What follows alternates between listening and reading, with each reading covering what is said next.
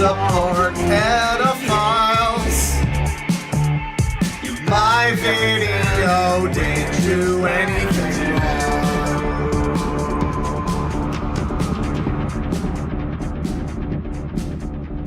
Here, so far, it's a long way back. So far here, so far,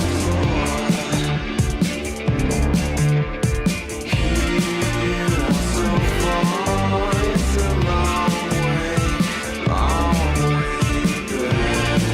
They took down my video about Radqueers. So tell me which part was about child safety. Because supposedly that's the reason the video is gone. Because apparently I didn't censor it appropriately. But I highly disagree with this and find it very wrong.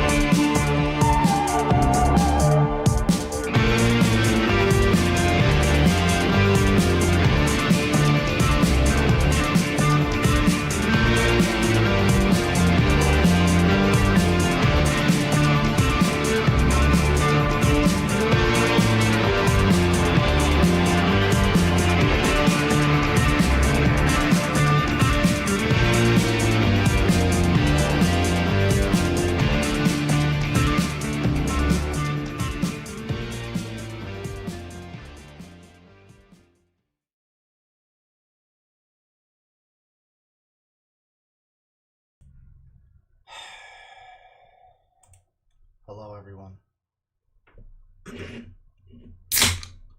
No, we were gonna do a stream anyway. You know, I was gonna edit my Sonic Sega Gamer video. And then I was like, you know, I was gonna watch the rest of In Praise of Shadow's terrible video. Because as it turns out, the rest of it that isn't about Wendigoon is actually even funnier. So that was gonna happen. And then I looked at my thing, and yeah, the Radqueer pedo Hellsite featuring minors is no longer available on YouTube. I did tell people to download it just in case, because I saw this coming, but I saw this coming for, you know, different reasons, I suppose. I saw this coming for Ezra getting mad and making it a privacy complaint or saying this is hate speech or something like that. No. As it turns out, YouTube has also recently implemented a new thing where they tell you specifically the timestamp for the offending thing in a video. So as it turns out, the specific exact moment that got that video taken off of YouTube, a very popular video, might I say, was watched on stream by Chud Logic. A lot of people were watching it. A lot of people were learning about the horrible horrors therein. YouTube decided they didn't want that. They decided they didn't want that in spite of the fact that the video was extensively censored and every minor's name was censored. There were no uncensored images of children. The video was taken down for a child safety concern, which is just obviously extremely fucking ironic. So I sent them a little, you know, an appeal.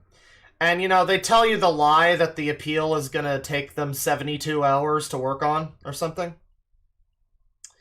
They tell you the line, that lie. What happens actually is they see that you appeal it, and then 3 seconds later they decide that you go fuck yourself. That's the real case of it. They lie to you and say that they'll email you within 72 hours, sorry. It's not even 24, it's within 3 days they'll make their decision. No, it was about 3 minutes later. They magically reviewed my hour-and-a-half long video and decided that I was indeed guilty of a child safety concern. My appeal read as follows. This video contains no explicit material and was extensively censored to protect any minors depicted. The video is exposing a dangerous website operated and maintained by child predators. It does not violate the child safety guidelines and is in fact meant to warn people about a website which is abusing children. The timestamp provided, 12:47, contains nothing graphic whatsoever beyond words on the website. There are no uncensored images of children in the video. That's the appeal. It was immediately rejected. And, you know, I don't mean to be all hyperbolic. You know, I'm not gonna do the YouTube is secretly... Well, I guess that is what the title says, isn't it? Well, I mean, realistically, that's probably not the case. However, it's a different situation. You know, that's what Mama Max did. Mama Max, though, of course, was famously faking his videos. Like, my video was just a real website that, you know, that people have confirmed exists.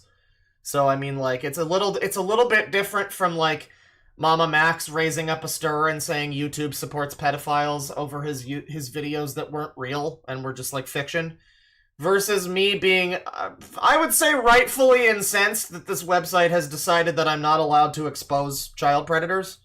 Or I guess if I do so, I'm supposed to do it in the fucking, you know, I'm supposed to... Everybody, these youngins were essayed. This was heckin' ungood, my fellow scrows. This is R-slurred and very, very triggering. You know, I guess I'm supposed to do that. I'm not allowed to say the words, maybe? I don't know what it is, because I said 12:47. If you have the video downloaded, or if you have it privately re-uploaded or whatever. In my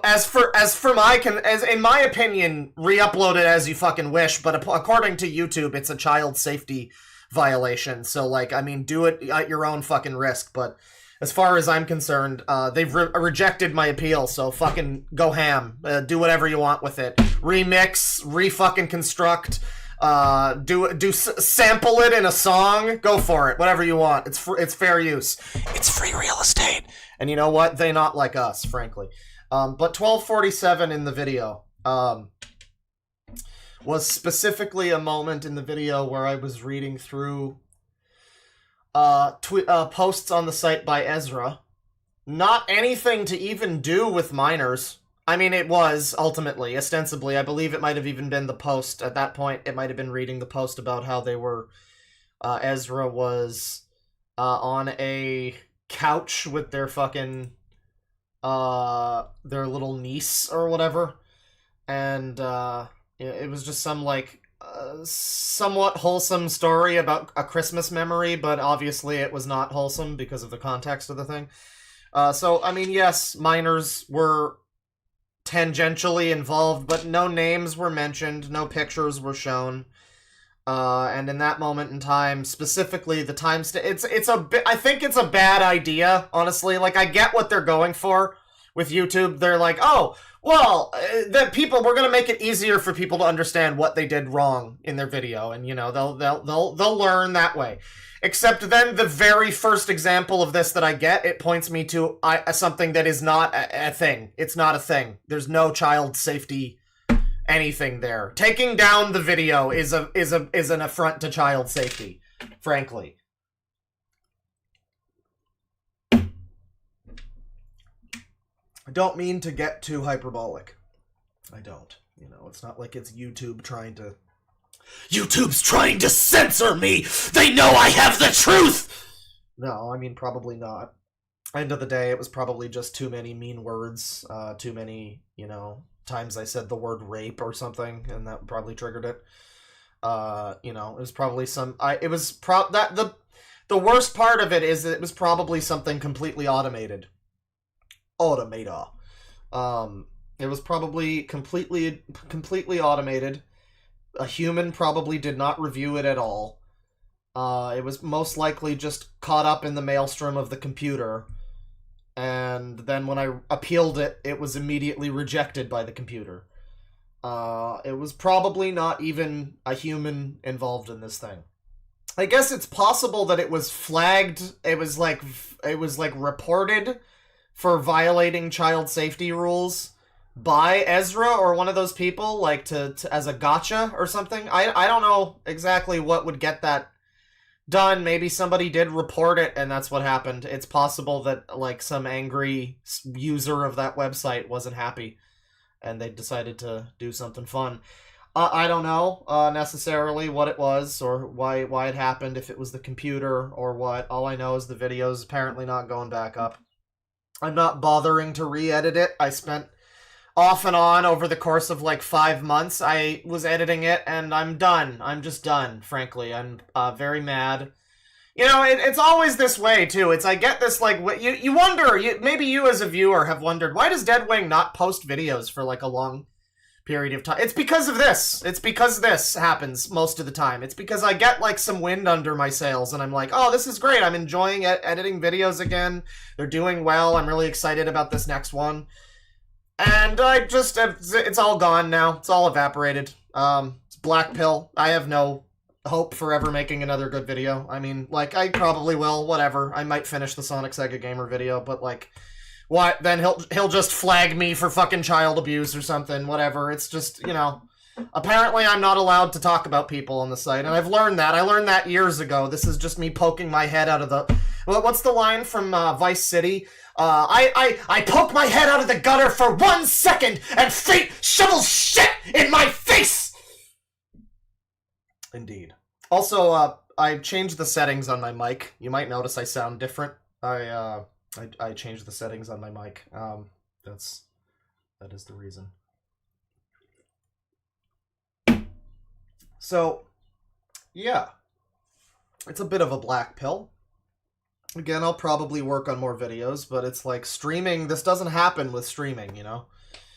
I don't get this happening. Typically when I stream, you know, the streams pretty much go under the radar. People don't get mad about for so long I've been like fucking Pavloved. For so long I've been like, oh, they're gonna take this one down. Oh, Dark Viper's gonna get mad at me because I watched the Willie Mac vid. No, nobody gives a shit. Nobody has ever given a shit about me streaming. It's always when I make a video and edit something. And then that's when it gets taken down and shit like this happens. Streaming is safe. Reasonably. Not really, but...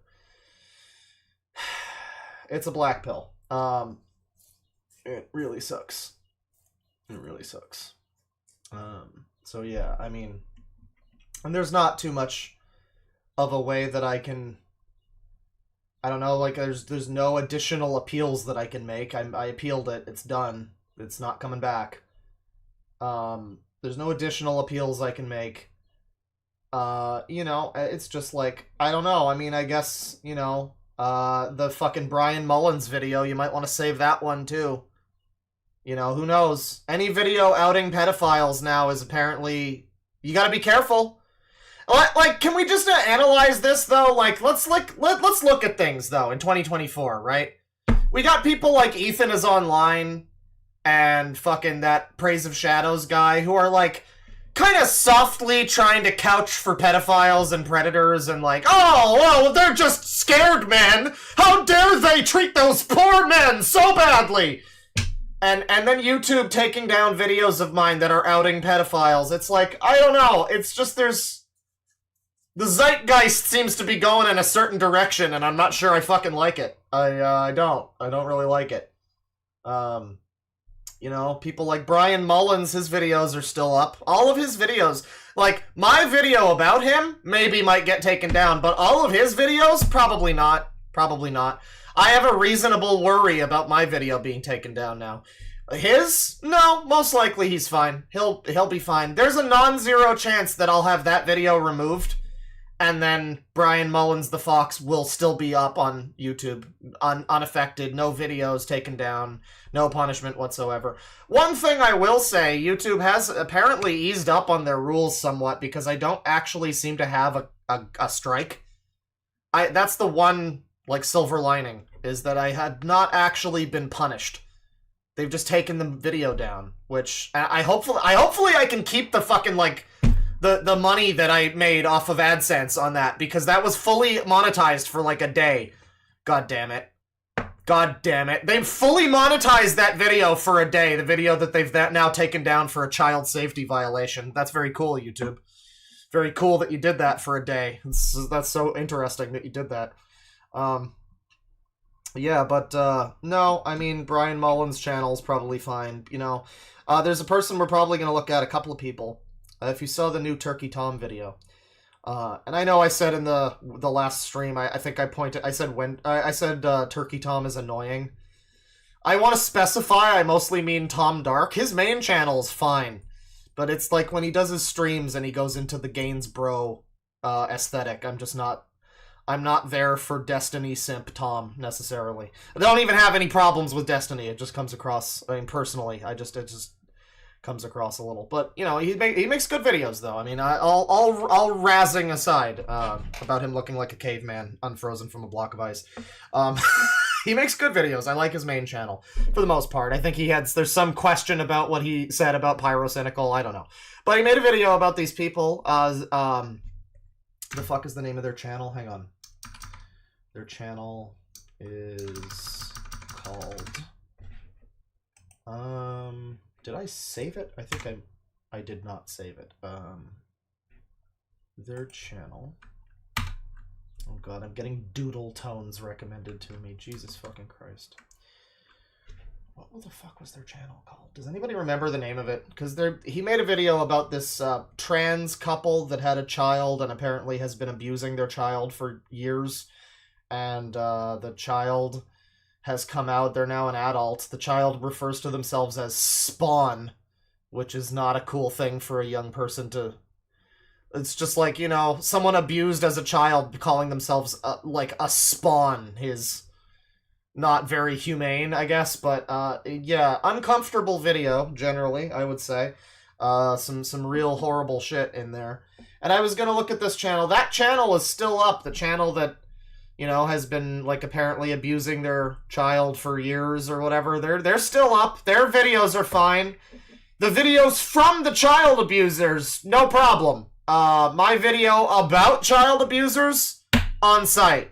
On site. You know, I guess watch out Turkey Tom. Watch out anybody if you're making any fucking comments about the new... let's just be real. It seems we're moving rapidly toward pedophiles being the next protected class. Like, that's kind of what it seems like. That's kind of what it's like very subtle language here and there to be like, you know, to... And the whole Keffels thing, deflecting to the thumbnail, you know, I don't know. It's a lot. It's a lot lately that all seems to be... A lot of shit, different shit seems to be singing the same tune. I don't know what to fucking say. I don't know what to fucking tell you. Poppy and Xena, that's the name of the channel, right? And they're apparently furry transgender therapists. And, yeah, fun fact, actually, about them. Their channel is still up. Fun fact about them, there is a Gamergate... I guess we'll jump into it. I don't think we'll start with this, but I think we might look at their channel a bit today. There is a Gamergate individual who is associated themselves with these people. This trans couple that abused their kids, apparently. There's a Gamergate individual, Liana Kurtzner, who in Gamergate was essentially known for... She was one of many individuals referred to as a literally who, which is... it was a term that ostensibly meant somebody who, like, was not really anybody or had any... Nobody knew who they were before they said they were harassed. Just imagine I said that in a Bane voice. She came out of the woodwork and she was kind of like half defending Gamergate, half against it. And that was her thing the entire time. She was like a boogie fence sitter. But she was constantly like cry bullying and whining about getting harassed all the time and just like... And it was like, lady, nobody knows who you are or gives a shit. This is just, you're just Brianna wooing. We know what you're doing. Everybody back then was doing the same thing. Where they just claimed they were getting harassed, and then they got like Patreon bucks. That was the grift. And you know, not to say she's necessarily a grifter, but Liana K was one of them, and she is now apparently one of the defenders of this couple that is now generally reviled by everybody. I say they're like a furry trans therapy couple or something.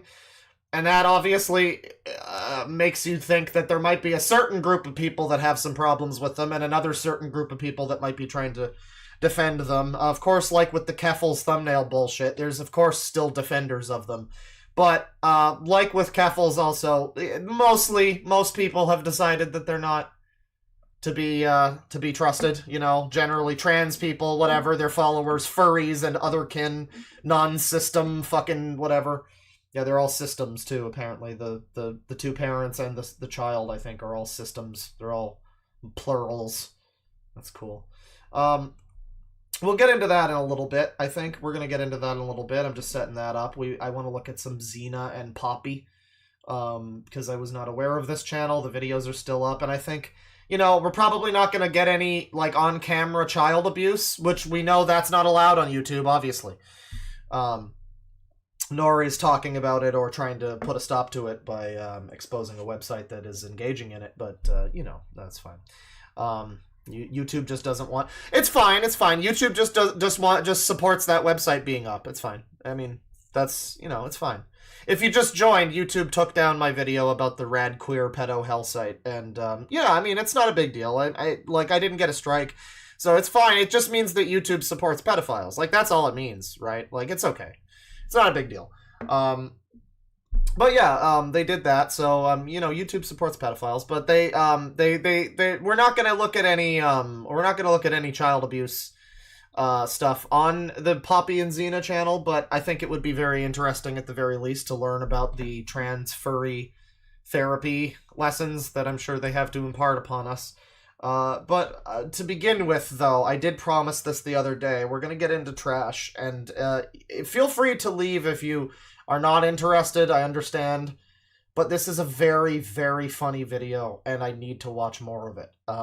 If you were here a couple days ago, we watched just the last 35 minutes, the Wendigoon segment of the video from In Praise of Shadows that everybody's been talking about. And the thing is, I've since seen other people talk about the rest of the video, and it's so funny. It's so bad! It's unbelievably bad. And it's so pathetic, and it's such a self-report. It's very funny. So we're gonna take a look at that, and it's like 3 hours, you know. It's like 3 hours. But I think he actually took the video down. Oh, he took it down! He not only did he take the segment down, he took the whole thing. For those that weren't here, he slandered a bunch of YouTubers. And then when people got mad, he removed that segment from his 3+ hour video. But, you know, the rest of the video it was like a 2.5 hour, a 2 hour and 45 minute video after that. And now it looks like he's gotten rid of that, too. What the fuck? Oh, man. Okay. Oh, thank God somebody has it. Rob's Media Archive has come in clutch again. This fucking goat over here. Rob's Media Archive is the one who had the Wendigoon part and now has the full version here. So that is pretty epic. We got Blows Blacks here too. But we're gonna watch this. We're gonna watch this here, and yes, I guarantee you the entire video is funny. I don't know if we'll watch the whole thing, right? I mean, like, it's 3 hours and 20 minutes, but like at the very least, I want to watch like the first hour or something, because again, I want to remind people that this video is called Bad Conservative Horror Movies. And I said on a comment, which is one of the top comments, by the way, because I'm very special and cool, on the Mudahar video about this situation. I said, like, I would probably want to watch a video that was about that actually gets into, like, conservatism as a political alignment and how that affects your mindset in making stuff that's scary and what you are representing as scary. And a lot of people have commented on that and said, like, yeah, I mean, like, you could look at, you know, Frankenstein or Dracula or whatever, a lot of classic horror as being inherently conservative in some ways. And so there's a great video that could have been made with this title. Even if you are conservative or whatever, I think it would have been an interesting thing to, you know, to just analyze. You know, if it was being done by somebody who wasn't an insane leftist Nazi who thinks people shouldn't be allowed to think things. That's the unfortunate part, is In Praise of Shadows is he is a fascist. I don't know how to make it not what it is. He is a fascist.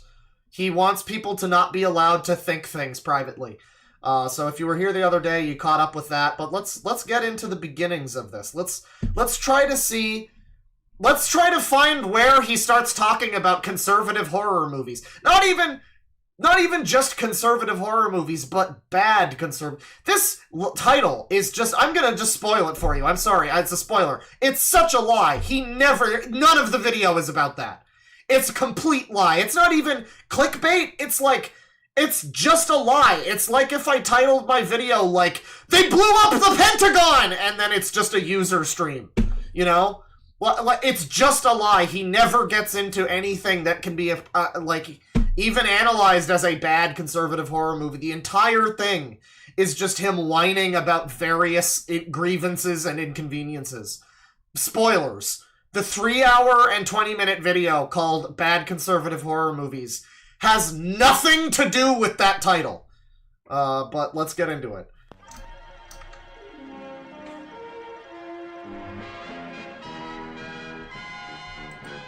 Yeah, I've got the video saved, and I told other people to save it. I made a specific point of saying when it was uploading on my Discord, make sure you save this one, because I knew that Ezra was probably going to not be happy.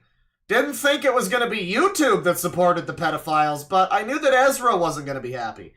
Apparently I was kind of right about that, because I maintained that one comment that I got was from Ezra, but no, I did tell people to save it, so it's fine, And,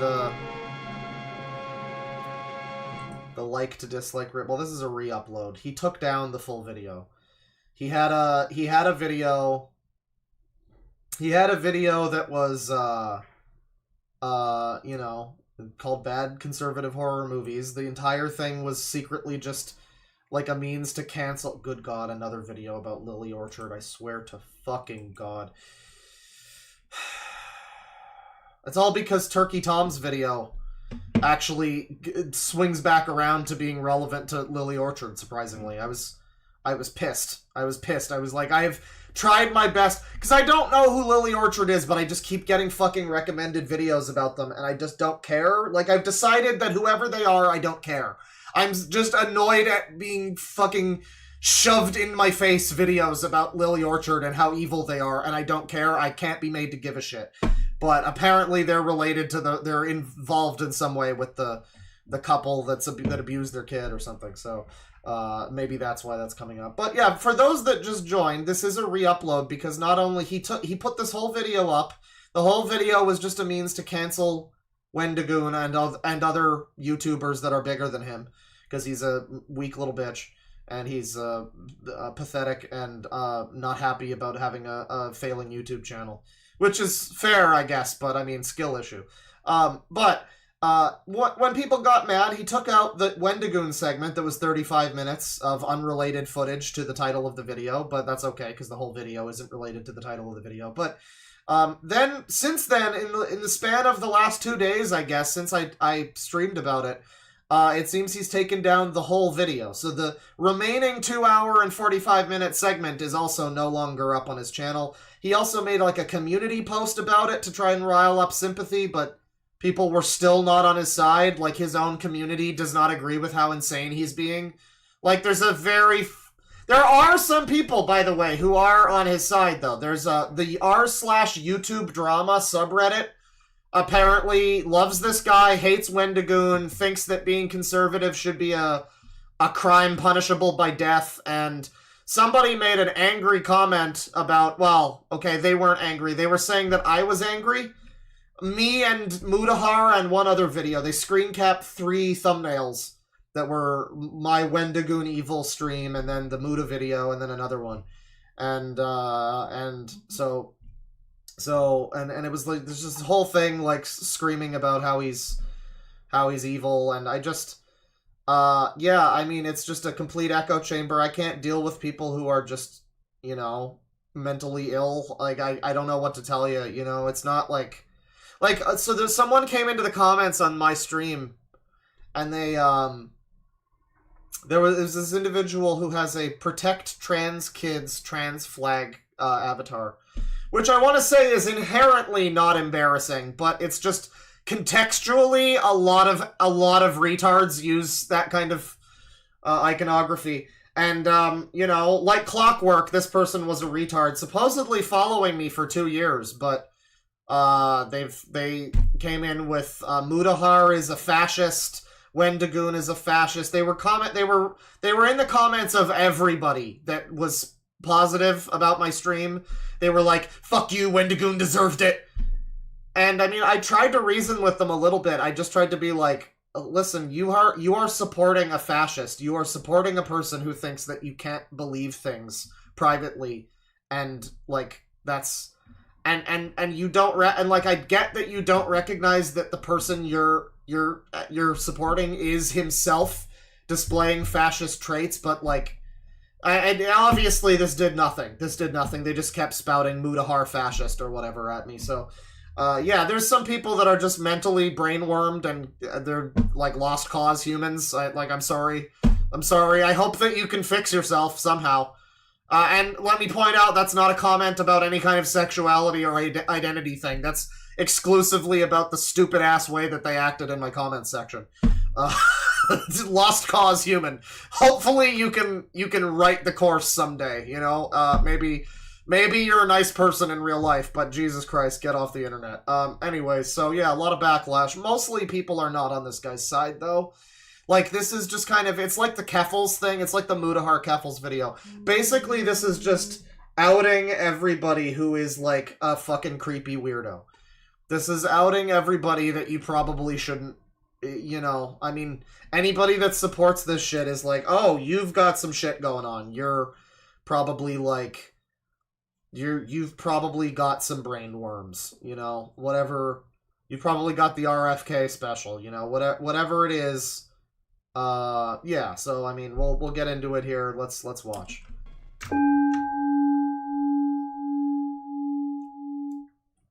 You know perfectly well what I'm talking about. And if you wish to stay here under my jurisdiction, you will toe the line as I see fit, for your sake as well as mine. You have a very evil mind. Hi, YMS Highlights. Welcome. Reminder that, reminder that this video, is something we should all be able to get behind, regardless of who you are. If you think that people should be allowed to think things, you should not be supporting this video. I just want to put that out there for everybody. I just want to put that out there for anybody who's new here, or anybody who is not aware of this situation before we get into this. I want to blanket outright state that this video, it's deceptive. It's one of those things, because some people might not be following the scenario. Maybe you didn't click on the Wendigoon Evil stream, because you're like, I don't care about the drama, but you clicked on this one because it's a user stream, ostensibly. But, you do care... maybe you don't care about this, but I'm telling you, this video is extremely funny. Let's watch. Now he's got some like movie footage here, I guess, and I'm not sure. This is a video supposedly about bad conservative horror movies. This is some footage from a movie. Is this even a conservative thing? Chapter 1, The Guest of Honor. You know perfectly well what I'm talking about. And if you wish to stay here under my jurisdiction, you will toe the line as I see fit. Irony. For your sake as well as mine. Reminder that at the end of this video, this man says that Wendigoon, because he may possibly privately be conservative, possibly, should not be allowed in public society. So I'm just... throwing that out there. This is an interesting clip to start. I guess this is to establish, like, how fascists are or something. It's not something you want to do in your video that decries wrongthink, though. So, like, I don't know if this is the best image. In my jurisdiction, you will toe the line as I see fit. I mean, not only, like, should he not be allowed in public spaces, that's the bad one, but more specifically, the one that's not quite as bad, but even more closer to the jurisdiction thing here, is he says that Wendigoon and people like him who might possibly privately be conservative privately in the, you know, in the comfort of their own home or whatever, they should not be allowed to be on, well, I forget the exact wording, but essentially he said they should not be allowed to be on social media sites with, you know, with us, the right thinkers. So, yeah, my jurisdiction. This is our land, Wendigoon! Get the fuck off! I'm not even sure if this is supposed to be... This might be fully unironic, this clip. This is his, like, message to Wendigoon. Fuck off. You have the wrong thoughts, maybe. Get out of here. For your sake as well as mine. You have a very evil mind, Aunt Phoebe. Amazing lack of self-awareness to include a clip like that. That's unbelievable. Just like, yeah, thank you for like defining what like an evil fascist would look like, and then being like that for 3.5 hours. Thank you. Pretentious. Oh, Over the so weekend, February 16th through the 18th, I traveled to Concord, North Carolina to attend this year's Mad Monster Party, which was far and worst Banjo-Kazooie level. away the most redneck and unprofessional convention that I had ever been to in my life that was operating at this level of scale. The only thing that I could really compare it to for you is that it felt like something that was being run by that guy at I your... gotta turn this up to extra speed. I forgot how much this fellow's voice can be annoying. I will say also, on this guy's defense a little bit, I know that's crazy. I did remember that he actually made a video that I watched a while ago, like a year or two back, that was really quite good. And in fact, for the sake of being, you know, fair, I would like to find that video real quick. And, let me see here. I would like to find this video because, I said that, I talked about how I've watched this guy's videos before.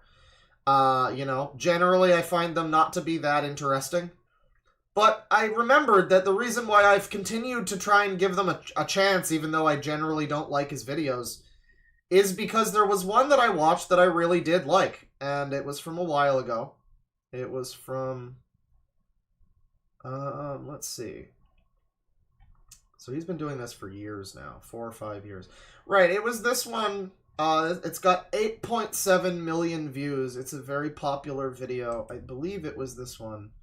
Yes, it was this one about Zdzisław Bekzinski, a Polish horror painter, and it was a very good video. And I remember putting it on and feeling things. You know, the thing that he probably wanted me to get from all of the thing that he wants people to get from his videos, I would assume, is born in 1929, his birthplace. You know, he wants people to watch his videos and feel things and look at this art and come away from it with feelings. And I will say, like, I feel like maybe this guy's art is doing a lot of the heavy lifting. And also, I believe, if I remember correctly, he has a pretty tragic story associated with him too. So, like, it's possible that it's just the subject matter that got me in, but, like, this was a good video. I will stand by this video that he made 4 years ago and say that this fellow has, at some point in time, made videos that are interesting. So it is really unfortunate to see that this... And again, this is a video. The title of this video is something that I would have been interested in.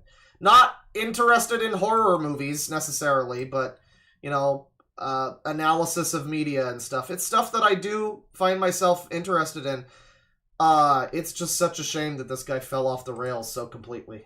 Such a shame, because, you know, he seemed like he at some point had some talent. You know, at some point he was a pretty good video maker. He got it. I think it went to his head or something. I don't know.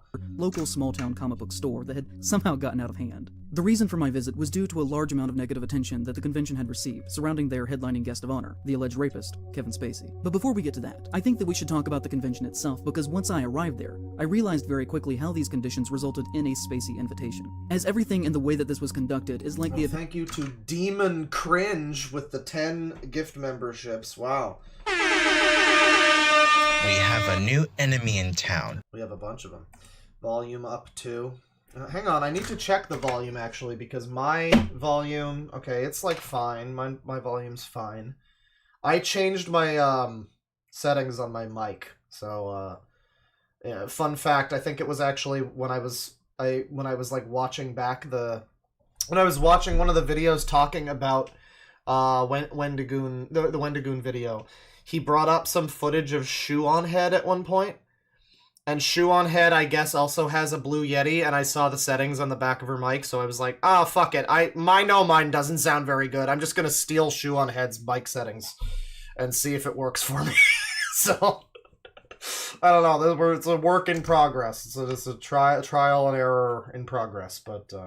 Epitome of a misguided and mismanaged mess. Now, Demon Mama. booking Spacey is, in any sense of public Cringe, optics, sorry. a very dumb idea. And you could try to write these people off as... Wasn't Demon Mama the fucking... Hang on. Wasn't that, like, Keffels' girlfriend or something? I've heard that name. That's like a drama user. I'm sorry for equating you to that person. Demon Cringe. That's the name that person should have. Just straight You up are not cringe. But they Thank fully you. understood what they were doing. So right, once again here, we've been talking over this. This is a horror convention that this guy decided to attend, which has invited Kevin Spacey, famed rapist, as a as a guest, which is a very strange thing. And I saw one person point out in a video talking about this. I saw one person point out, like, why didn't this guy just make a video about how, like, unsettling, like, it's a horror convention that has invited Kevin Spacey. This is a terrifying premise. You could have just made the video about that. You could have just made, like, even, like, maybe not 3 hours, maybe like an hour-long video, even, about, like, your experience at this con. You could have made it a horror video about, like, the lingering evil of Kevin Spacey. You could have even made it a political thing and made it like, why were we not able to cancel him effectively? Like, whatever. You could have made it something instead of what he does do here, which is just bitch for 3 hours. But also some points were made that he complains a bunch about how this convention is, like, morally wrong for supporting Kevin Spacey. Yeah, he paid the money to go there. So, anyways, let's back up a little. Mess. Now, booking Spacey is, in any sense of public optics, a very dumb idea. And you could try to write these people off as just straight up morons. But they fully understood what they were doing. As on all of their public content looks more tolerable than Mama Max. Shoutouts to Mama Max, by the way, who also knew that YouTube was supporting pedophiles. Advertisements. They just happened to forget to include He just did it with his heart in the wrong place. That's the problem. Spacey along with all of the faces of the other big guests. They know that they had to spend this. First of all, I arrived at the convention and their small main parking lot was already filled, and they gave me directions to their overflow parking area that upon arrival... I don't know why it's necessary that we're watching a video within a video right now. I mean, like, this is a re-upload of it, so the quality is not all there, right? One would assume in the original upload you could probably actually make out the guy in the TV a little better, and it wasn't all just a mess of blurry pixels. I mean, I don't know why this is necessary. Is this just supposed to add, like, an extra aesthetic? The fun thing, too, is, I don't know, maybe he's been on video before, probably. I don't feel like in any of the videos I've seen from this guy that I've ever actually seen him on video before this one. So it is funny that he chose to reveal to the world that he looks like gay Ned Flanders. I'm sorry, that's offensive. I think he is gay. I'm sorry. That's horribly offensive. I didn't mean to be a fascist.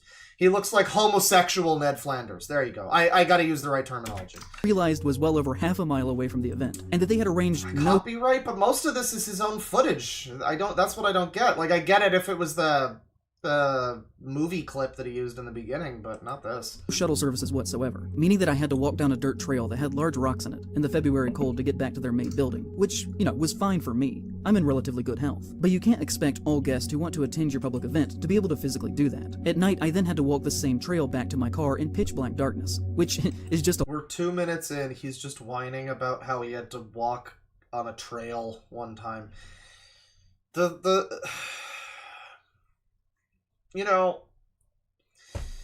Not all... suffering isn't a competition, right? I had somebody years and years ago tell me that when I was just saying to them, like, I'm going through it, but I don't know, other people probably have it worse than me, and they were just like, suffering isn't a competition. If you're feeling really bad, it doesn't matter that there's people dying in Africa or whatever. Sucks for them, but, like, relatively for every individual person, they all have their own thing. So it's like, I guess what I'm getting at is just this is really giving away the low tolerance that this guy has, and, like, how easy of a life it sounds like he's probably had. to whine about how he had to walk on a dirt path a little bit in the dark. Like, I'm really... Was your video not long enough, dude? Come on, whining about that? Like, have you never even had a cold? You're fucking kidding me with this. Oh, I had to close my car door myself. Oh, God.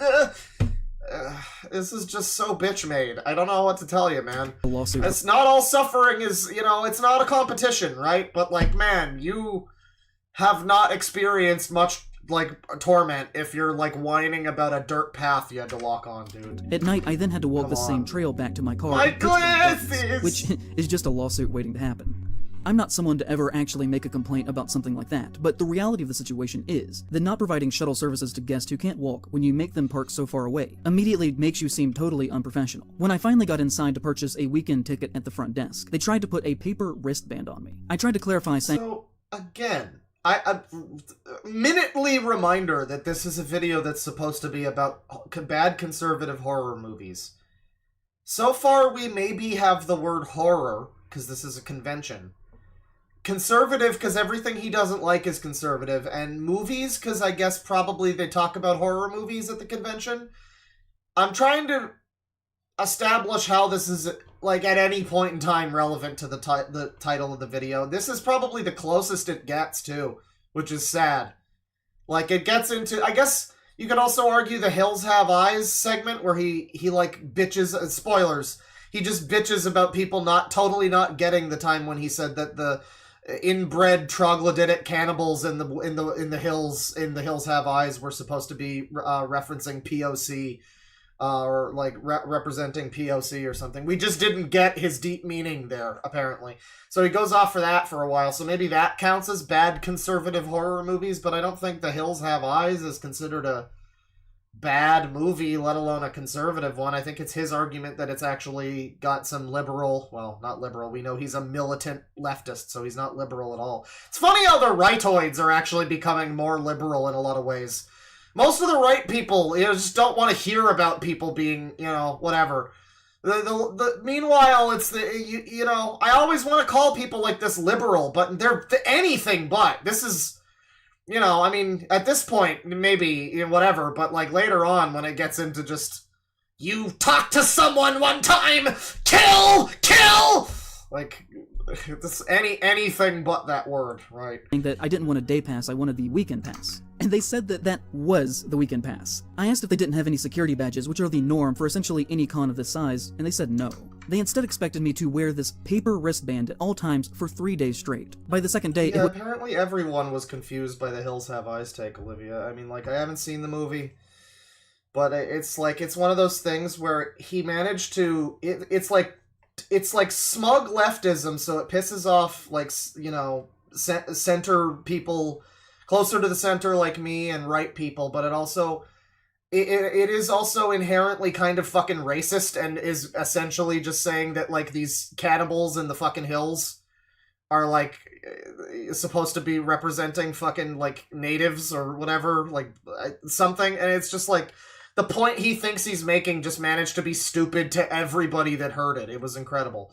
I would like to maybe watch that video, but, I don't know. I'm good just at this point just watching this. Was falling apart because I had taken a shower and it became very soggy and uncomfortable. He's now whining about how his wristband became soggy, everybody. Hang on. Just... Oh, God! Why didn't they laminate it? Oh, God! I bet it's because I had to walk in the dirt! Oh, God, I wouldn't have been in the rain if it wasn't for the conservatives! To wear. There were no posted schedules of the events anywhere in the building. I asked the front desk. Not soggy! It's the worst thing that could happen, really. If they had any printed flyers or brochures of when the Q&A events were going to be held, and they told me no. They had nothing printed, and that the only way to find out what time things were happening was to go to the Mad Monster website and find their schedule there. At their Q&A events, the first 10 rows of the auditorium were reserved for VIP ticket holders only. The problem with that is that next to nobody purchased the VIP tickets, which resulted in the celebrities being separated from the audience by 10 mostly empty rows, really killing any kind of ability for the guests to build any kind of energy with the crowd. And it's like... Okay, so I'm trying to put myself in the position of somebody who is not familiar with how this video turns out and all of the discourse after the fact. Just like a fan of this guy's or whatever. Like me, if I had just clicked... Because I saw the video recommended to me, because I think just a few days before he uploaded this, I had watched his video about dangerous movies or whatever. And, you know, I was kind of underwhelmed, as I had said before. But, you know, I'd watched that. And so, like, you know, it's something I watched recently. It's in the algorithm for me. He puts out the new video, and I saw it recommended, and then I saw people talking about it, and I was like, oh, boy. This is a video that will probably annoy me, but that wasn't enough for me to go, oh, this is probably going to be something funny to watch on stream. That came later. But, like, I'm trying to put myself into the perspective of if I had just watched this video that day, like the day he uploaded it, and didn't know anything about it, and I'm just like, oh, bad conservative horror movies, tell me all about it, sir. And I do feel like if, like, by 3 minutes and 48 seconds in, I would be annoyed. I would be pretty annoyed. I would be annoyed because it's a 3 hour and 20 minute video, and so far, all of this has been irrelevant to the title of the video. Like, I like long videos, but when you're starting out with it, every second of this is irrelevant to the video. Like, to the title of it, anyway, that I clicked on, I would be like, so this is just going to be a waste of my time. This is just going to be largely a waste of my time, probably. And I think I would have been wrong, because it is very funny, but in terms of watching it for its intended purpose and what the title of the video is, yeah, I would have probably clicked off already by this point. Resulting in the panels being painfully awkward at times. Also because the guests were not actually filler. that famous, which we're gonna get to. The audience often just didn't have any questions for them because they didn't know who they were. So most of the Q&As only lasted for about 20 minutes or so, even though they had all been scheduled for an hour. I didn't eat before I got there the first day and expected to buy a snack at some point while I was there, and was very upset to learn that there was... I was expected to buy a snack! The way he words this. It's like his mommy forgot to pack a lunch for him and he had to forage for berries himself or something in the fucking wild. Like, what the fuck, dude? This is why when he starts talking in the later segment about Wendigoon and how he's a stupid idiot child who doesn't know better or whatever, and it's like, you look younger than him. He looks younger and he acts like a baby. He's acting like a baby. So he's very child-coded. Especially that part where he defends the predator that gets shot and calls him a scared man. Only an alcohol stand in the convention floor, and no food whatsoever. Stalker So I didn't end up child. eating until about 10 p.m. later that night. The next day I did actually learn that there was a food area for the con set up in the lobby of the hotel next to the convention center, but there were no signs telling you of this, and it was very much hidden. So in other words, you're stupid and didn't... This is like the game journalist thing. You know, sometimes the game is obtuse, but sometimes it's just DSP didn't fucking press the circle button for 30 hours of playing Jak and Daxter to recognize that you could spin. That's real, by the way. That's real. I don't think it was 30 hours, but it was like part 30 or something of his Jak and Daxter playthrough before he decided to press the circle button on his fucking controller and go, oh, I can spin? Oh, I didn't know that. Oh. Luckily, the first night after having a late dinner, I could relate There's nothing I can do! advertised as having, which was just magnificent. Although, I guess I can't blame that on Mad Monster. Now, okay. Yeah, did he just not think to ask, I guess? He didn't want to have to talk to one of those filthy redneck conservatives. So he just went hungry.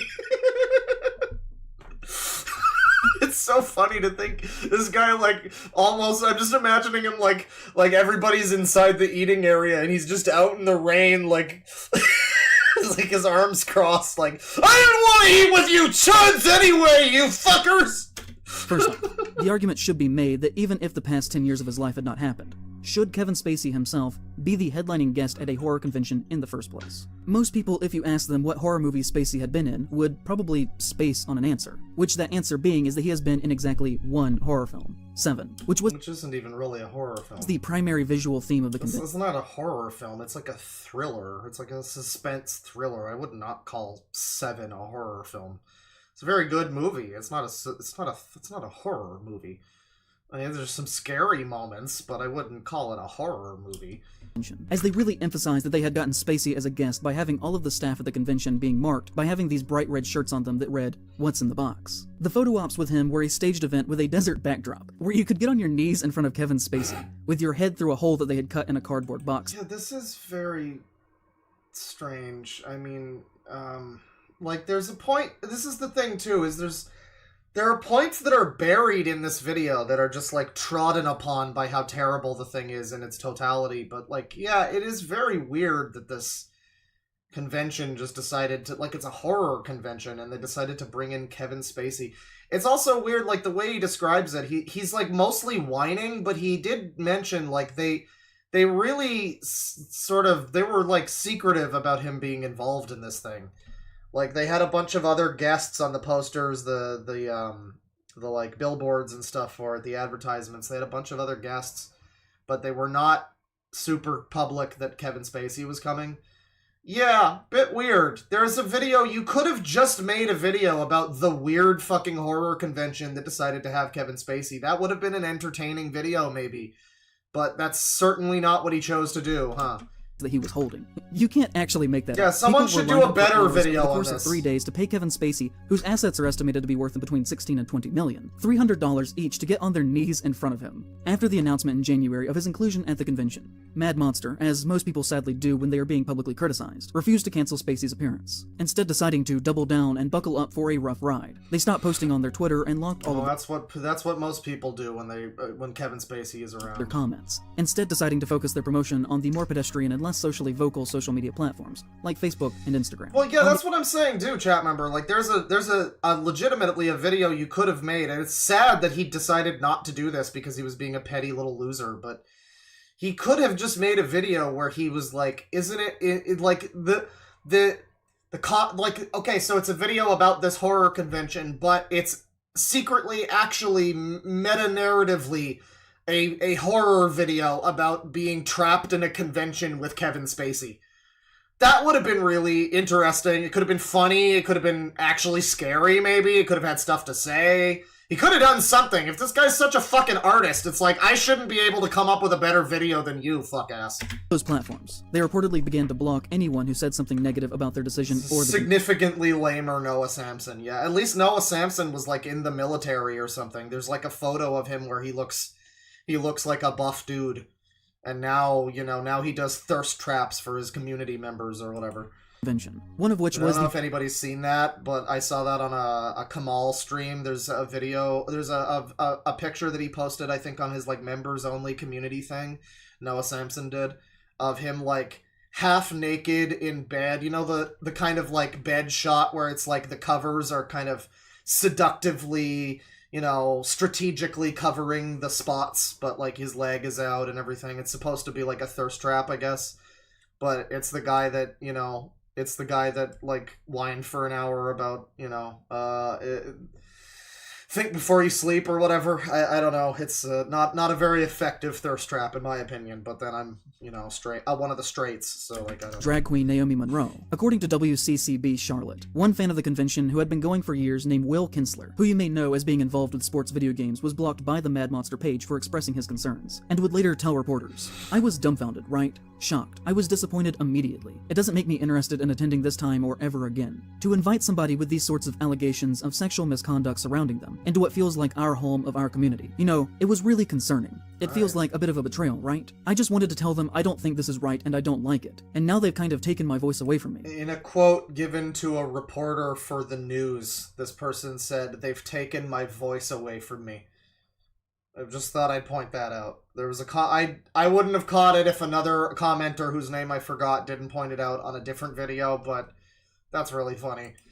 I'd hate for people they're really taking away your voice. Live on Channel 6 News. That don't know and feel like we're a different kind of community than we are. And that we would welcome somebody in our community that's accused of doing these things that he's doing is disappointing for me. That somebody might find that that is a reflection on us. And I want people to know that that's not the case at all. They would also delete any negative comments on their posts so that it looked like everyone universally supported what they've been doing. They posted a clip from House of Cards onto their Facebook page, where Frank Underwood confronts a homeless man who has been accused by the police and is suffering from a psychotic episode where he tells him, "Nobody can hear you. Nobody cares about you. Nothing will come from this." They also posted on their Instagram story an image of Spacey with the text, "Nobody cares about you." One major convention manager of a different event, who will go unnamed here, criticized their decision by saying, "As convention organizers, it's so important that we look at the big picture. People watch us. The big picture. It is an election year, people. They watch what we're doing and who we put our dollar behind. Hiring on performers and celebrities is an endorsement, not just of them, but of what they've done over their lives." Another Normally, I don't know if I'd necessarily agree with that, but in this scenario, it does seem like they're very in favor. Somebody involved in this thing. I have a feeling it's some sort of scenario where it's like one guy really wanted this, and everybody else who's in charge of this convention was probably like, "Dave, that's a bad idea. We really shouldn't." "No, I like 7!" And then he shoots his guns in the air like Yosemite Sam. Like, I assume it had to be something like that. I don't know. Because the social media stuff that he's showing. And this is, by the way, if we can trust anything he says. I have to point that out, because this guy's clearly demonstrated that he's full of shit and lies out through his teeth constantly to like, spin narrative. So it's possible that all of this is, like, out of context or something. But based on what he's showing, it's like, yeah, it does look like they were weirdly gung-ho about having Kevin Spacey there, and they had all this, like, get on your knees in front of him and take a picture, like, weird shit, you know, based on what he's saying, at least. Normally it's like, whatever, you just got a guy at a convention, that doesn't need to be an endorsement. Of course, to weirdos like this, it would seem like one. This guy who thinks that if you breathe the same conservative air as someone, that you need to be chemically castrated or something, so that you can't pollute the future gene pool and, you know, fuck up the chances of the next Joe Biden victory. But, like, yeah, no, I mean, in this scenario, I definitely would say, based on what he's demonstrating here, you know, I mean, at least based on this, it does seem pretty weird. It does. I'm with him here. Seems like a pretty fucked convention. I don't know why they're. I mean, that one person was being kind of just entitled a little bit, you know, the one who got their voice taken away. Oh, God! You know, make sure you get my good side, reporter. But yeah, no, generally, I mean, this seems like a weird convention, sure. He did support this financially, though. Like, keep in mind, as he's talking about how morally bankrupt this is or whatever, well, they ain't financially bankrupt because you paid to be there, dude. So, like, whoever, you know, you have voted with your wallet and voted for more Kevin Spacey, please. So, I don't know what to tell you, man. Their convention, called Days of the Dead, posted on their social media a great little piece announcing that Ian Wyatt would be at their event in January, saying that he was going to be the only Predator at Days of the Dead. Yeah, he is. Kevin Spacey is technically, he was acquitted, but it is one of those, like, yeah, like OJ, or I think Weinstein is also technically, like, free of all charges.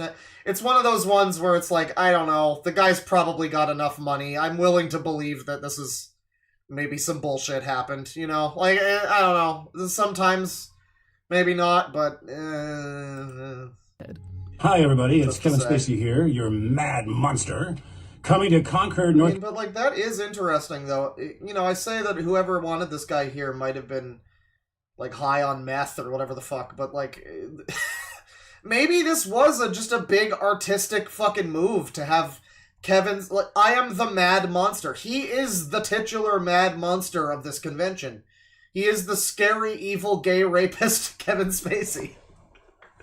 And he's, you know, yeah, I mean, maybe that was the point. It's a weird thing to do for your convention, but maybe that was the point. And I mean, I guess that's kind of funny if it was. It's interesting if it was. You know, this video stands as, I guess, you know, a testament to that decision. Like, maybe this video wouldn't have happened in the same form that it did if not for the decision to have Kevin Spacey at this convention, you know?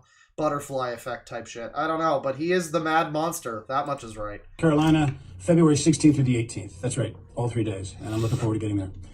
Also, while I got you, just want to take a moment and thank all my fans for all your support through all these years. It's meant so much to me, and I hope you can make it. I don't know why all of the footage is still on this tiny TV. It's like we're watching a fucking YouTube re-upload of Star Wars. And it's just like in a small box, and it's reversed, and like it's in black and white, you know. because it'd be nice to meet in person. And the thing about all of this is that for security reasons, Spacey was never once actually seen on the convention floor itself. He did not have a table, he did not take selfies, he did not do a Q&A. It was like he wasn't even there. They just had him locked in the back like he was the fucking Wizard of Oz, for staged photographs, because anything else could have exposed him to uncomfortable questions. And to that, I just gotta ask, if he isn't even going to be participating in the convention itself, why ruin your own reputation and name by having him there? Why choose to die on this hill? Because despite him not physically being seen, just him being in the building for 3 days lingered over the event like a haunting spirit. The vibe— Wow, you were uncomfortable. To paraphrase Harmful Opinions, wow, so you felt uncomfortable and horrified at the horror convention? Terrible. Like, maybe that's the point. I'm starting to wonder if that was the point and this guy is just, like, not able to see that. This is clear, like, is it just me? It seems like they made the point of this convention, like, it's like a sociological experiment or something. I don't know. Vibes of this place were truly awful. But also, I don't know, are the vibes truly awful? Because, like, over the event like a haunting spirit. Apparently, Kevin Spacey lingered over the event. The vibes of this place. I don't know, does this guy with his gun hanging out look like he cares about the vibes? He looks like he's having a fine time. Kind of seems like the only one whose vibes are awful in any of the footage we're seeing is actually, you know, Zane, in Praise of Shadows, the video maker. It seems like everybody else is, I don't know, just standard convention goers. Whatever I'm supposed to get from this footage being like haunting fucking Auschwitz footage, I'm not getting it. It's not happening. Were truly awful. Because they booked him, it resulted in many reputable vendors or guests refusing to even show up by either not booking the convention or canceling their reservation. And this drastically hurt the overall tone and the experience of the convention itself. The atmosphere was genuinely depressing. I'm not trying to be an asshole when I say this, but one of the biggest guests that they could book was Tim Capello, the featured extra from the Lost Boys that plays the saxophone that is only on screen for a few seconds. One of their other major guests was Michael Lerner, who was not Michael Myers in Halloween 6, but instead was that guy's stunt double that was only used in a few shots in the film. I've talked to both of those guys and they're really nice, and I genuinely mean no disrespect to either of them, but even they would probably agree that they are not horror A-listers. They do not draw in crowds. Because they decided to back Spacey, they really had to scrape the bottom of the horror barrel to get anyone to come to this thing. And I'm just amazed, like, the guy must have been so blinded by his, like, rage to Wendigoon or whatever. It seems like he had a golden opportunity to make a really interesting and entertaining video. He was there. I mean, someone in chat was like, somebody else should make a better video about this. How could they? He has the footage. He's the one that went. He's the one that, you know, all jokes about him, like, financially supporting it aside, sure, if you want to call it, like, investigative journalism or something, like, yeah, okay, fine, you're doing it for your video. I get that. I'm understanding of that. It's just that he wasted the opportunity because this is just a footnote. We're 10 minutes in, by the way. This has nothing to do with the video title, and we're 10 minutes in. But, like, yeah, I really wish that this guy had made the video be about, like, the meta horror convention with Kevin Spacey as the monster. Like, life is the movie in this scenario. Kevin Spacey has been cast in the role of the real-life monster rapist. And all of the people at the convention are the actors, are like the survivors or whatever. Obviously, nothing was going to happen. But, like, the way he's describing this, I can kind of see the fucking blueprints of what video this could have been. That could have been really interesting. And he just fucked it up so hard, and now no one can make that video, because he's the one that went. He has the footage. He's the one he was the only option. He was the only choice. He was our only hope to get Kevin Spacey RapeCon footage, and now it's never gonna happen. Despite what they would say about having record numbers, the attendance felt completely dead. It really felt like there were about half as many people as there should have been there on a normal year. I mean, we're talking about a convention that not too long ago had Art the Clown and Captain Spaulding in the same room doing a joint clown photo op. They used to— Oh, Art the Clown and... right, those two. Absolutely, yeah. Those guys are horror icons. You know, I think Chucky, you know, Jason, Freddy, Art the Clown, definitely. Have legitimate guests, Yeah. and by comparison, this thing was a total joke. They only had 23 guests at the show, including Spacey. 5 of them were old retired wrestlers who had nothing to I do. don't think Kevin Spacey was conservative necessarily, but I think he's kind of pivoted in that direction recently. It's a weird Politics is fucking weird, man. Because Kevin Spacey is like a gay rapist. But for some reason, certain rightoids have decided to, like, hold him up as, like, an example of cancel culture being bad. And it's like, this feels like something you guys should be against. I don't know, but alright. So yeah, he's been kind of playing to that crowd a little bit here and there when he gets work at all. So, I mean, he's not real. I don't know if he's political at all. He's just trying to get what he can, probably. With horror. One was Taryn Manning, who basically has nothing to do with horror. They had two of the Dukes of Hazzard boys. You had Tom Welling and Michael Rosenbaum from Smallville. You had Chaz Palminteri from The Usual Suspects, who was there because of Spacey. You had Tom Cavanaugh from The Flash. There were only a couple of people who actually had anything to do with horror at all, like Shannon Elizabeth. The only other big names they got were Lou Diamond Phillips, who has nothing to do with horror, and Kiefer Sutherland, who was only there for a few hours on one day. And even though I do love them, and I mean no disrespect when I say this, Felicia Rose and Kane Hodder were both also there, which I'd say this in the nicest way possible, but they're basically at every single one of these things, so them being present is neither here nor there. So you can see that by booking Spacey, they totally ruined the show that they were throwing, even being about horror. Because your video's not even about horror, dude. I mean, well, I don't know. It seems like they got a fair number of, they got some regulars at these conventions. They got Lou Diamond Phillips. They got Kiefer Sutherland for a little bit.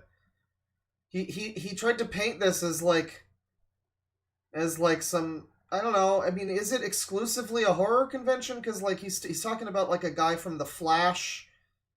Like they had monsters in it. I don't know. It might. I guess maybe. I mean, but he's been in other things too. Tom Cavanaugh. I don't know. I mean, it seems like the convention had some guests. Maybe they aren't all like fucking Wes Craven or whatever. But like, I don't know.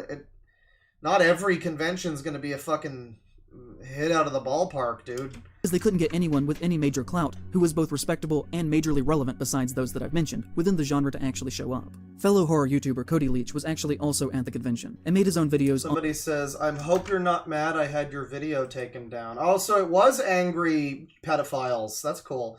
No, it's cool, bro. I've got other people that are going to re-upload it, so it's fine. The word's already gotten out, and a lot of people are going to, spread the message, so it's all right. Fair play, though. Fair play.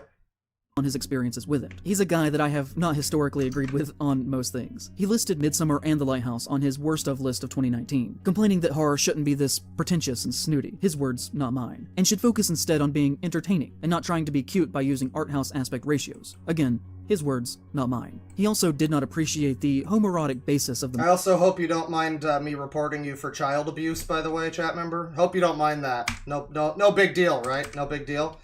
What's going on here? To actually show up. Fellow horror YouTuber Cody Leach was actually also at the convention and made his own videos on his experiences with it. He's a guy that I have not historically agreed with on most things. He listed Midsommar and The Lighthouse on his worst of list of 2019, complaining that horror shouldn't be this pretentious and snooty, his words, not mine, and should focus instead on being entertaining and not trying to be cute by using art house aspect ratios. Again, his words, not mine. He also did not appreciate the homoerotic basis of the movie, and complained that it was just weird for weird's sake, and to me just didn't try to appreciate the film on its level. So, okay, so there's a YouTuber that came here. There's another YouTuber that he's decided to throw into all of this.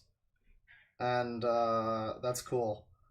And apparently this YouTuber was also at this convention, and he decided against talking to this YouTuber because he's just too good for that, I guess.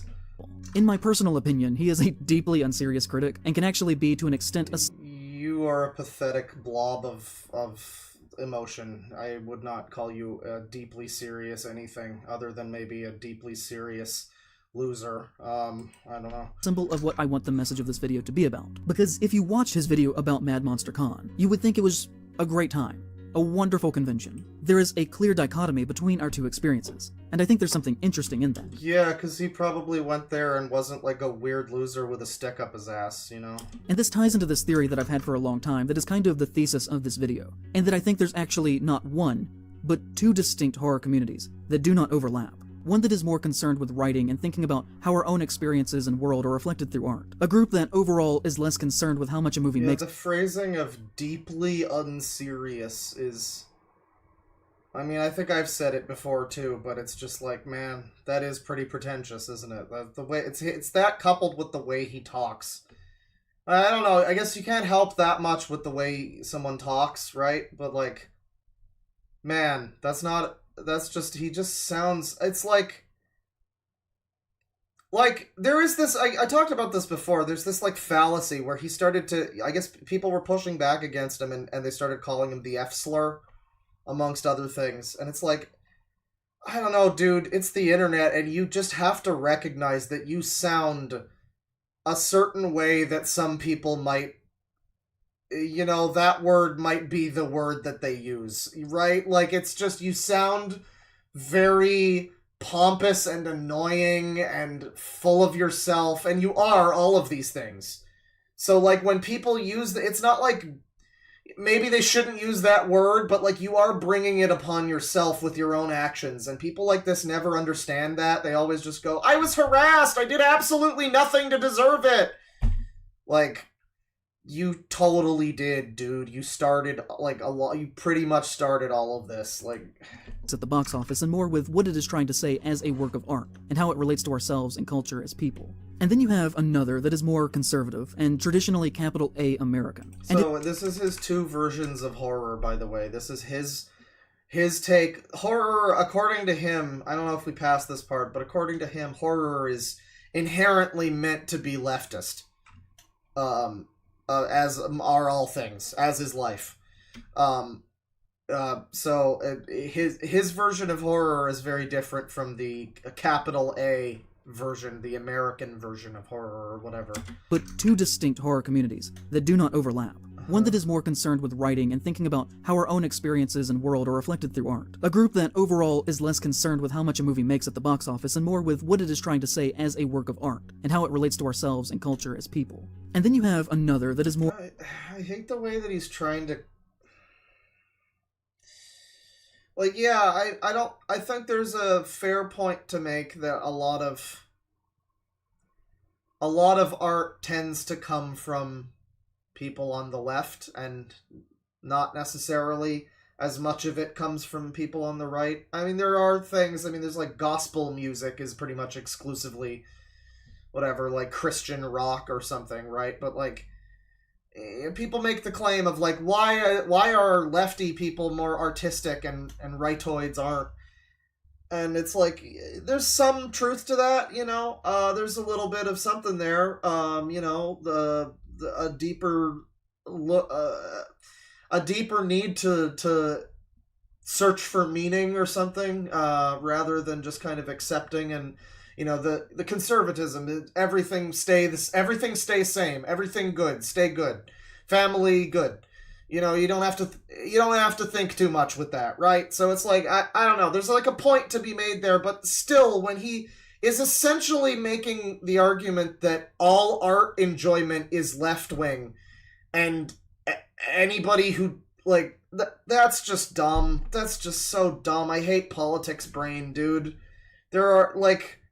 There's a lot of people that have made some really great art that are not left-wing, and you can argue that you don't like any of it, but it's like, I don't know, like, when we get into classical fucking pieces, how many of, like, was the Sistine Chapel, I don't know, how many of these people were like, out here being, like, fucking Radqueer, you know, commies? I don't know, probably not many of them. Probably a lot of them loved God and were very, you know, simple fucking...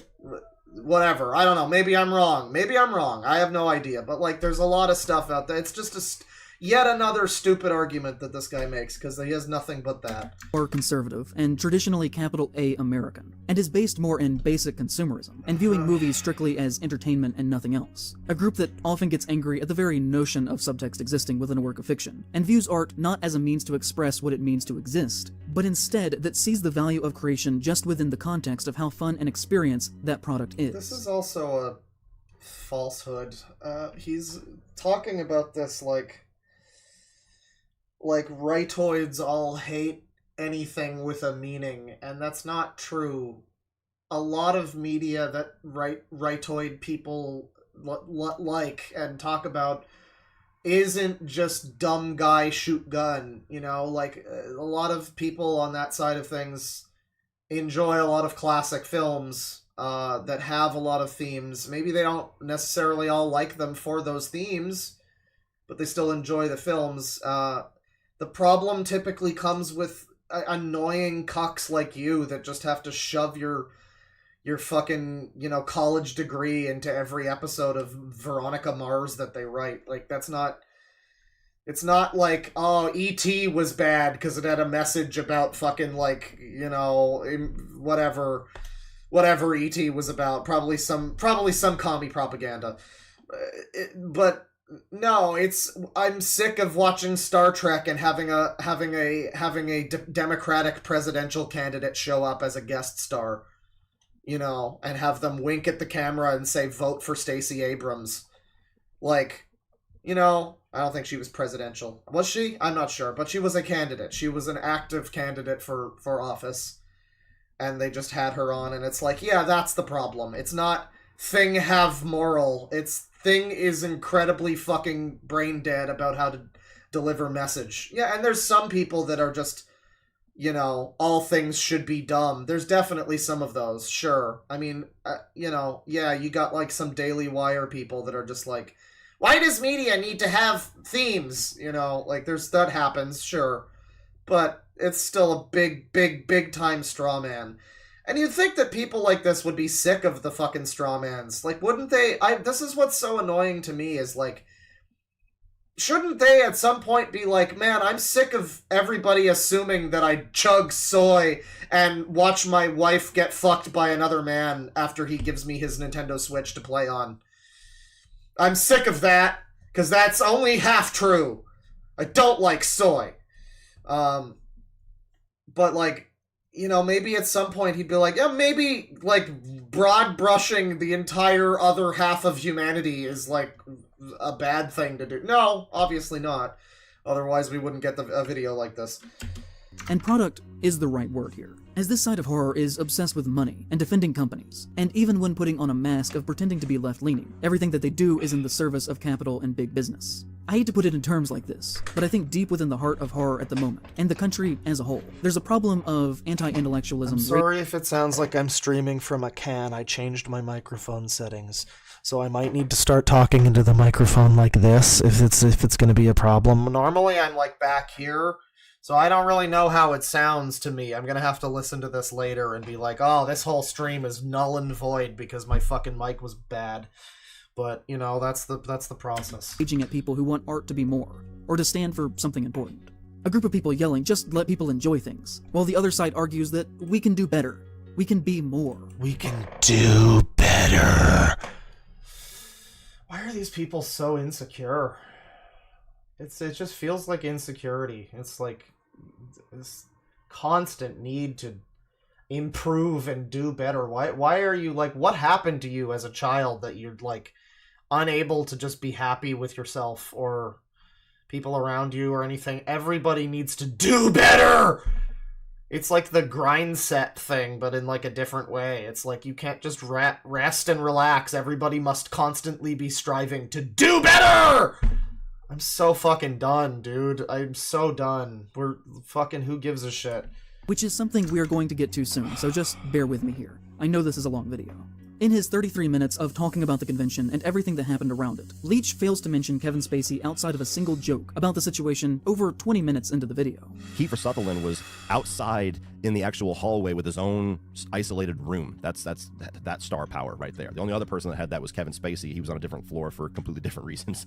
But not only that, if we look at this footage that I shot, compared to the footage that yeah, this is insane schizo shit, guys. This is the first...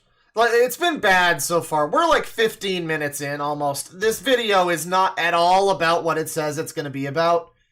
You know? So, like, it's bad. But this is the first sign that it's going to be fucking insane schizo bullshit. This is the first sign. Reasons.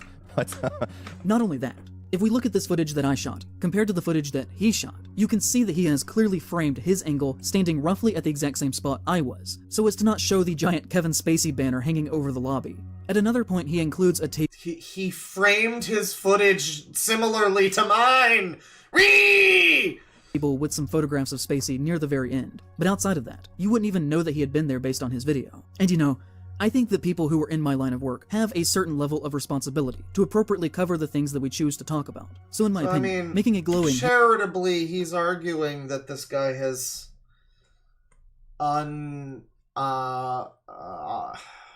he's like not properly documenting this convention. He's like reporting on it in a biased fashion. That's not... But he has said that Kevin Spacey's there.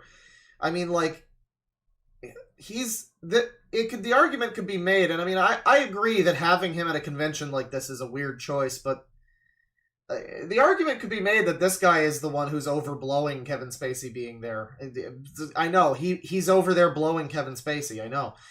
But, like, Kevin Spacey is not in any of the promo material, and it's like he's like a secret guest who's there, so I guess it makes sense a little bit that the other guy wouldn't really be talking about him that much. If he's like a very small, minor part of the event, you could argue that his presence looms large for a lot of fucking reasons. So, I mean, like, I don't know. I think it's somewhere in the middle. There's a point to be made that it's weird to have him there, but acting like this guy is, like, restricting the truth of Kevin Spacey or something, I mean, you know, I don't know about that. It just kind of seems like he's reporting on his being there to the degree that he is there, you know, like the reasonable relative level of coverage, like for the amount of, I don't know, for the amount of like presence he has there. But I don't know. This is a tougher one. Half-hour-long video about how cool Mad Monster is. And he could have, again, though, they both went to this convention. He could have walked up to this YouTuber and spoken to him. He could have said, hey, I'm also a YouTuber, and I make videos, and I'm also a horror YouTuber, and he could have made a new friend, but he's such a pompous cunt that he needed to, like, he apparently saw him and then just, like, I mean, you know, we know what this guy looks like. He's sloped shoulders, pudgy, like, mustache. He looks very, as Brandon Buckingham put it, a low testosterone freak. Which is apparently a gay slur, because apparently this guy thinks gay people are either low testosterone or freaks or both. That's what that means. If you think that's a homophobic to you, that means you think that of gay people. That's what that means. But I wouldn't have made that connection, but he did apparently. So he's like a bit of a, you know, he has his look to him, and then you see this guy. I don't know, guys. You remember the other stream I did where the general takeaway was that everybody he was shit-talking looked like they could probably bench press him? Or at the very least, fuck his girlfriend. Yeah, I don't know. I feel like there's maybe some reasons why this little man decided he didn't want to talk to the scary YouTuber he doesn't like. You know, he could have had same reason why he could have just DM'd Wendigoon or whatever, you know, talk to him privately, talk to him on a stream, talk to him at all. But, of course, if he talks to Wendigoon, then he becomes a fascist. So, he's not allowed to do, by his own logic, speaking to a person who might have spoken to a person who might have spoken to a person who might have spoken to a conservative, that makes you a conservative. So he can't have that. So it makes sense. His logic makes sense. Things that we choose to talk about. So in my opinion, making a glowing half-hour-long video about how cool Mad Monster is in the wake of them trying to publicly rehabilitate Spacey's image into a right-wing personality at a convention held in the South, which happened within weeks after he appeared on Tucker Carlson's show, is not a very responsible... Yeah, this is what I'm saying. He is kind of pivoting into that direction. Good on Tucker Carlson for having Kevin Spacey on, too. Real cool individual. Use of your platform. I saw his video where he goes on Joe Rogan and he just like pretends evolution doesn't exist. And Joe Rogan is apparently, I'm amazed at how bad of a podcast host Joe Rogan is, because I don't really watch or listen to him or anything, but when I see clips and he's got some guy on like Terrence Howard or Tucker Carlson and they're just babbling a bunch of fucking nonsense, and it's clear that like, Joe knows that this sounds like bullshit, but he's, like, apparently too much of a bitch to be like, wait, hang on, Tucker. What do you mean? What do you mean adaptation and not evolution? What the fuck are you talking about? He just lets him go. He just lets him just lets them go. You know, maybe that's the point. Maybe he just wants them to dig their own grave or something. I don't know, but... And, you know, he did have his complaints about the convention, including talking about the outrageous parking situation in the footage where he actually walks pretty close to my car. He talked about the layout of the convention. He walked close to your car, so he's stuck. This is insane, though. This is like your second hint that this video is insanity. I feel like if you're watching this, you know nothing about the scenario. It's the day it got uploaded. You don't know why Wendigoon is in the thumbnail. You don't know why it's 3.5 hours. If you're 15 minutes in now and you're hearing that he walked near my car, this is maybe the second sign that something's not all right with this guy. Something's off. There's a problem that this man needs help with. He bless his heart. In Praise of Shadows, seems like he has got some kind of mental thing going on that is making, like, I think he might have fucking snapped or something. I don't know what this is. Outrageous parking situation in the footage where he actually walks pretty close. He talked about the layout of the convention being not very professional. Daniel Larson's stream 2 has to happen soon, by the way. I didn't realize I'd let it go so long without Daniel Larson's stream 2. You know, things got in the way, video editing and Radqueer pedos and whatnot. Which, by the way, reminder that YouTube has decided to stand by pedophiles. YouTube has decided that my video exposing a site that is actively predating on and has a bunch of people grooming children. Not allowed to do that on YouTube. YouTube's not okay with that. Just pointing that out again. Just putting that out there. YouTube not okay with people outing pedophiles. Just thought I'd acknowledge that. The lines being disorderly, but never once does he have a single word of criticism about Mad Monster as an organization for their attempted rehabilitation of Kevin Spacey as a public. I mean, literally hashtag pick a side, YouTube. Because what I said was like, okay, but Mama Max was a bullshitter though. He didn't have anything real. My video was real, goddammit. My video was real. You know? Yeah, take down his stupid ass videos that are like telling people to go dox people. Whatever. Fuck it. Mama Max is a retard. My video towed the goddamn line. I spent like a week censoring people. Not enough. According to some guy in chat, apparently that might be because he like falsely reported it. Which again, it's fine, because like, I mean, I made money from the thing. I'm good. I still get the money from it, and other people are gonna re-upload the video, so if anything, more people are gonna see it now. So this is what I said. This is I'm not even that surprised is the thing, because I literally said on a stream, like, definitely don't take my video down and make me fucking infamous for this. Like, make me, don't do that. You wouldn't want to do that. It would be real unfortunate if I made a video about this whole thing, about how certain people from the pedophile website decided to take my video down. That would be a real shame. Oopsie poopsie, it would be unfortunate if that happened. Unfortunate, uh-oh, fucky wucky. Looks like other people might upload the video. I mean, again, do so at your own risk, because allegedly it's a child safety violation, but I strongly disagree. Let's just put it that way. Figure. Or the fact that he is greatly profiting off this appearance from people who are probably struggling. And honestly, probably can't... Link that person's chat, link that person's page if you've got it. You say they live in filth? That sounds funny. Yeah, if put it in the live discussion on the Discord. I'll check it out. That sounds funny. Shouldn't be throwing stones from glass houses there, friend. I don't know if that person is still here, but that sounds pretty good. I'm excited. I'm excited. Or at least shouldn't afford the $300 fee that it costs to get in the room with him for maybe 10 seconds. He then YouTube loves pedos or YouTube protects pedos.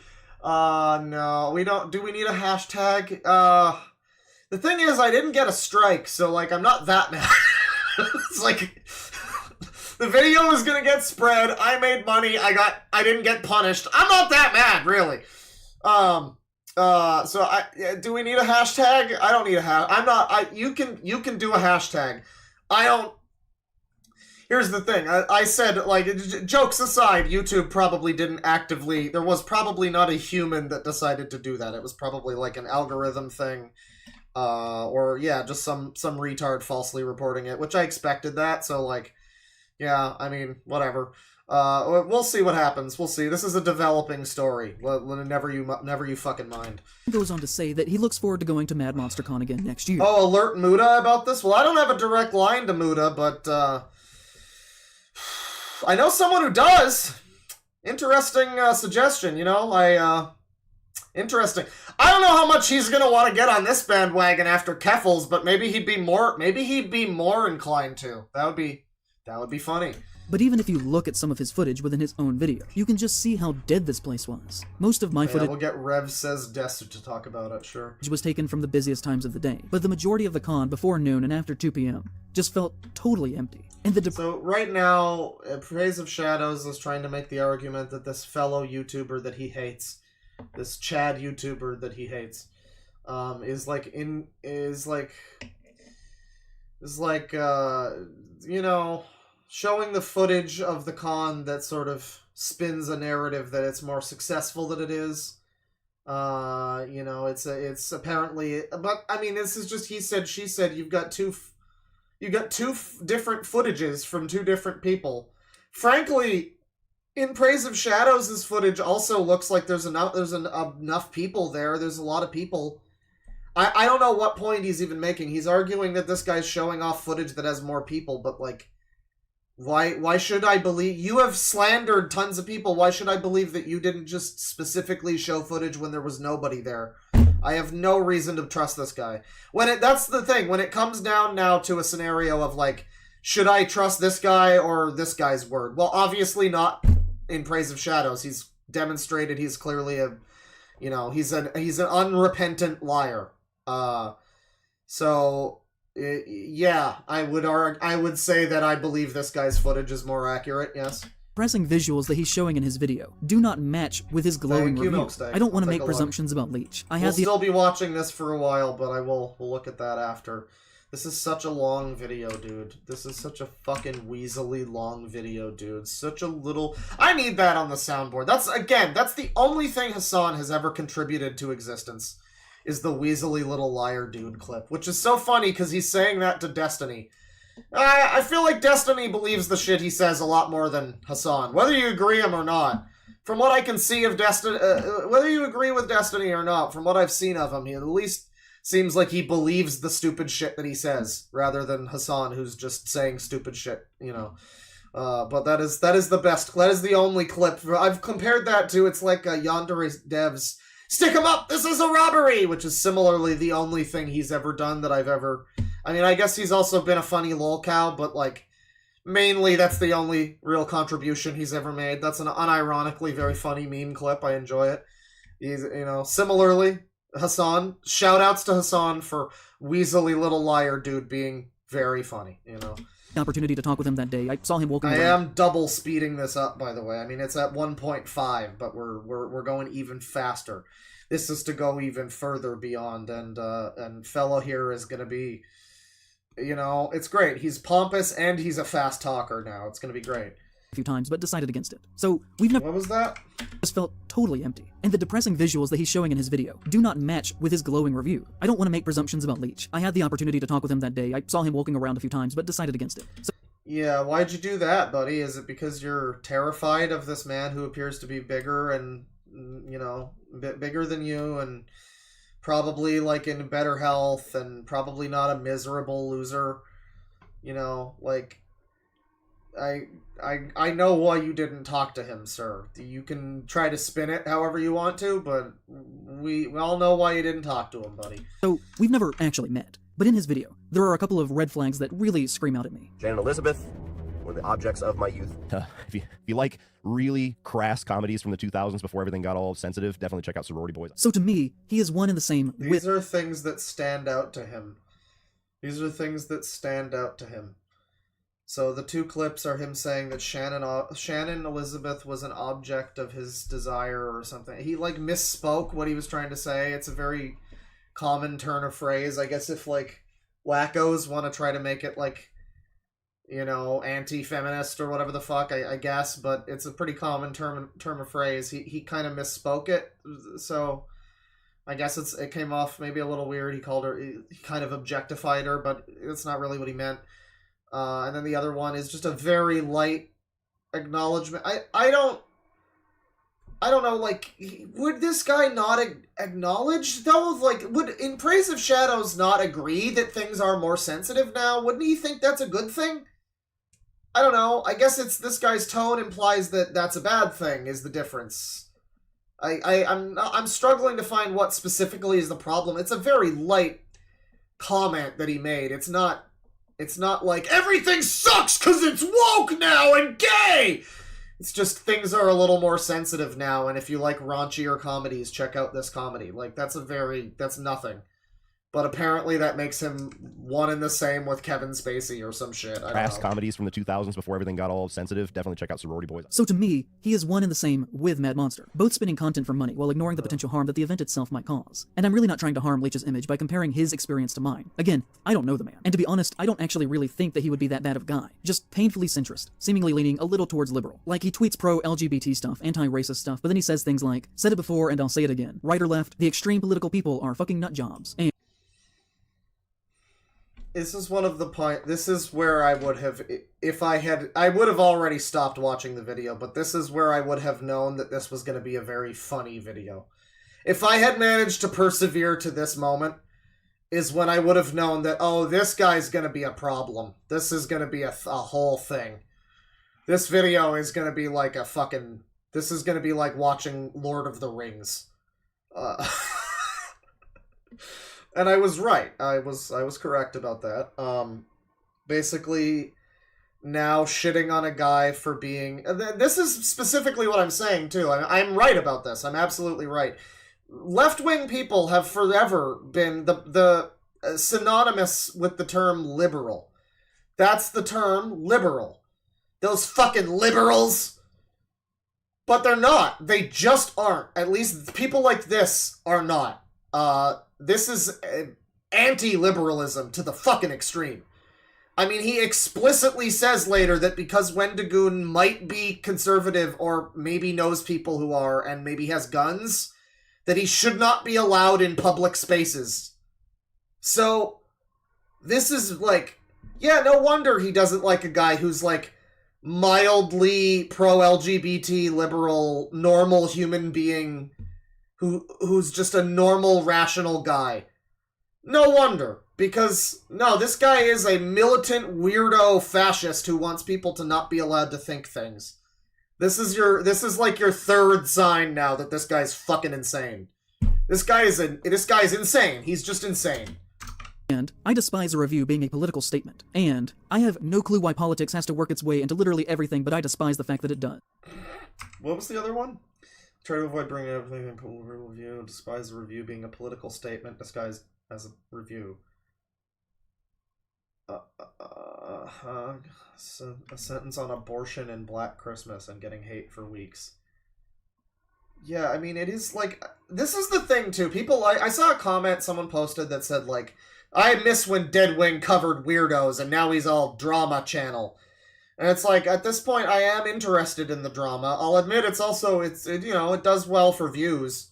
Not always, actually. Some of the super mega cancellation video when the second one came out recently, that stream did not do all that well. I thought, I was right on the money on that one. But no, the drama doesn't really do that great for views, actually. Sometimes it does, though the last Wendigoon stream did. But I am just interested in the drama now, and one of the main reasons is because, like, I'm recognizing how everything moves in waves. We found the users and their petty bickering bullshit nonsense drama about random film differences of opinion and canceling each other over that. And this is just the same shit.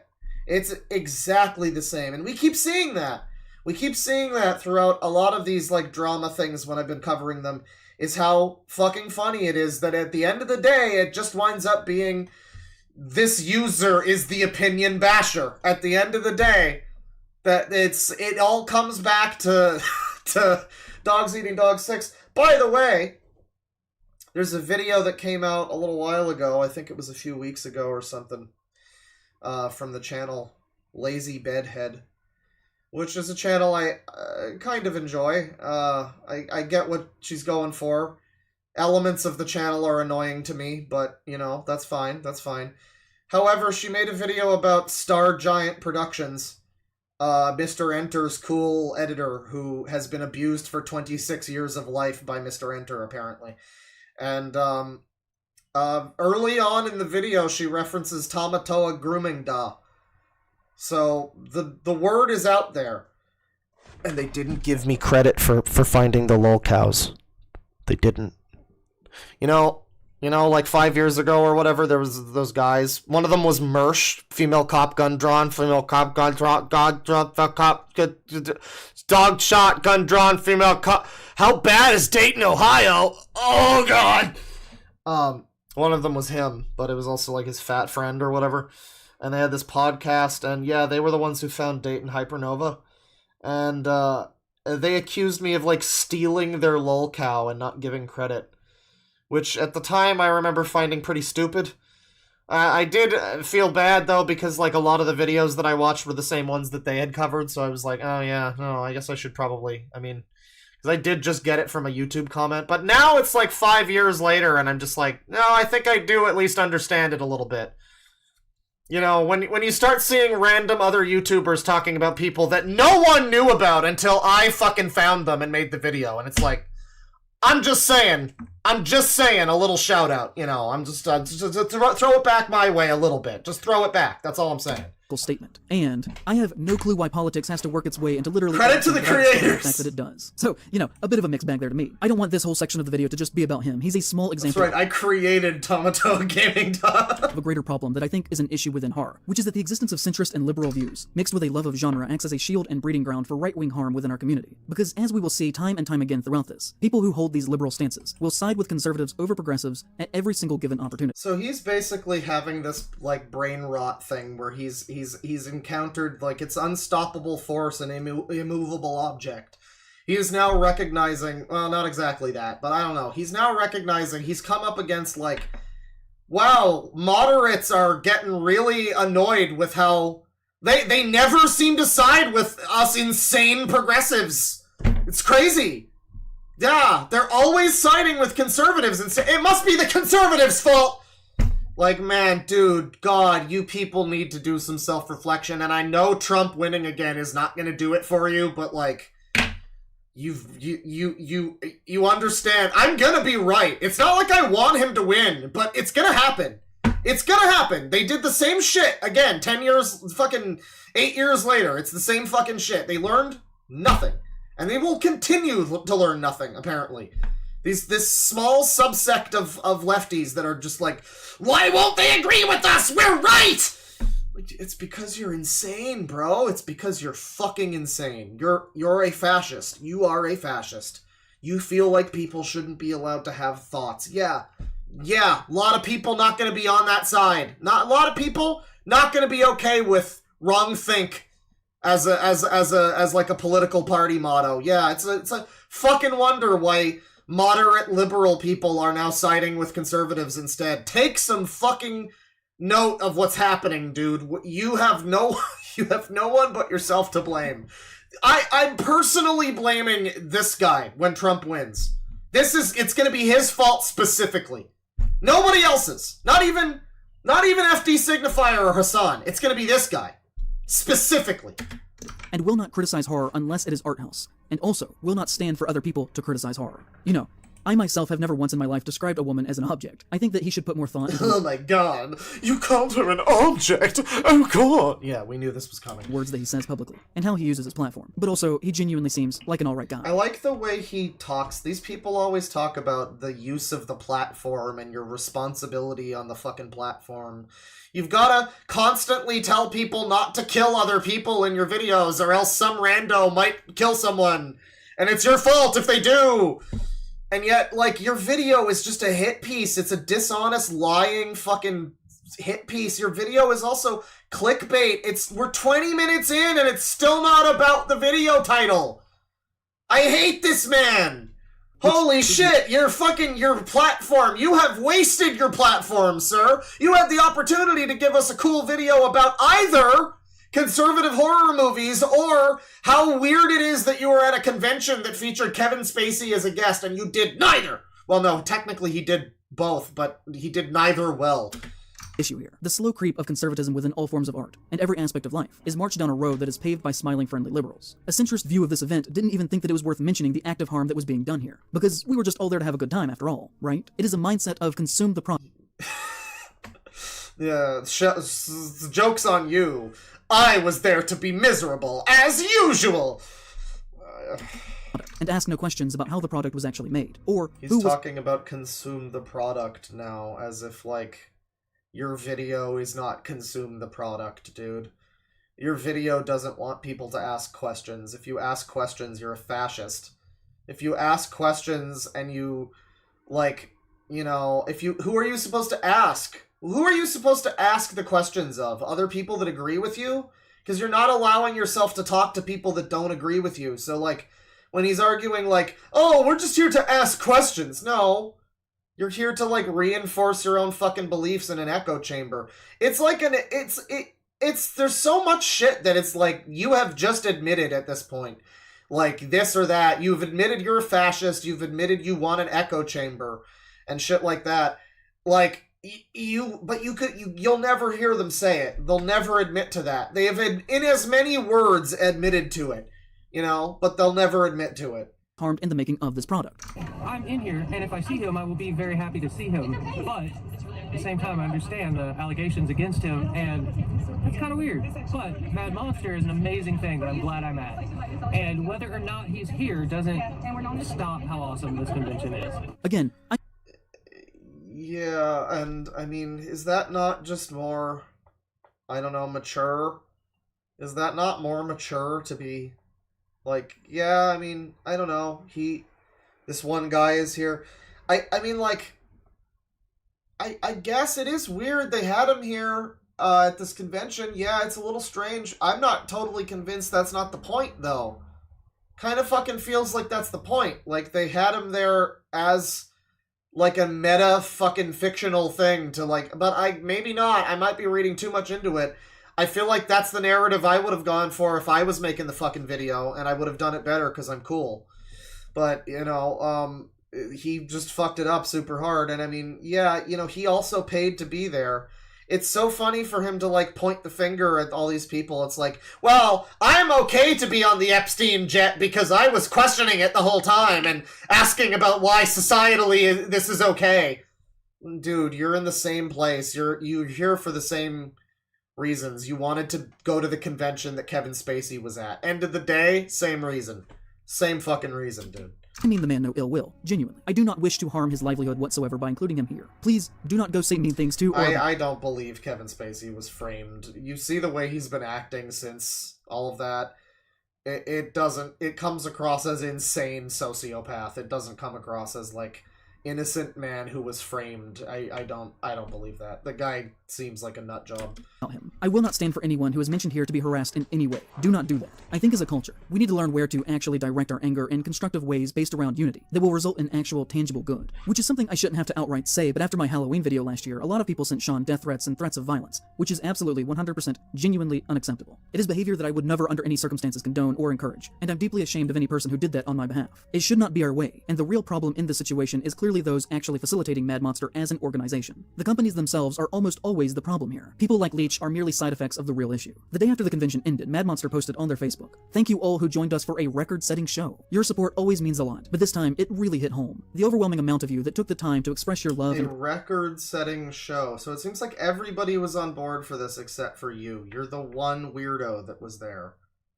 That was, like, balking at this whole thing. I mean, I get it. It's weird that Kevin Spacey is in attendance, I guess. If you want to get into it, though, I mean, the guy's technically not a guilty criminal, is he? I mean, like, technically he's a free man.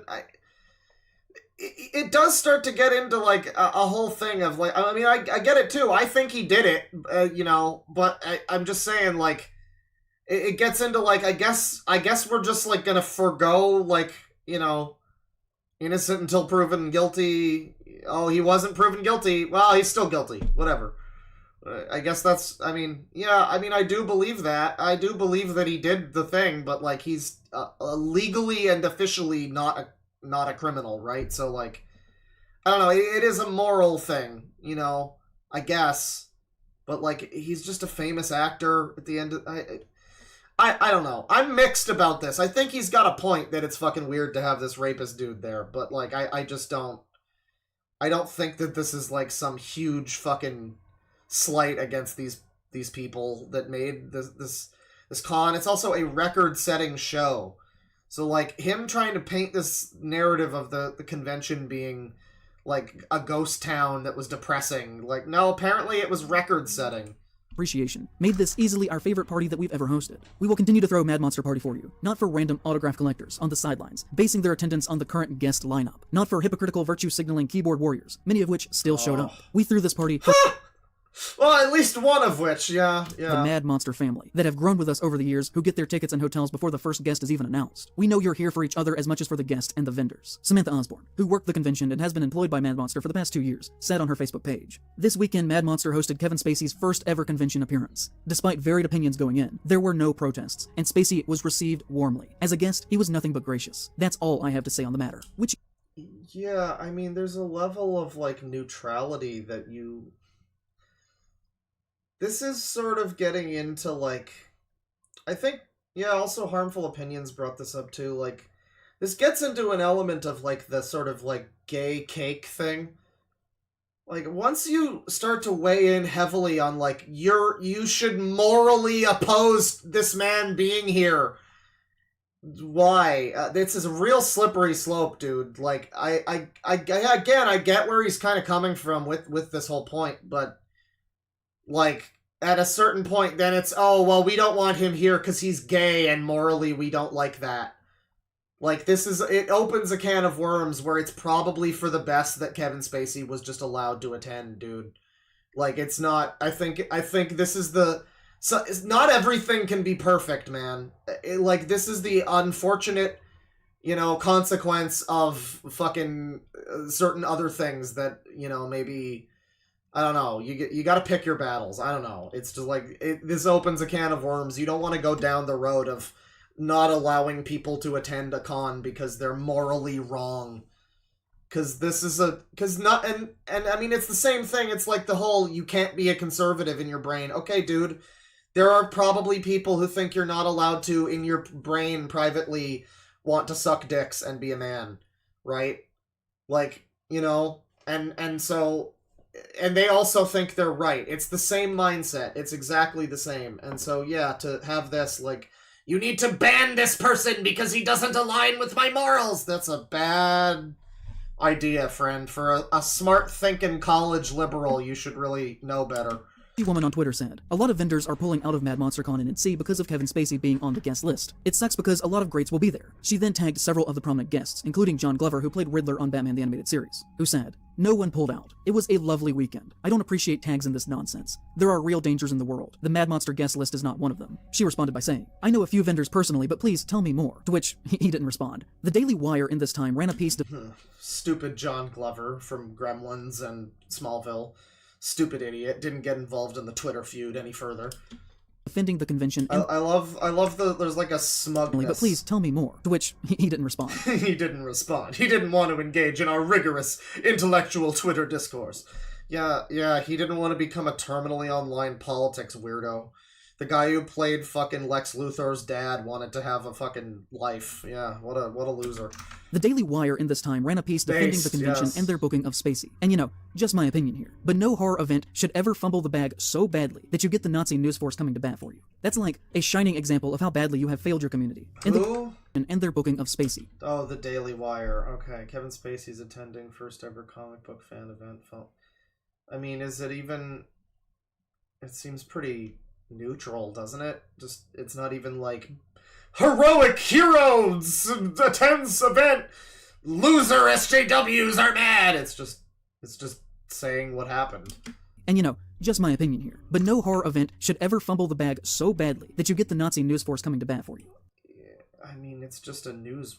I mean, like, I get it, the Daily Wire sucks, but, like, in that scenario, it's just a reporting of a thing that happened. It's not... All you show is the headline. Maybe the article gets into, like, Kevin Spacey did nothing and he was based, and, like, maybe, I guess, but, You're sure not showing us that. You're just showing us an objective headline that fairly reports what happened. You're not doing a great job of convincing me even that the Daily Wire sucks, which is a fucking outstanding accomplishment. Good for you. That's like a shining example of how badly you have failed your community. In the week after the convention, Kevin Spacey tweeted a video, which is something that he almost never does. In fact, since his fall from grace in October of 2017, he has only tweeted 5 times. This was his 5th tweet, a video thanking Mad Monster for welcoming him back into public life, saying that he had a wonderful weekend, and how grateful he was for the opportunity, ending by saying that he was looking forward to appearing at the next Mad Monster event. He has since announced that he is— Why are we not allowed to read this tweet? working again in Paul Schrader's next film. He shows tweets and stuff, but then he refuses to show this one? Why? Why is he not showing the tweets that he's reading right now? It's, I guess, just an artistic choice. It comes across very strange. When we already know that there's a lot of stuff in this video that he's, like, spinning and lying about. He fucking repeats a Sneeko rape claim. Like, there's a lot of stuff in here that is just false. So when you're telling me a tweet and not showing me, I mean, there's nothing... It's probably a real tweet, I don't know, but why not just show me? And little by little, he is attempting through events like Mad Monster Con to establish a base within American culture. Hey everybody, I'm just back from an incredible weekend I spent in Charlotte, North Carolina at the Mad Monster Convention. It was just so much fun, and I'm so grateful to all the fans who came out to say hello. Your kind words meant so much to me. And, you know, people brought things also that I'd never seen before. Posters I've never seen, and memorabilia, but in particular, it was the new stuff. This amazing clay guy. This is for you, sir. This is awesome. I signed a number them all, you have number 1. First of all, what is your name? I'm Barry. Barry, thank you, Barry. This is incredible. Great. So, Kevin Spacey was at this thing, and... Right. So we're now all the way through chapter 1 of this video, and we're still not talking about bad conservative horror movies. The video, spoiler alert once again, will never talk about that. It's a complete lie. Of the many things that this man has done to fuck up this video, I think just lying about what it is one of the most egregious to me. Because as I've said before, I would have probably watched this video if not for the fact that, you know, if I did, I would have been annoyed at this. 3.5 hour fucking nothing. We're 25 minutes in nearly, and he's got nothing. Chapter 2. I'd like to talk to you about the worst week of my life. So, January of... Cool outfit, dude. Nice tassels. 2022, okay? I made a video about The Hills Have Eyes that went...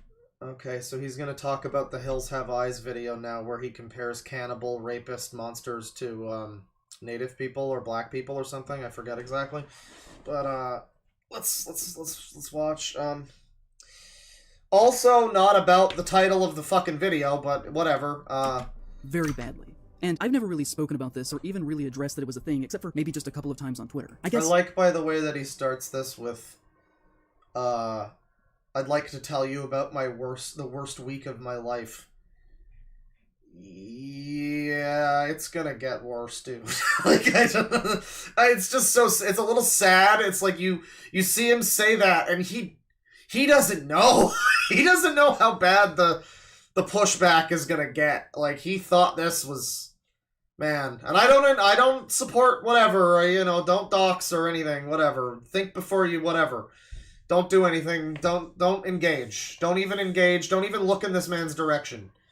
But, you know, that being said, you know, that's already happened. I mean, there's like 50,000 videos talking about him, calling him a loser, calling him a fat loser, calling him a stupid, ugly, fat loser with a dumbass tassel jacket and a stupid fucking hick lib mustache and trucker hat. You know, things like that. Things of that nature. So it's, for example, I'm not saying that. That's just things I've heard. I've heard those from somewhere. But it's just gonna get worse for him. I don't know if he knew at this point that it was gonna be worse than the Hills Have Eyes video. So, January of 2022, okay? I made a video about The Hills Have Eyes that went very badly.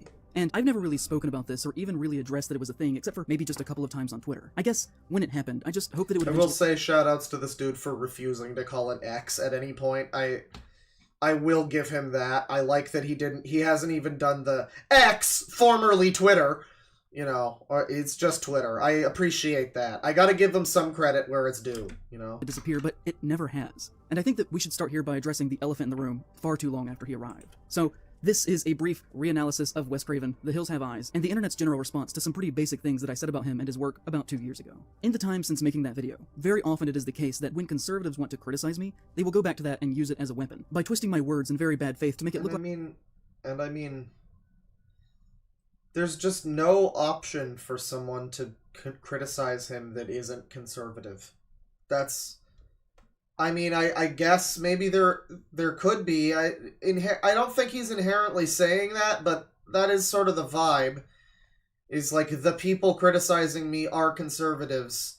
Not necessarily everyone ever to criticize me will be a conservative, but, or has been, but it definitely comes across like it's just them who are mad at this video, and it's not. That's not the case. Like I said something that I obviously did not intend if you had watched the video. Usually in an attempt to make me either look crazy, or cartoonish, or racist, or that I don't know what I'm talking about, and I'm unqualified to have this job. A recent example of this happened in this— Yeah, he just used the bad faith, lay epic bad faith, very bad faith even.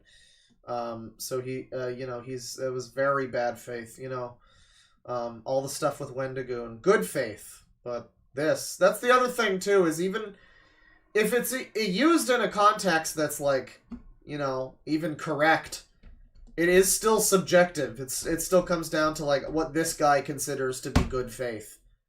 Even if you're not using it in the new context of just, you disagreed with me and I don't like it and I won't bother to explain why or argue my point. It's bad faith. It's bad faith. But like, even when it's, you know, the real meaning of the term, it is ultimately very subjective, and when you get somebody like this using the term, you know that like, I don't have any faith in anything you fucking say, dude. So like, not that you're not. It's not valid for you to say that. It's January, when Mark After Dark on Twitter said, IPOS himself has said some really— Speaking of valid, reminder that my video was taken down about the Radqueer pedo Hellsite featuring minors.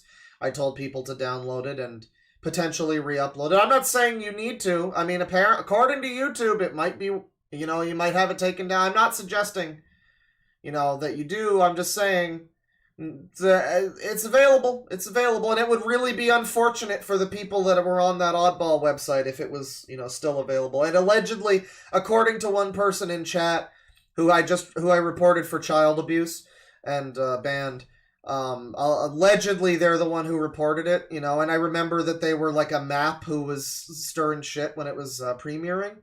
I remember that name. So, yeah, it would be very unfortunate for the Oddball website if that video was to continue to be available on the internet. That's all I'm gonna say. That's racist shit towards Native— Anyways, back to this. First Nations people. If you don't like pedophiles, it would be a real shame if that video got re-uploaded. I'm not saying anything else other than that. Have Eyes video too. He's not one to talk. In fact, Mark After Dark has— Wait, did I word that correctly? No. If you're a big fan of pedophilia, it would be very unfortunate if that video was continuing to be in circulation. There you go. There we go. That's the soundbite. There you go. And slandering me pretty consistently now for years in relation to The Hills Have Eyes. So he's now complaining about a random guy on Twitter. I guess he's also like a YouTube film critic or something. He's been slandering him, everybody. In Praise of Shadows here is talking about another YouTuber slandering him, everybody. And I'm unqualified to have this job. A recent example of this happened in this past January, when Mark After Dark on Twitter said, IPOS himself has said some really racist shit towards Native First Nations people in his Hills Have Eyes video too. He's not one to talk. In fact, Mark After Dark has been slandering me pretty consistently now for years in relation to The Hills Have Eyes, often getting hundreds of likes every single time. There's a good point to make about this, which is that you have made a review. I think this is one of the videos sort of said this. I've been watching a few people talk about this, and so I forget whose points were whose, but someone pointed out that, like, you have made a review of a movie. And whether you like it or not, as somebody who is analyzing media on YouTube, you need to recognize that you've made a piece of media. And other people are going to have their interpretations of that media. You can call it bad faith all you want, but you've made a video similar to a movie, and people will watch it and they'll form their opinions. And if you have not communicated your point effectively, or if your point is fucking stupid, then people are probably going to have issues with that. As someone that reviews movies and he's super fucking intellectual, this is the weirdest thing. There's so much he seems to just not get. But, like, he's clearly... I would never call this guy stupid. He's clearly an intellectual individual. He's clearly read a lot of fucking books, you know, but is, like, massive fucking blind spots and cognitive dissonance that just not... They just don't allow him to see... They just don't allow him to see what's fucking clear and present right in front of us here. I don't know. Either saying lies about me, or really taking my words in completely bad faith. And every time that he does this, He's an it opinion hurts my basher. reputation just a little bit more. These things do have a very real effect, because if people say things enough times, then other people will believe it. It doesn't Yeah, so if you call people a fascist on the internet enough times, then other people will believe it. Yeah, it'd be really unfortunate if people did that, yeah. matter if it's actually true. He was the first that I could tell to actually tweet something negative about me in the fallout from that video's release, when he said, YouTube film essayist, the cannibals in the Hills Have Eyes are actually the good guys, because they're poor, and the family is everything wrong about America. Someone says, worst fate than being dumb, being a midwit. Is that the term, midwit? That's a good term for this kind of guy. It's someone who's, you know... I think they're trying to be a lot smarter than they are. Like, they have a certain, I don't know, general intelligence level that's like, and it's not about like book learning or fucking media comprehension or skills at math, but it's just like general ability to understand and take in information and grasp concepts and things. And I feel like he's got a lot of the books and stuff. He's really overlearned in the areas where he kind of has some control over it. Like, he can learn as much as he wants to learn about Marxism or whatever. He can read as many fucking books as he wants, but there's no way he can actually make himself not stupid. And I think that is the situation here, is he is not a very smart individual. I'm wrong. He is kind of a dumbass. He's a big-time dumbass, but he has read enough books and things to kind of convince people, and even convince himself and even other people that he's more intellectual than he is. But I really don't think he has much capability of actually understanding these concepts. Because if he did, he'd be able to instantly recognize, like, oh, I am being a fucking fascist, clearly. And the things that I'm saying are hyper fucking hypocritical of this very video that you're watching. It's like you would recognize that. You would have some recognition of that. Like, it's not just self-awareness, but it's just like a general understanding of how you are perceived and how. But he lives in fucking fantasy land too. I mean, it's not even about being dumb, it's about being a fucking moron. It's just no.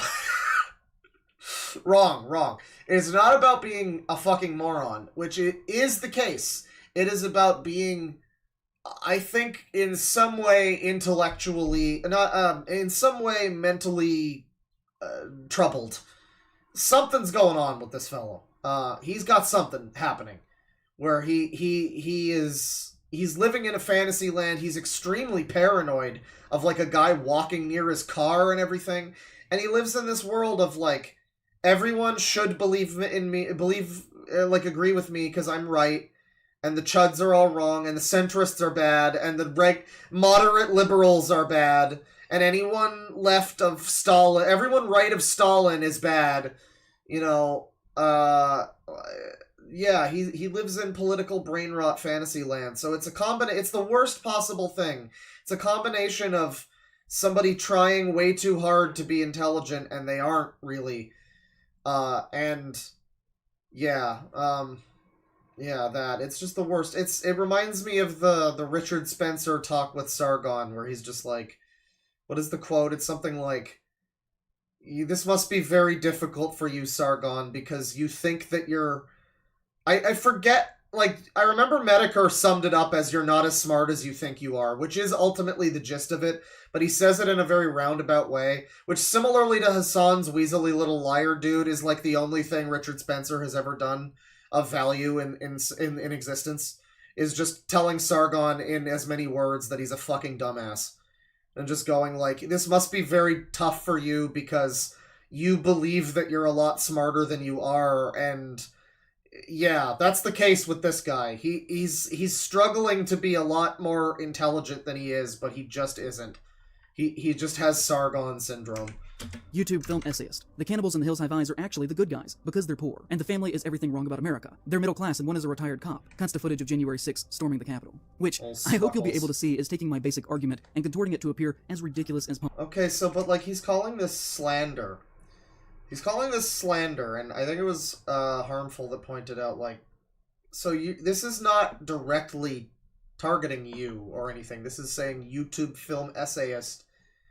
You are acknowledging this as being genuine. You are acknowledging this, like, this is not, this is, I think the joke he made was like, I need to make a tweet that's like, YouTube film essayist rapes child, and then wait until someone, like, think, like, I keep wanting to call him Think Before You Sleep, because they're both retards.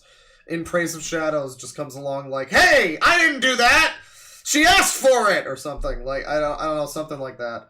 Because, yeah, I mean, you're responding to this, and you could just argue, you could just say, oh, that's not what I did. But you're acknowledging that this is ostensibly what you did in your video, so, like, what do you mean slander? This is, you've identified this vague posting about your video. I like that this doesn't even it's not even like a name search. It's this guy stalks people on Twitter to... God, this is so terminal. It's so terminal. Storming the Capitol. Which, I hope you'll be able to see is taking my basic argument and contorting it to appear as ridiculous as possible, even though it did make sense within the context of the actual video. I mean, that video is an hour and 25 minutes. Reducing what I was trying to get across down to a single one-sentence tweet, of course, is going to make me look like an insane person. You can literally do that with anything that anyone says, but it isn't being done in the fair spirit of argument. It isn't an actual response to what I was saying. It is lashing out like a toddler. He got 370 likes with that one. Another time to What was this cool edit? An actual response to what I was saying. It is lashing out like a toddler. He got What was that, dude? Oh, see, no, I thought you were a professional video essayist, but you're, like, jumping around all over the place here. What's going on? That's not a very good edit. Come on, dude. You know, maybe you'd be getting more than $500 a month if you were able to edit a little better, bro. He got 370 likes with that one. Another time to 867 likes, he said... lashing out like a toddler. I guess the better toddler take is supposed to be, by the way, this is like a little preview of what's to come here. This is great. I just noticed this. But lashing out like a toddler, I guess the better option was to make a video slandering you. I mean, like it's like slander. I guess that's another one that's like, it's... I remember there's an episode of Seinfeld where Jerry Seinfeld is dating a cop, and a detective or something, and the detective basically wants to know if he's ever watched Melrose Place, so they get him to do a lie detector, and for some reason it's really important to him that she doesn't know that he's secretly a big fan of the show Melrose Place, and so George Costanza, the ultimate liar, tries to coach Jerry on it, and his ultimate advice is, remember, Jerry, it's not a lie if you believe it. And that's like a quote that's like good. That's a good quote that just can be used. Like it's like a fucking, you know, it's like a famous quote from a scholar or a philosopher, but it's George Costanza. It's not a lie if you believe it. And that's the case of this, isn't it? Like, if you call this slander, he would not say it's slander. He would call what the other guy's doing as slander. But does that guy believe what he's saying is also not slanderous? He would never... this fellow here, in Praise of Shadows, would never acknowledge what he's done to Wendigoon and Brandon Buckingham and all of them as slanderous. But it most definitely is. And, like, he's directly calling them fascists and Nazis and shit. That's slander, but he believes it. Does it count as slander if he genuinely seems to be insane enough to think that. I mean, I don't know. It's not a lie if you believe it, Jerry. Is lashing out like a toddler. He got 370 likes with that one. Another time, to 867 likes, he said, I like IPOS videos for the most part, but this man has brainworms. His Hills Have Eyes video is the most schizophrenic far leftist ramblings I've ever heard. He said the family deserved to be raped and killed because they represented colonial USA. Yeah, no, that's funny. This is funny. Somebody made a joke in chat, and it's true. You know, this guy, Wendigoon apparently followed In Praise of Shadows because of his Slender Man video, but I think he's probably going to unfollow him due to his Slender Man video. And the hill people are Thank you for that one, chat member. I didn't think to make that connection. That was a good one.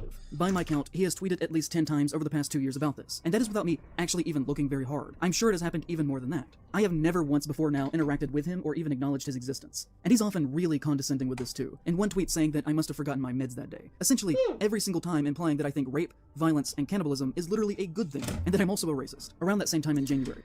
And it's funny to me, it's this thing where I mean, obviously the guy's woked so hard that he's gone around accidentally to reverse woke.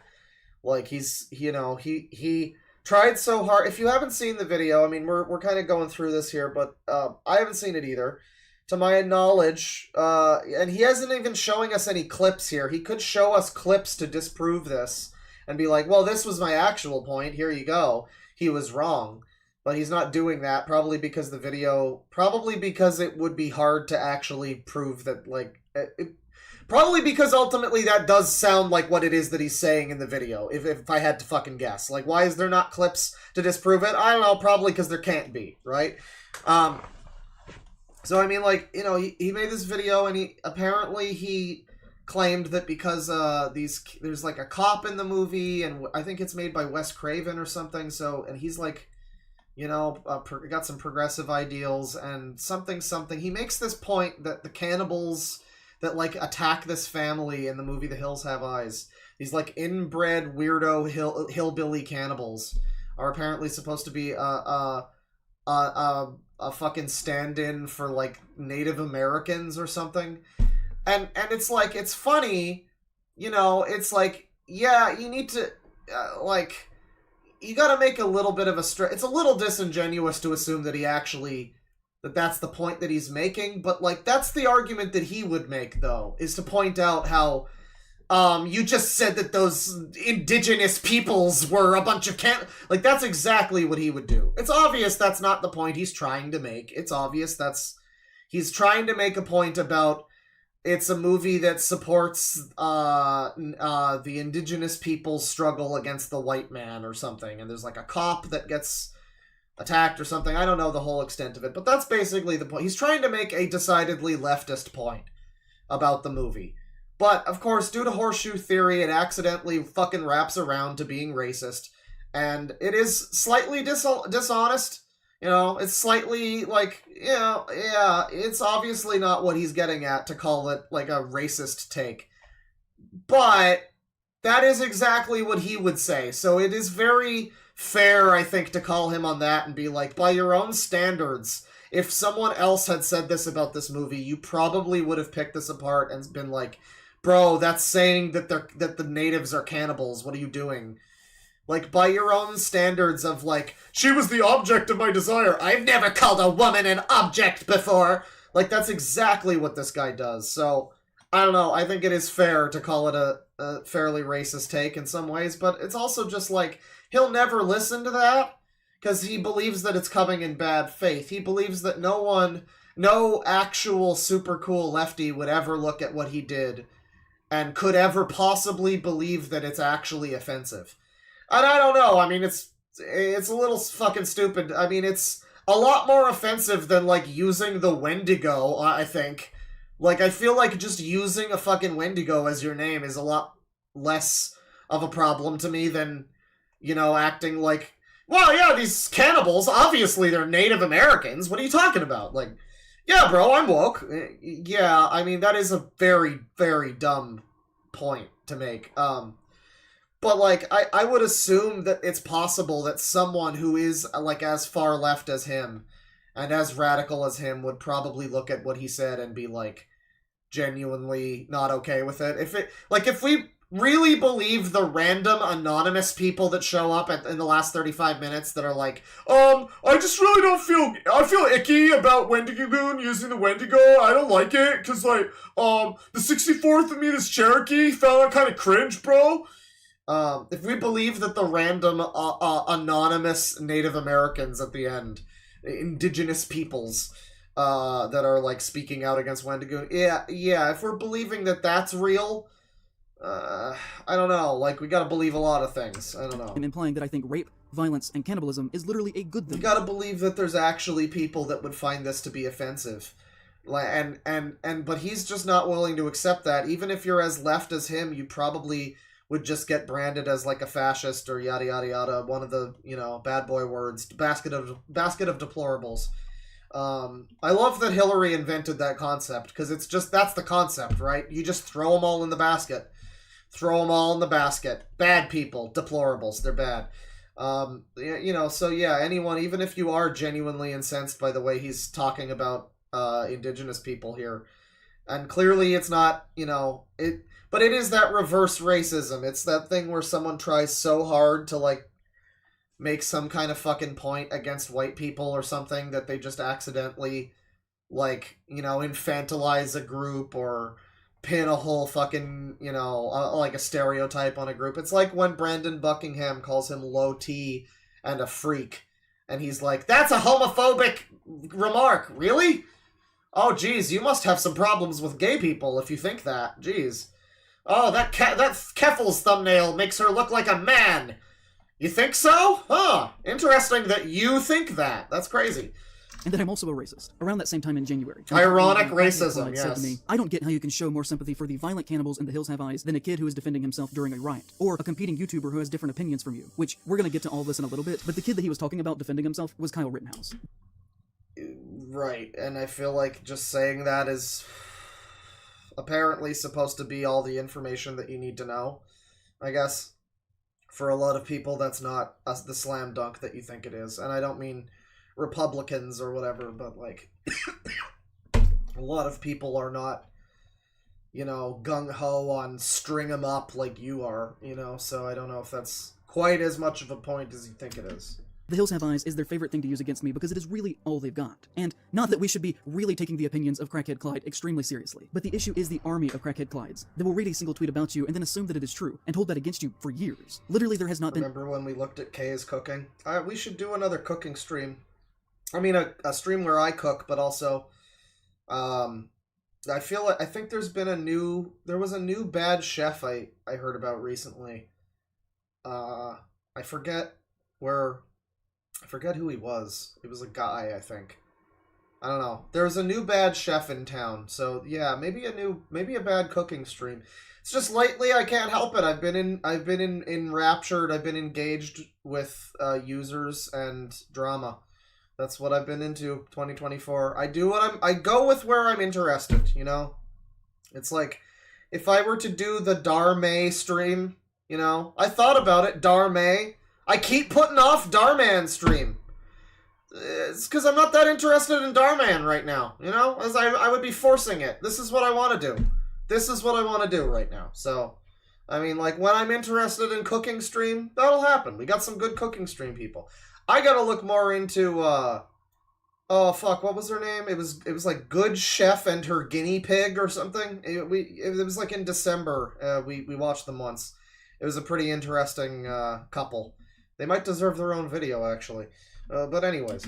A single week that has gone by in over 2 years. Speaking of cooking, this guy's absolutely not cooking. Didn't have somebody saying something shitty to me about that video. And I don't think that most of them have actually even watched it. And I kind of want to look at this, because posting that video was a huge negative turning point in my life. And the way that that one video was received has really impacted everything around me. Before that, I was relatively comfortable financially. I could make the kinds of videos that I wanted to, and have honestly struggled very badly ever. So he's getting into some, inside baseball, as it were. He's, kind of fucking, like, he routinely does this. The phrase has come up like fucking 7 times, saying the quiet part loud. You're not supposed to tell the audience that the reason that you made this, like, disingenuous, slanderous hit piece to generate drama was, because you know, don't make enough money. Fun fact, Once again, there's a video that Harmful Opinions did. A lot of people have been covering it. But he was, I think he was the first one that I watched that watched through the beginning part of this video, like all of this segment, and not just the Wendigoon part. And he had a point, which is interesting. I'll share this is a screen cap from his stream, I believe. Apparently, shortly after his video, his Patreon suddenly got a big boost. Apparently, shortly after that, you know, slander video came out, you know, and he got harassed by all those fascists. You know, it's funny how 10 years later, people are still crying to Patreon about how they got harassed and getting money. It's crazy. Hey guys, go donate to my Patreon. I'm getting harassed by YouTube. They don't like people trying to out pedophiles. I made a video outing a bunch of pedophiles that were actively grooming kids, and YouTube took it down and then rejected my appeal. So I'm being harassed by YouTube. Go give me $1,000 on Patreon, thanks. And also, if you hate pedophiles, I'm just saying, I'm also just unrelated to that completely, but like if you're like a big fan of pedophiles, it would be really, really unfortunate if that video got reposted. That's all I'm saying. That's all I'm saying. Since then. If you want to know why I make so many franchise videos now, it's because I still need to eat, and those are the only things that ever gain any traction now. Everything else I do dies as soon as it's released. For transparency, this is a graph of my total lifetime views on my channel, and this is the point where I posted The Hills Have Eyes. There is a clear delineation before and after me making that. So, yeah, he's getting into just that he's a failed YouTuber here. I mean, this is so sad. Alexa, play Sad Violin. This is so sad. No, not even that one. Hang on, I've got way better music. Have honestly struggled very badly ever since then. If you want to know why I make so many franchise videos now, it's because I still need to eat, and those are the only things that ever gain any traction now. Everything else I do dies as soon as it's released. For transparency, this is a graph of my total lifetime views on my channel, and this is the point where I posted The Hills Have Eyes. There is a clear delineation before and after me making that, and at least from my perspective, I'm not really sure if that response was entirely fair or justified. I don't think that as a person I deserve that based on my performance in that one single video. I understand that I'm not entitled to your time. Guys, as a person, I am deserving of better YouTube success. I don't think that as a person I deserve that based on my performance in that one single video. Okay, no. Okay, so to be fair, what he's saying is, as a person, he doesn't deserve to have his career drop off because of one single performance, one mistake that he made. So it's a good thing that he doesn't want to ruin anybody else's career because of, like, a thing that they did 10 years ago or anything like that. It's a good thing that he's consistent about stuff like that. You know what? I'm going to be right back. Grab a drink. Grab an ice pack for my ankle that still hurts, by the way. Didn't hurt it while I was moshing. I was like the king of the mosh. It was great. When I went to see Symphony X, it was a fucking wild. It was a great time. There was this one part where there was this guy in, like, by the stage, you know, the stage end of the mosh pit. I just turned around. He, like, tapped me on the shoulder. I don't know if he knew my channel or what, or if he just saw me, like, with a hook and was like, hey. But he tapped me on the shoulder and he was just like, hey! He was just, like, very excited. And so I did this. I just grabbed his hand and I started jumping up and down and like, hey! Yeah! And we were just having a great time. And then I continued to shove people around like motherfuckers. But I didn't hurt my leg that time. But it is still just hurting from... I think I sprained it when I saw Blind Guardian, and I was the... You know, I was like the prince of the mosh pit that time. I was... Okay, I wasn't the king. There was a guy who got, like, body surfed. That wasn't me. So I wasn't the king, but I was like the Jack or something. You know, I was up there. I had a guy come up to me after the concert and be like, hey, this guy! So, like... You know, I could have been worse. But anyways, I'm going to go grab an ice pack and a drink, and we will continue with this hot garbage. I do want to do other stuff today as well. I think we're going to be recording a podcast at some point. What time are we recording? Let me ask the boys, actually. What time? All caps, fuck! So, I'll be right back. We might continue going for like another hour, or we might go for, you know, another few hours. I don't know. I think I got a podcast. I might come back later and do some more stream. I don't know. I want to make a video talking about the Radqueer Pedo Hellsite because, you know, again, if you are a pedophile, it would be very, very unfortunate for you if that video was to circulate and people were to know about it and to perhaps in some other fashion get access to a version of it that they could circle around for themselves. It would be very unfortunate if they had that ability. Yeah, anyways, I'll be right back. Just a sec. Let me just oh yeah.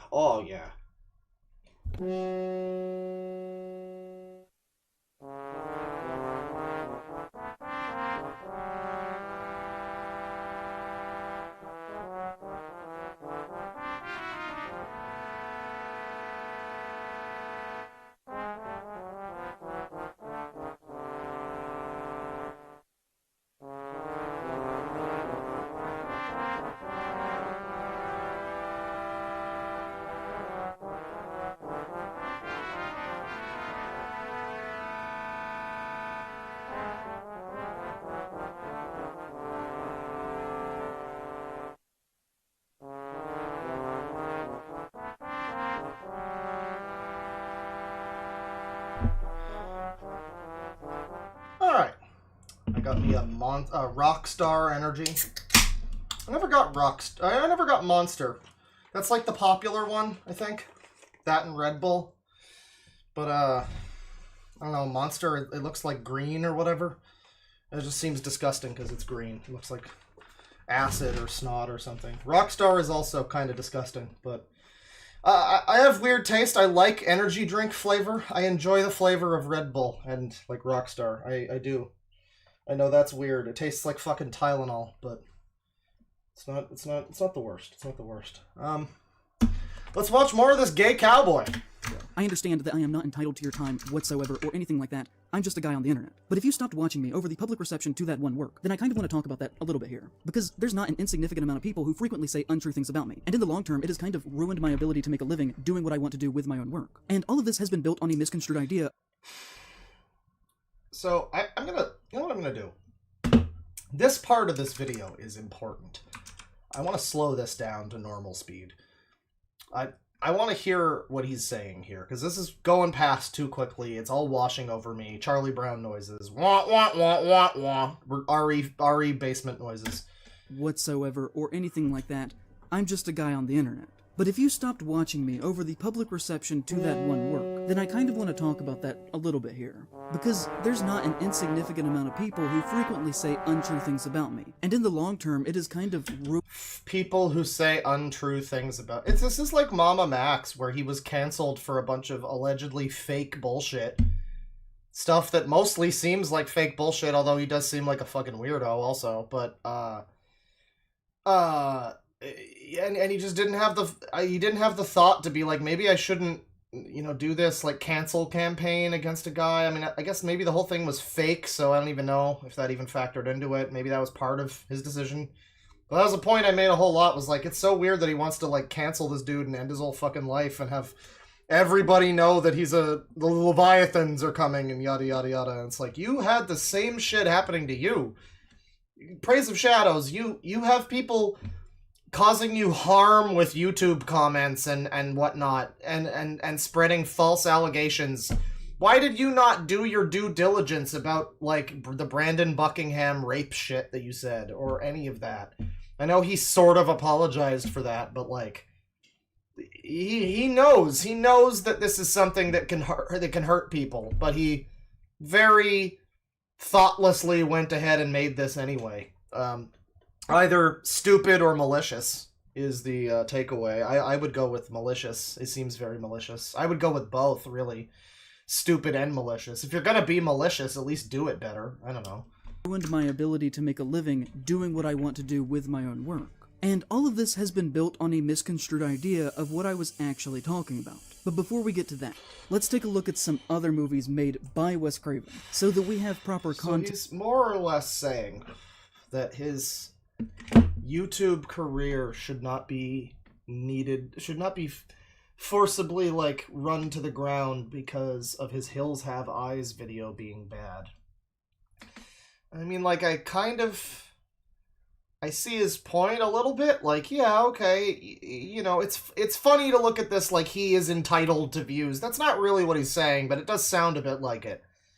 But what he's saying is something more along the lines of, like, I don't deserve to have my whole career that I want to do. Like, the videos that I want to make are no longer something that's profitable for me, and it's because it's because other people are smearing. Sorry, he can't take accountability for it. So it's because other people are smearing him for his take on The Hills Have Eyes. So, I mean, but like, you can't be the judge of that, though. Like,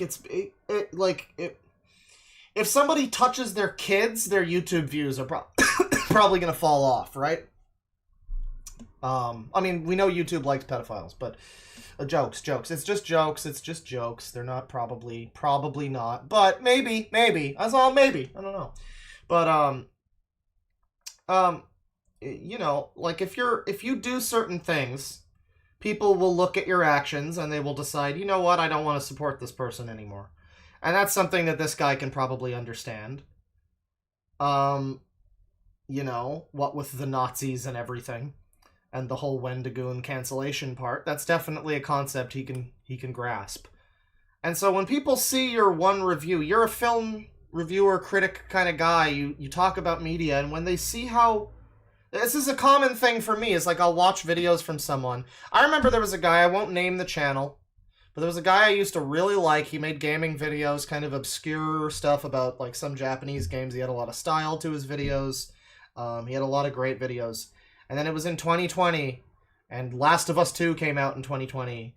And as it turns out, he's one of those people that thinks that everyone who didn't like Last of Us 2 was just a misogynist, anti-gay bigot, or whatever. Bigot sandwiches and all of that. And so that was the moment when I was like, okay, well, you are a deeply unserious person. And I don't really take seriously what you have to say about media. This has proven that you're kind of an idiot. And so similarly, like this, if he makes this very outlandishly stupid point about The Hills Have Eyes, and, like, people see that, yeah, I mean, it's up to them to decide.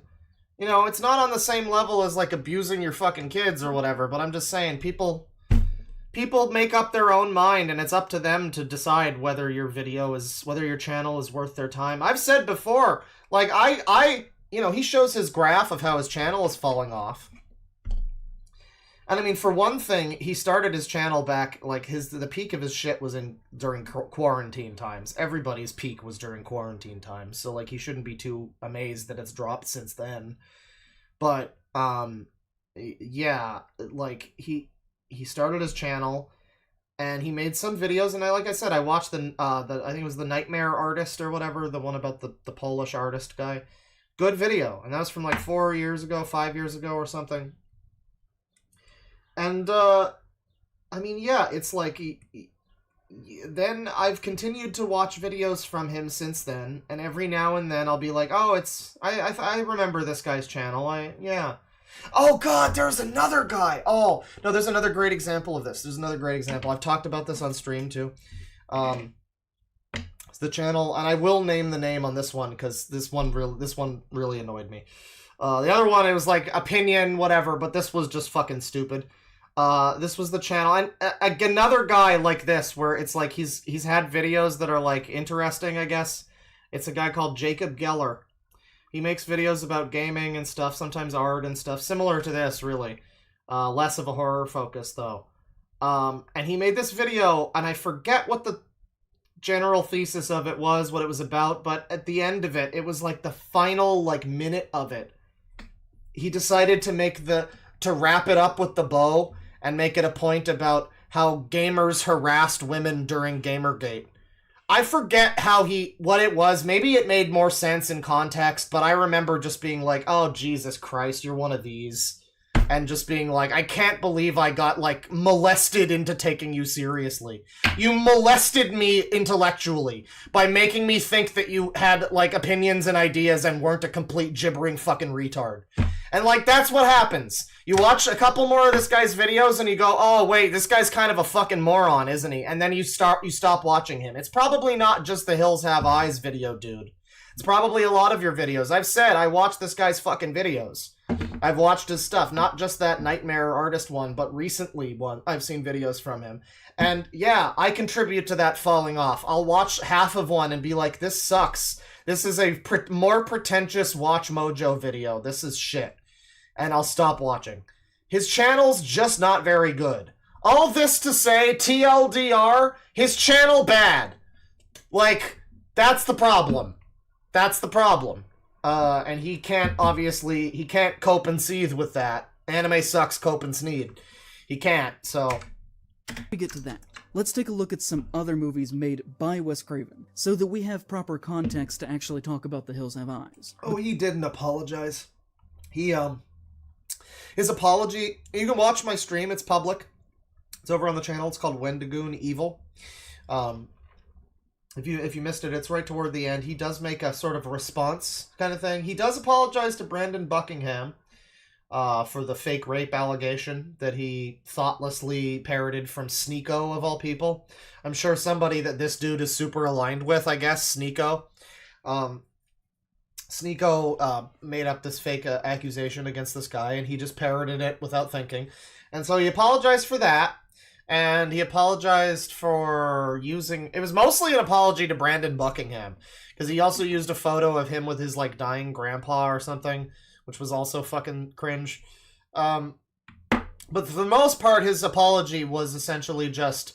I'm sorry that you guys were too stupid to understand the point that I was getting at. But I was right, and I should have... I'm sorry, I guess I should have dumbed it down for you idiots. That was more or less what he was... That was kind of the vibe, as the Skibbities say. Because Wes Craven was undeniably an extremely left-leaning filmmaker, who infused that into practically all of his work. He is probably about the most leftist mainstream horror filmmaker that was ever working at his level. The dude genuinely hated most things that modern America stood for. So we're talking about Wes Craven now, I believe, and he's trying to make a case for his Hills Have Eyes review being not fucking stupid. In that case being that Wes Craven, I guess, was a progressive individual. I mean, I think it's possible that there's, you know, it's possible that there is some element of what he's saying about this movie that's not completely bullshit. It's possible that there's some, you know, greater theme about I haven't seen the movie, so I really wouldn't know. But some greater theme maybe about what the cannibal people are meant to represent. You know, movies typically aren't about the things you see on the screen. They're about something deeper, if they're good anyway. And, you know, it doesn't need to be a deep leftist message. It just needs to be about a theme, something.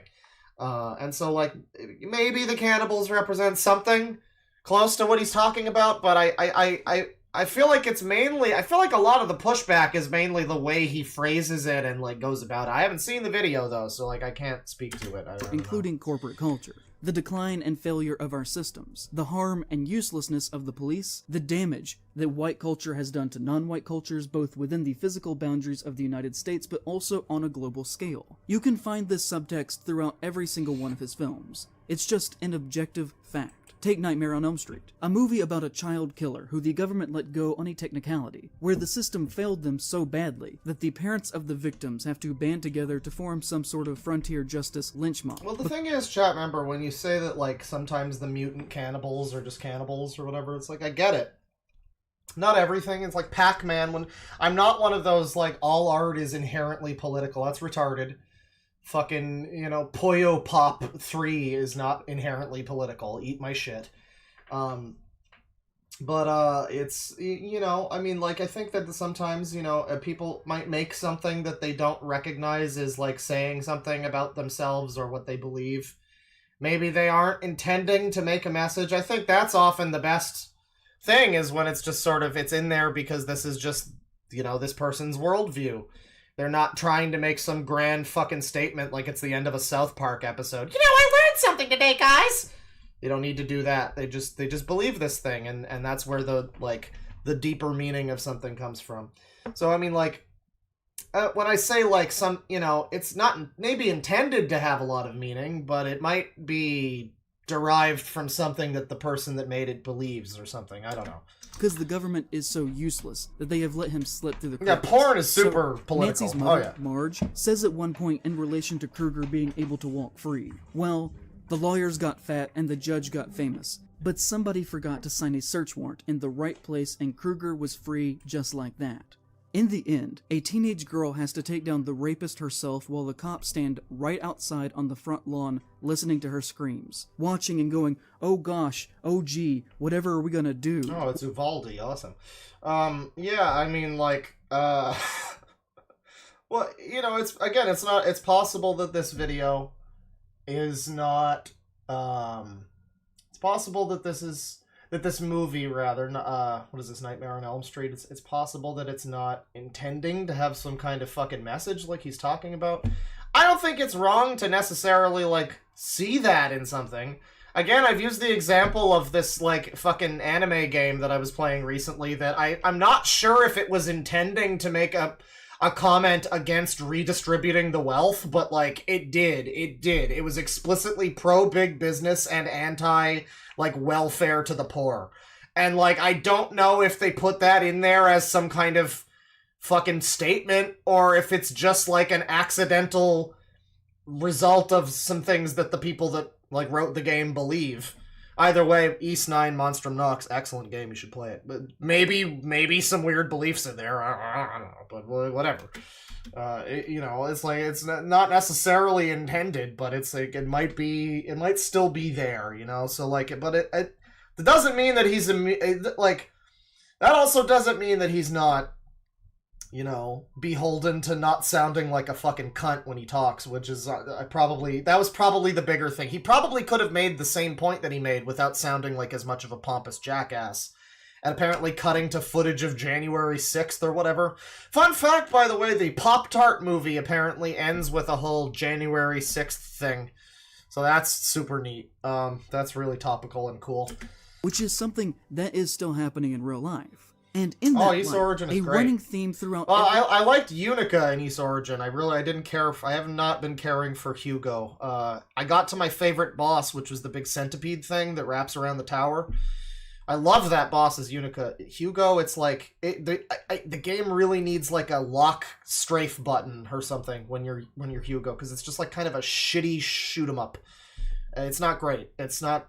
I've heard people say they love Hugo. I don't know. I kind of want to play the other guy whose name is The Claw.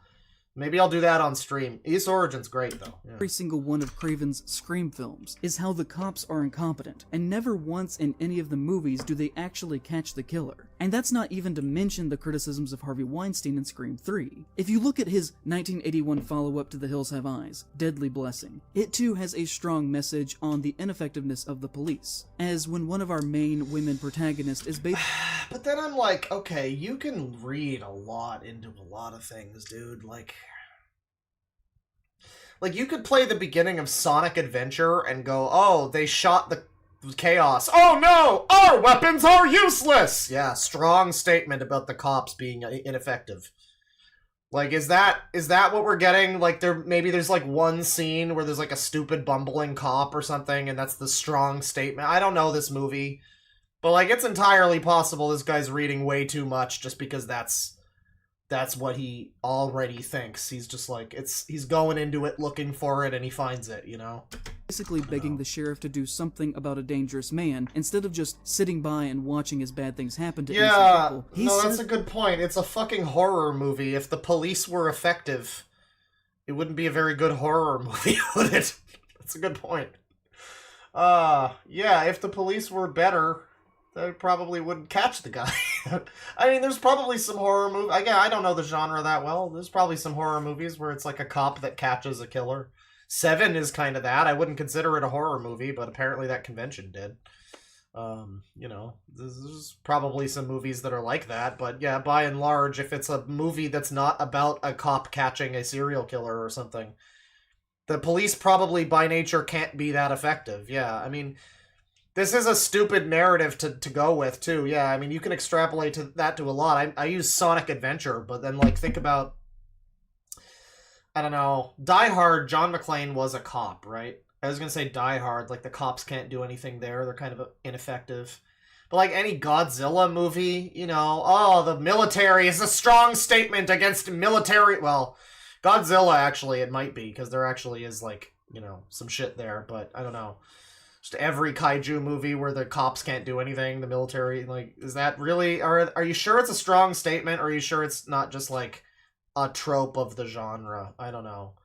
Like, is every scene that, where a stupid idiot cop is eating donuts and, like, is Chief Wiggum an anti-police statement, dude?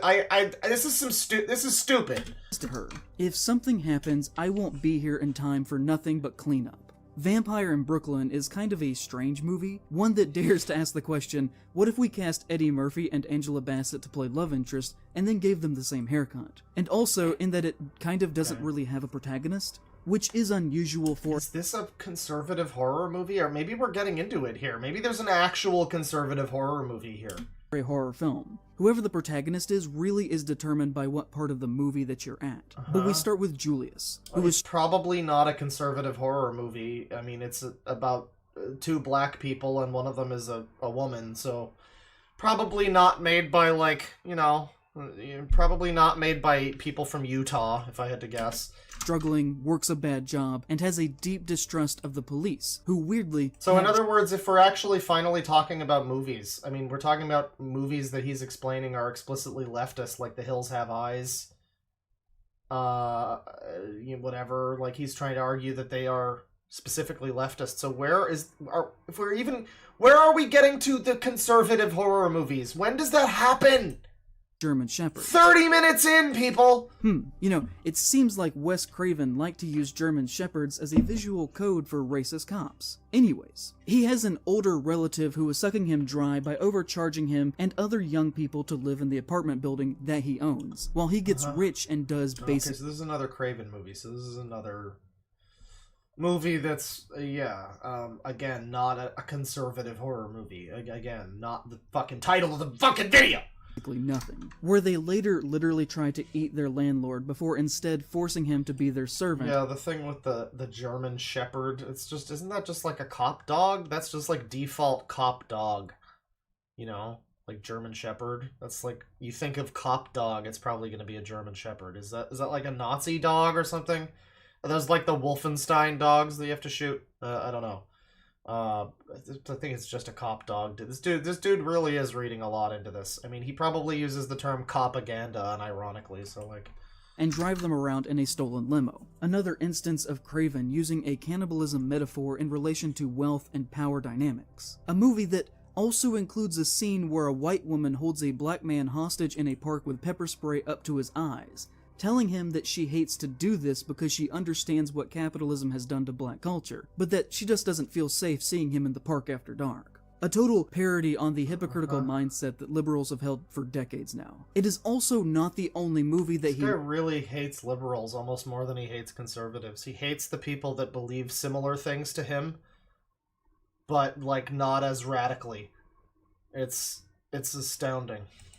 Made that primarily— You aren't committed enough to the cause. Why haven't you killed any Nazis yet? Features an all-black cast, and is based around issues that affect black people. The Serpent and the Rainbow is about an all-black— Someone says she never said that. Is he just making shit up in this movie now? I wouldn't put it past him. I mean, like, at this point, I would not be surprised if he is just whole clothing some shit from a movie that never happened. I don't know. Maybe the movie's not even real. This could just be AI.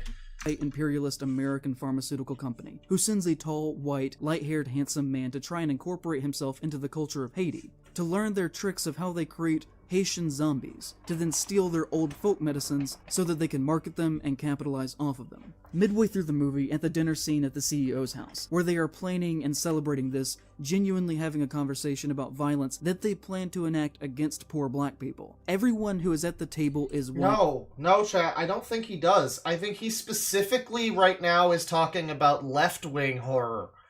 So I don't think he will get to conservative horror. I just don't think he will. I don't know. The butler who serves I feel this is almost worse. It's like you're so close to just talking about what the fucking video is supposed to be, cunt. You're so close.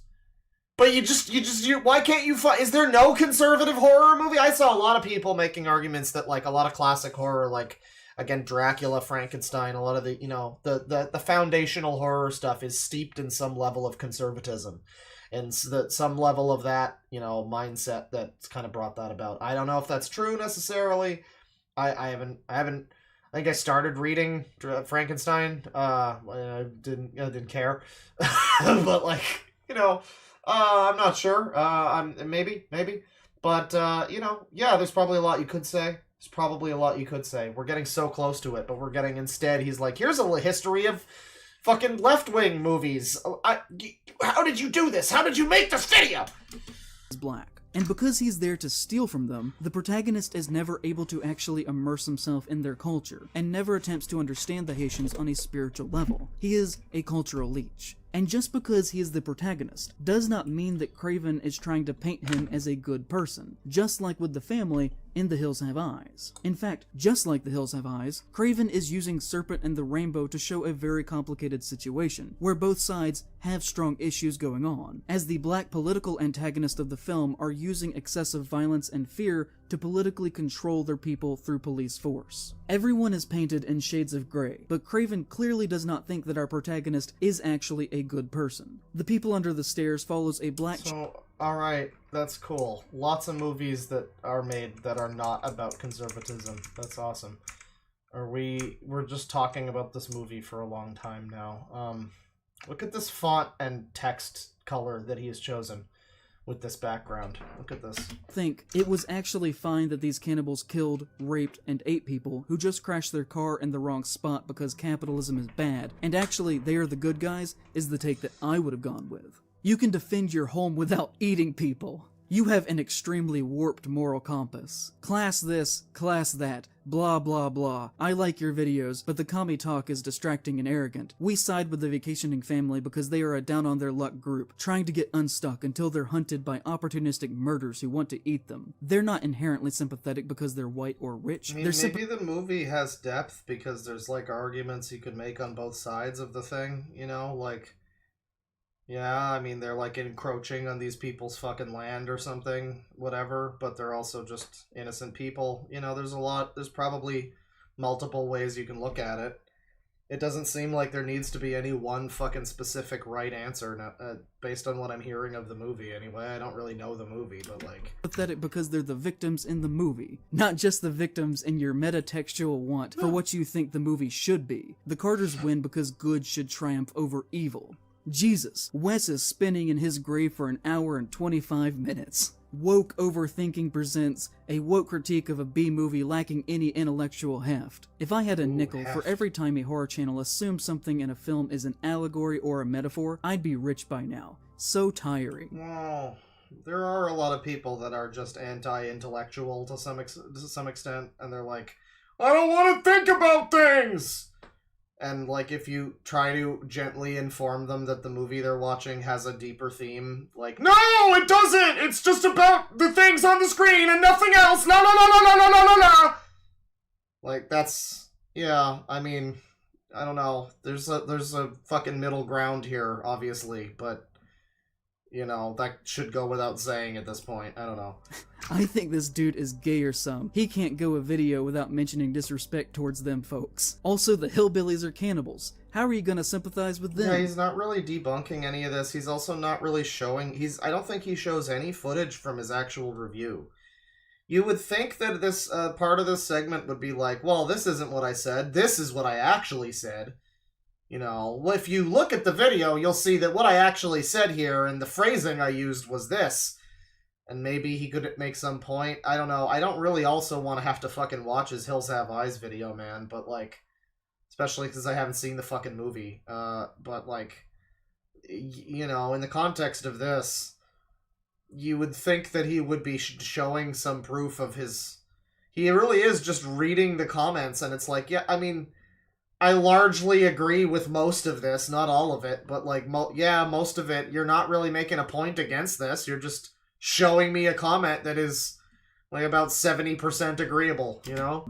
Had to stop watching at 15 minutes. I think you're viewing the film through a modern woke lens, and you're really stretching the themes to fit your personal bias. Really hard to take you seriously now. Just because you're a communist doesn't mean that every movie is about class struggle or social inequality. Holy cow, you make it sound like the cannibal rapists are the good guys. Gross, dude. Typical.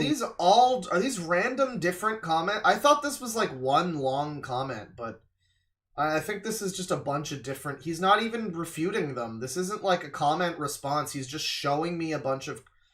And what's great about this, it's not even like he... You know, it's not even like he just shows screen caps of them. He takes this really seriously. He could screen cap them. I'll just put them in the video. That's what most people normally do. No, he like copy and pasted or, God forbid, transcribed. You know, probably copy and pasted the comment and formatted it into this video. This weird 4x3 video he decided to go with. He specifically did that instead of just the easy option. That's good for you, buddy. You look like you're really affected by internet comments. I think we did skip over the part where he said he got hospitalized over seeing a really mean internet comment. Liberal garbage. Every time I think I like this channel, this guy spews some overthought lefty garbage that takes me right out of it. So what I have gathered from this video is people who commit tragedies such as mass shootings are justified because they have been wronged by society, and society should expect innocents to suffer. Yeah, you're not refuting any of this. Like, this is people's takeaway. If you've made a piece of media that people are watching, it's within their rights to criticize the media and say, this is what I... Maybe they're dumb, I guess, but, like, if you want to say that, but it's also possible that you've just miscommunicated your shit, dude. Like, you're not refuting any of this. Yeah, if this guy's takeaway from this is you think mass shooters are justified, you have probably, like, this guy will talk endlessly about how responsible you need to be for your fucking fan base, but then when you make a video and you say a bunch of dumb shit and people have an interpretation of it that maybe you didn't intend for, what, it's their fault? No, it's your fault, fuck ass. It's your channel. You be responsible. Be responsible. You fucked up. This is a stupid opinion, clearly. I mean, I didn't see the fucking video, but I can clearly see that people... I mean, if you can't even respond to these, if you've got an argument, then present it, but he's not going to. He's just fucking shotgunning these comments. How long does this go for? It's a while. I was rolling my eyes throughout. I mean, come on, man.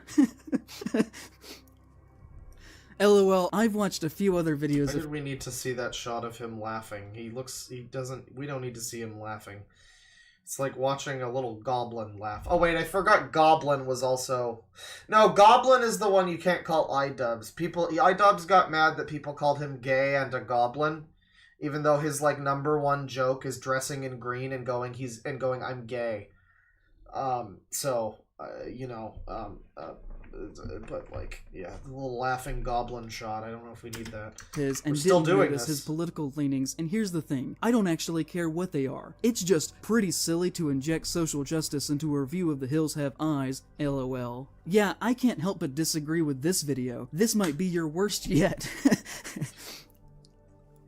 I despise. Why do we need that? Why do we need that? Can you come on camera and say, "Hey, okay, this is wrong because blah blah blah"? Can you say that about any of these? Nothing? Just laugh at them? Nothing. I guess if he responds to a Nazi, he's also a Nazi, so yeah, you can't have that. All you can do is laugh at Nazis. You can't talk to them or respond to their comments, and like after the fact, like just reading a comment, you can't say anything about it. You have to just laugh. You're not allowed. If he engages incorrectly, it's like a weeping angel from Doctor Who. If he makes one wrong move, then they're gonna just bing, bang, boom, he's a Nazi.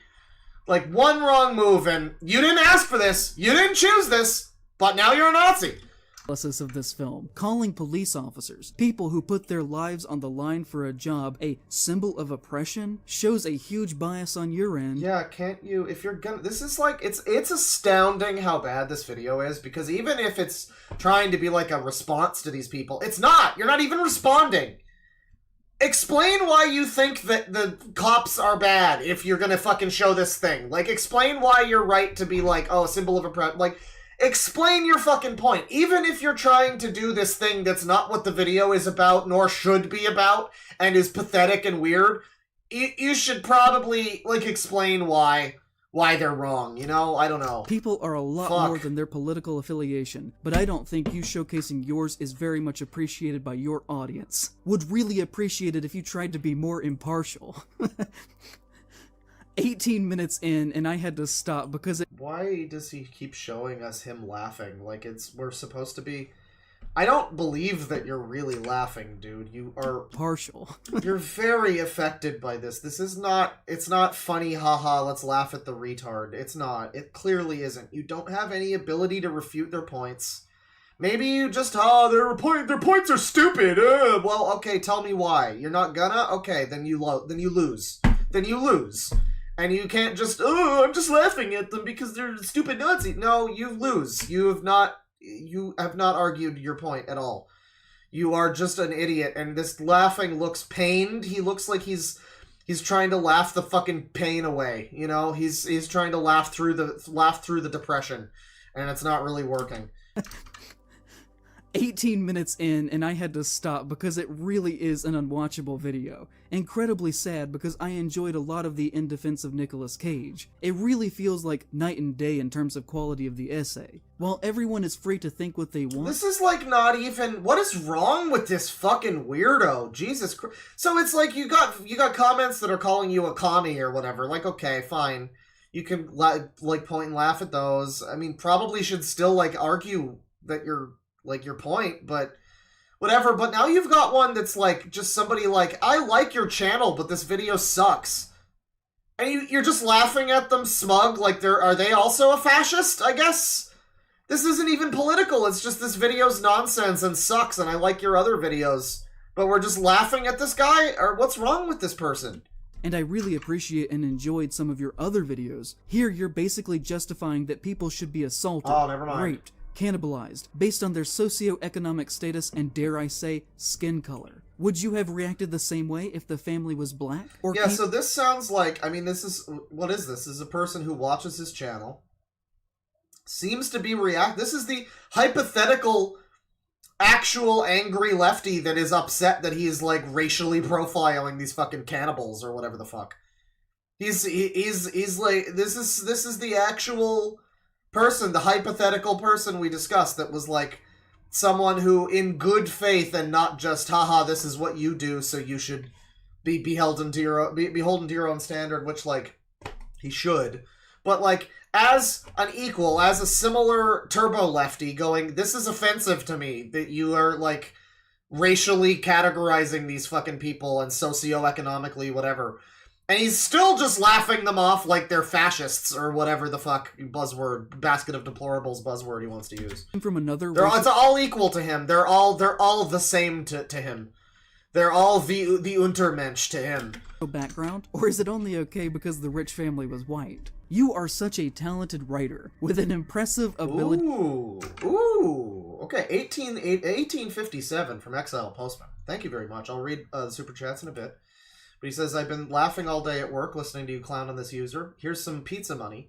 Get something with bacon, pineapples, and, some jalapenos. I like your choice. That's good. I mean, I don't know about the jalapenos. I don't normally get that. But you know what I would do? I would get a cheddar one. I would get one of the cheddar pizzas that has jalapeno. I do like bacon and pineapple. Those are good. I know I'm bad. I know I'm a disgusting, naughty boy. I like pineapple and pizza. I don't care. You're all wrong. That's fine. You can all... I'm gonna be the opinion basher. You're all stupid and gay, and being gay is not connected to being stupid. It's unrelated. You're gay, and unrelated to that, you're stupid. I'm not homophobic, but I do hate women and minorities. Pineapple Pete. Maybe with some fucking jalapenos. That sounds pretty good. Thank you for the super chat and the suggestion. Now you got me hungry. I didn't eat. I was gonna eat. You know, I woke up this morning. I was like, I'm gonna make a bagel with cream cheese. And and then I didn't. So here we are. Here we all are, born into the struggle to come so far, but end up returning to dust. By the way, shoutouts to the YouTube removing my pedo video. It's like a bi-hourly reminder or whatever, bi-half-hourly, whatever the fuck, that if you are a pedophile, it would be a real shame for you if a bunch of people were to re-upload that video. All I'm saying. Digest a movie. But unfortunately, as so often these days, your politics tend to ruin some parts of your videos whenever you put your postmodern lens on. Yeah, this is just a person. Can you please refute this one? I'm begging you, sir. I get it, you just want to laugh at the Nazis. I understand. I find it stupid, but you dehumanize them. Anyone who's, like, slightly right of you, you dehumanize them and think they're not human. I get it. You're a fascist, I understand. But this person is seemingly coming to you from your own level. They're coming to you from your own level. I watch your videos, I like your videos, but this is, like, offensive to me, and you're acting way too political. Please just respond to this one. This is a fair critique, please. Sadly, you seem to be lost in... I think he does have an actual response for this one, but it's also smug and dipshitty, so...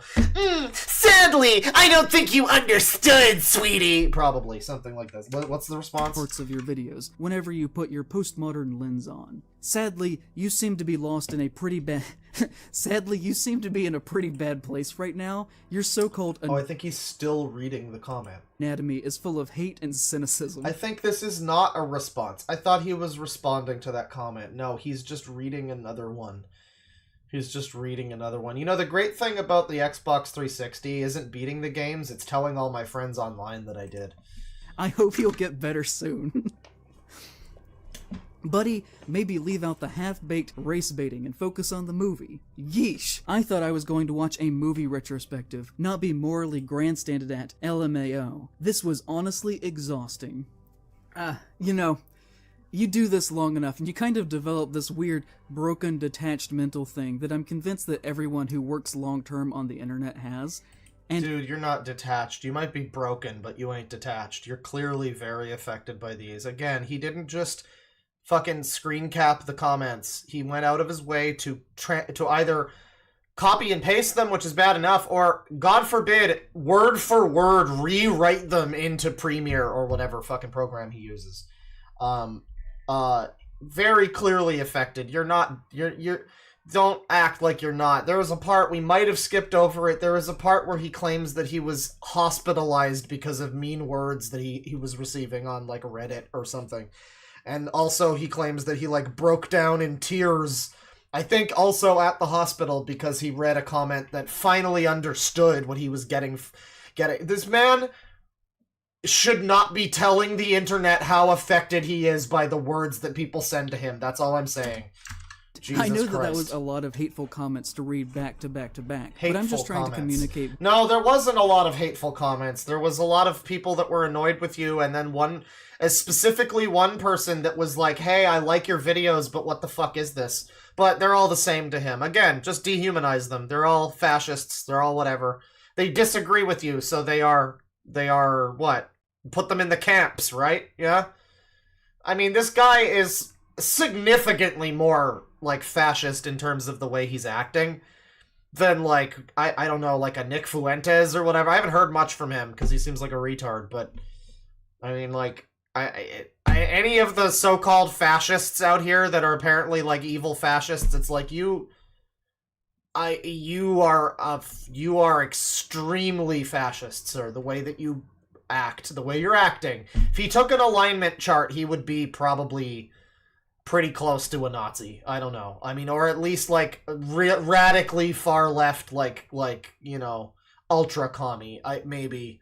But I think it would go so far as to go in the other direction. He'd take like 5 different political tests and be like, these are all broken. Why do I keep winding up a fascist authoritarian right-winger?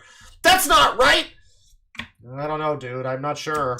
What it is like having the never-ending barrage of the internet saying bad things to you on a daily basis that are not founded in reality.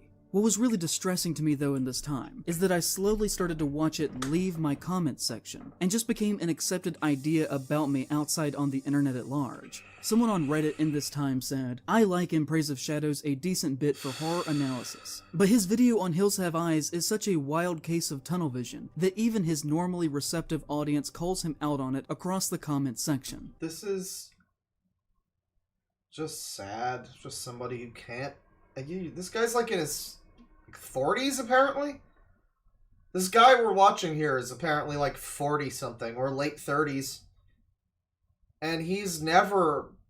I mean, has he ever been able to take... These people love talking about taking accountability, dude.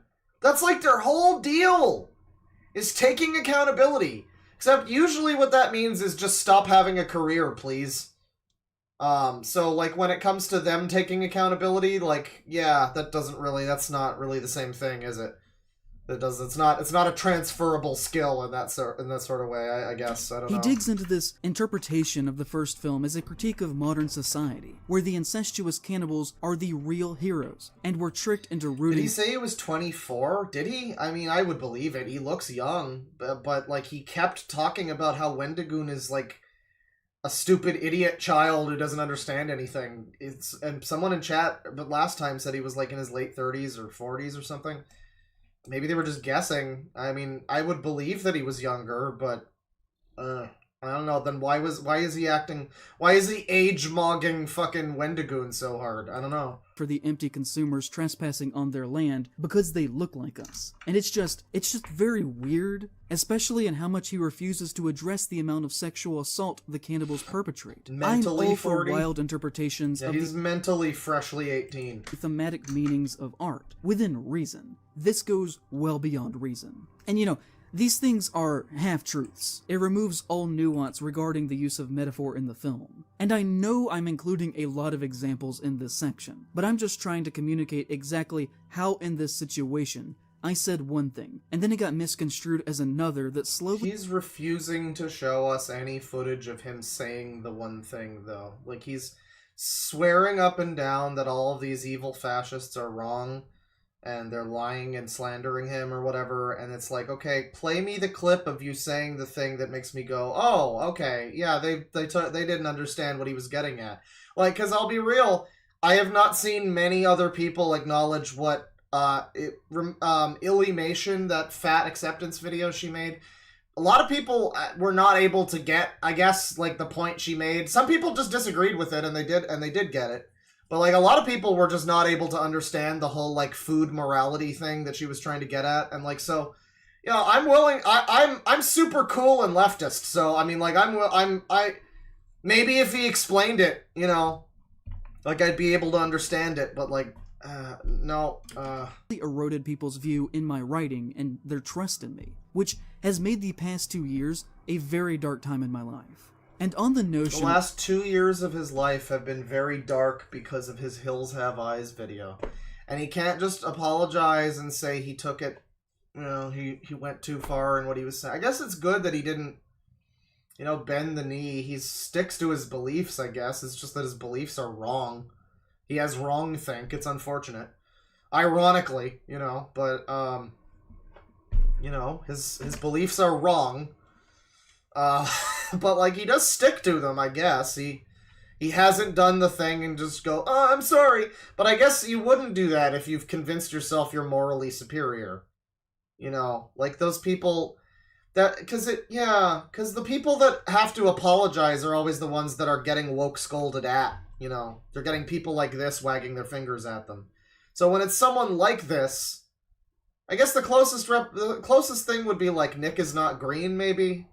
When he had to finally buckle and make like 7 different apology videos, you know, where he eventually, at least that guy, you know, all you gotta say about Nick is Not Green being a fucking slanderer or whatever, at least he did, even if begrudgingly, he eventually was like, yeah, I'm not good at this, and I have made a lot of mistakes, and yeah, and like, I don't know if he's improved, but at least he can say that. This fucking dude, I mean, he's having a dark time in his life because he's having mental fucking gymnastics, you know, every fucking day trying to deal with, my video was great, they just didn't understand it! They just didn't understand it! Ah!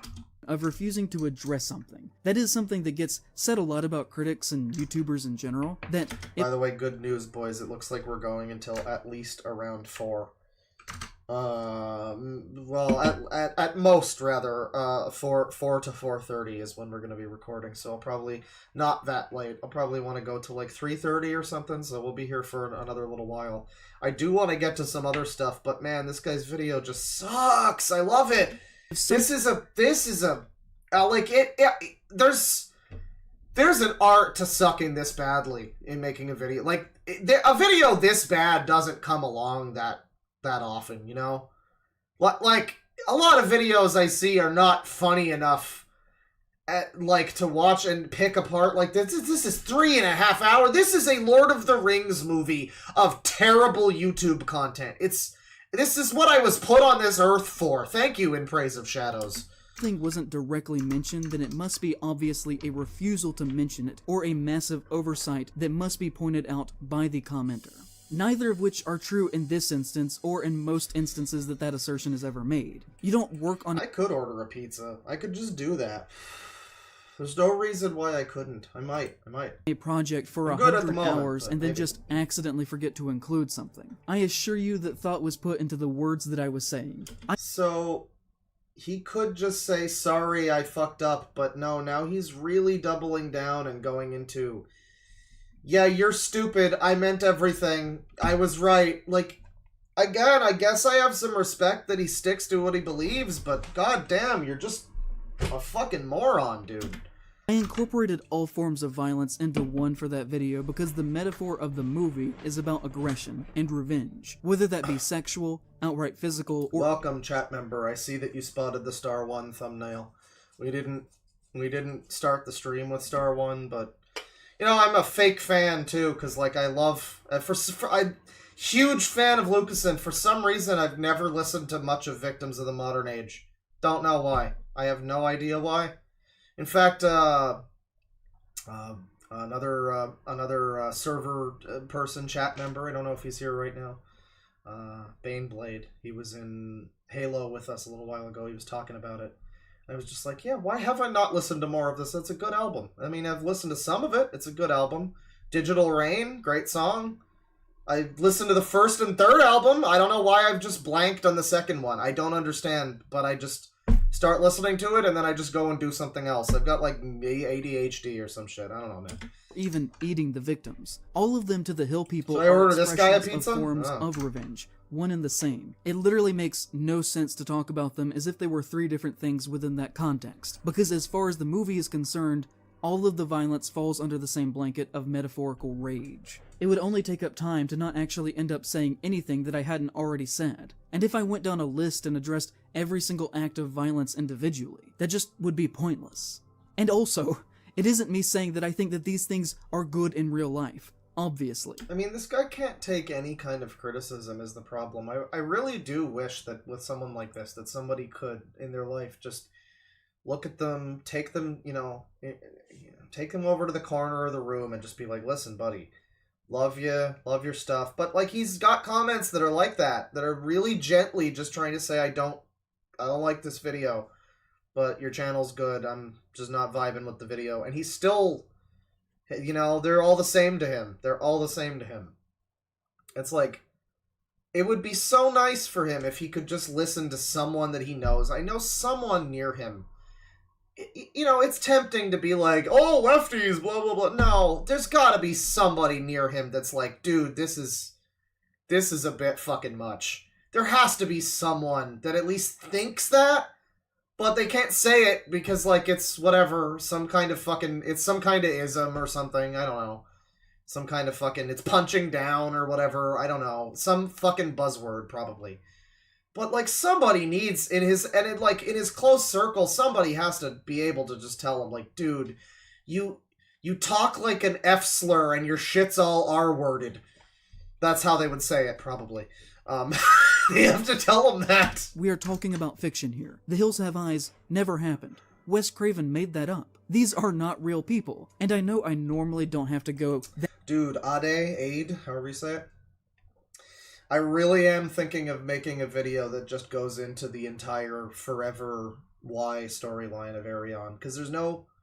I think there's some videos that do that, but they're not from my channel, so fuck them.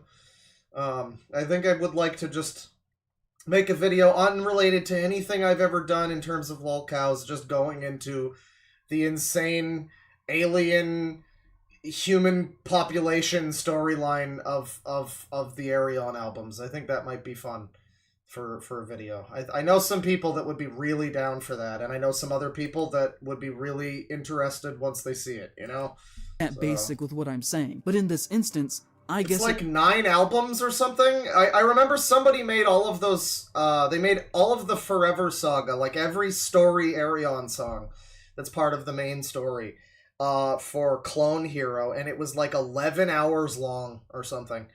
So it's about 11... At this point in time, the mainline Arion storyline is like 11 hours of music. So that would be quite a video to try to get across. I don't know, but that would be pretty fun. It does have to be said.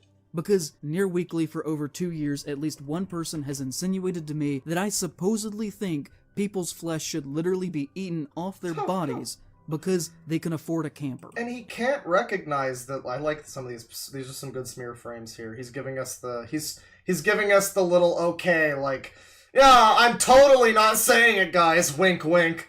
But like, yeah, that's not the point, though. It's not that you said that. It's that you have not worded yourself correctly. He's so pompous that he can't recognize that it's not that everyone else is dumb. It's that you are dumb. You did not word yourself well, and society has deemed you a retard. It's not... You're going to have to just accept that, dude. I don't know. And I won't name names. But the thing that really hit me the hardest is that when I decided to stop reading comments and just tried to distract myself by scrolling on Twitter, and on my For You page, I found a... I was having a really dark time reading YouTube comments making fun of me, so to break out of my dark time, I decided to scroll through Twitter. Good for you, man. Good God. Thread of mutuals openly making fun of me for my failure of the video amongst themselves. Just openly in public. Some of them using words like idiot and stupid. They were using words like idiot and stupid! I do know that there's like a group of people that are trying to, probably this group of people, this kind of guy, trying to make stupid into like the new slur. Like it's it's like retard or something. It's one of those. It's like ableist or something. Like if you call somebody a retard, that's bad. But if you just call someone stupid or an idiot, I think that's also like an offensive slur to some people now. You know, stupid retard idiots, basically.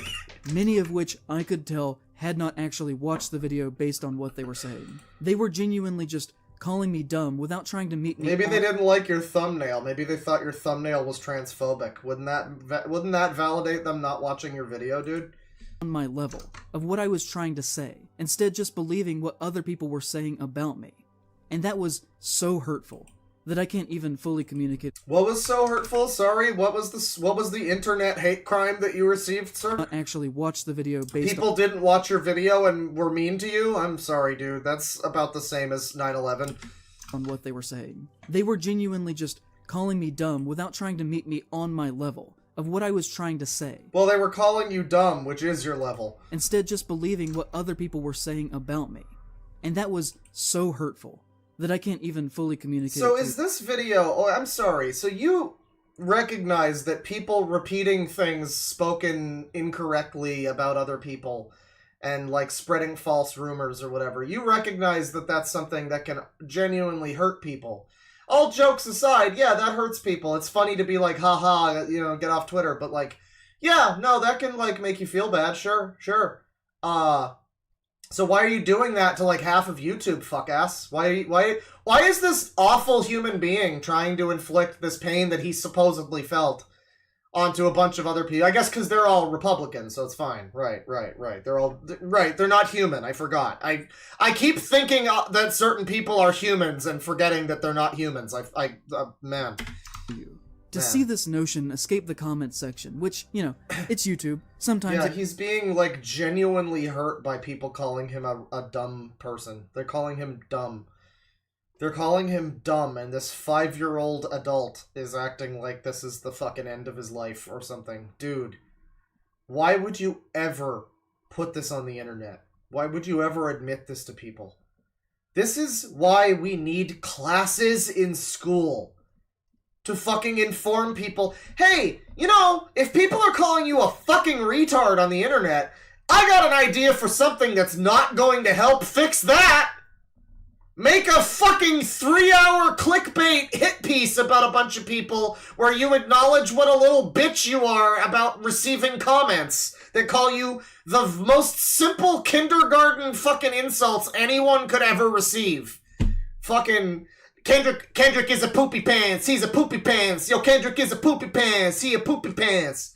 That's what he got. He got hit with the Kendrick is a poopy pants. it can be a little bit out there, into the more real digital life on the internet and Twitter and beyond, to where even people who knew me were making fun of me in posts that the algorithm recommended to me, was the lowest point in my career. This is the lowest point in his career. People that knew him, friends and colleagues and peers, were laughing at him for his hilariously bad video. Chad, is this... When I told you this video was going to be really funny, this is about where I remember being like, oh my god, the stream needs to see the rest of this. Again, I won't say who they are.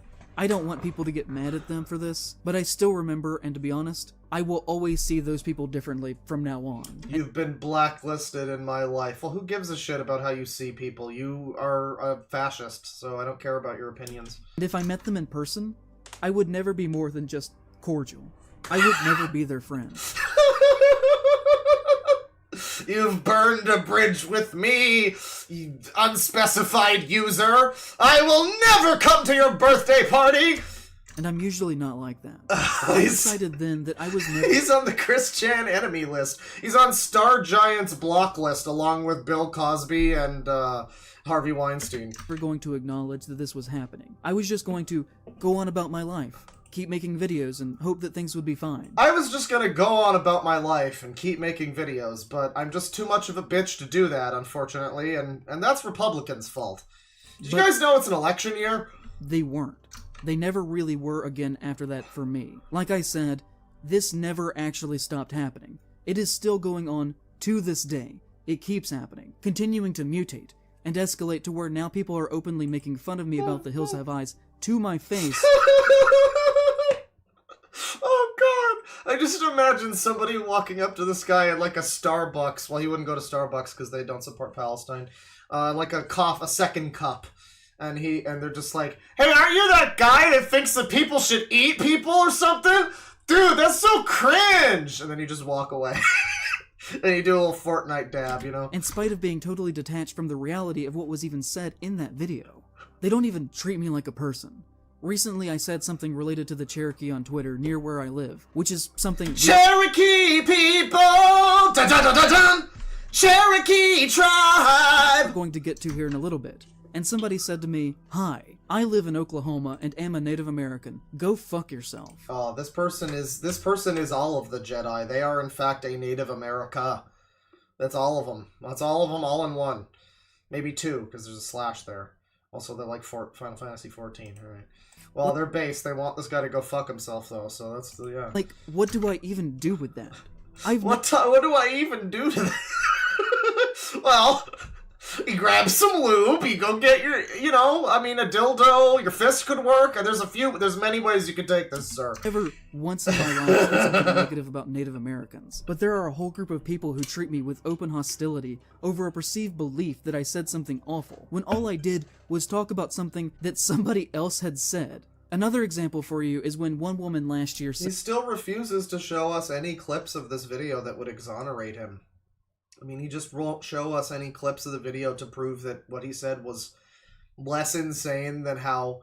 Like, this fucker is gonna force me to watch this video, is the problem. And I don't want to, because I've never seen this movie. I'm probably not gonna get most of it, right? But, like, I kinda want to now. This fucking piece of shit. This fucking IPOS piece of shit! He's gonna make me watch a stupid fucking review of a movie I've never fucking seen because apparently he's so retarded in this review that his entire life has been snowballing downhill since. How am I gonna avoid that? Come on! He is up his ass and has been for several videos now, and he apologized rape in media as art. What do you expect of someone who calls himself an artist on every video? And now, you know, I normally have a rule for myself of refusing to engage in purposefully combative comments, but this one made me really mad. And I said back to them, I can assure you that I have... Oh, there's some extreme bad faith here. Ultra rare, super limited, deluxe bad faith. So what is this comment? Yeah, I mean, like, again, the way this guy treats himself like an artist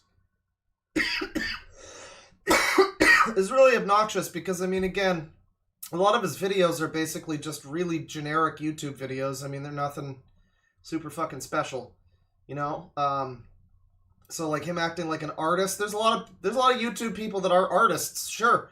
And I don't just mean, like, visual artists, but, like, whatever, Lemino, Ahoy, you know, there's a lot of channels where it's like, wow, they made something really amazing. You know, that was some really, you know, really great video editing, whatever. Not this guy, not really this guy. He just kind of writes and talks.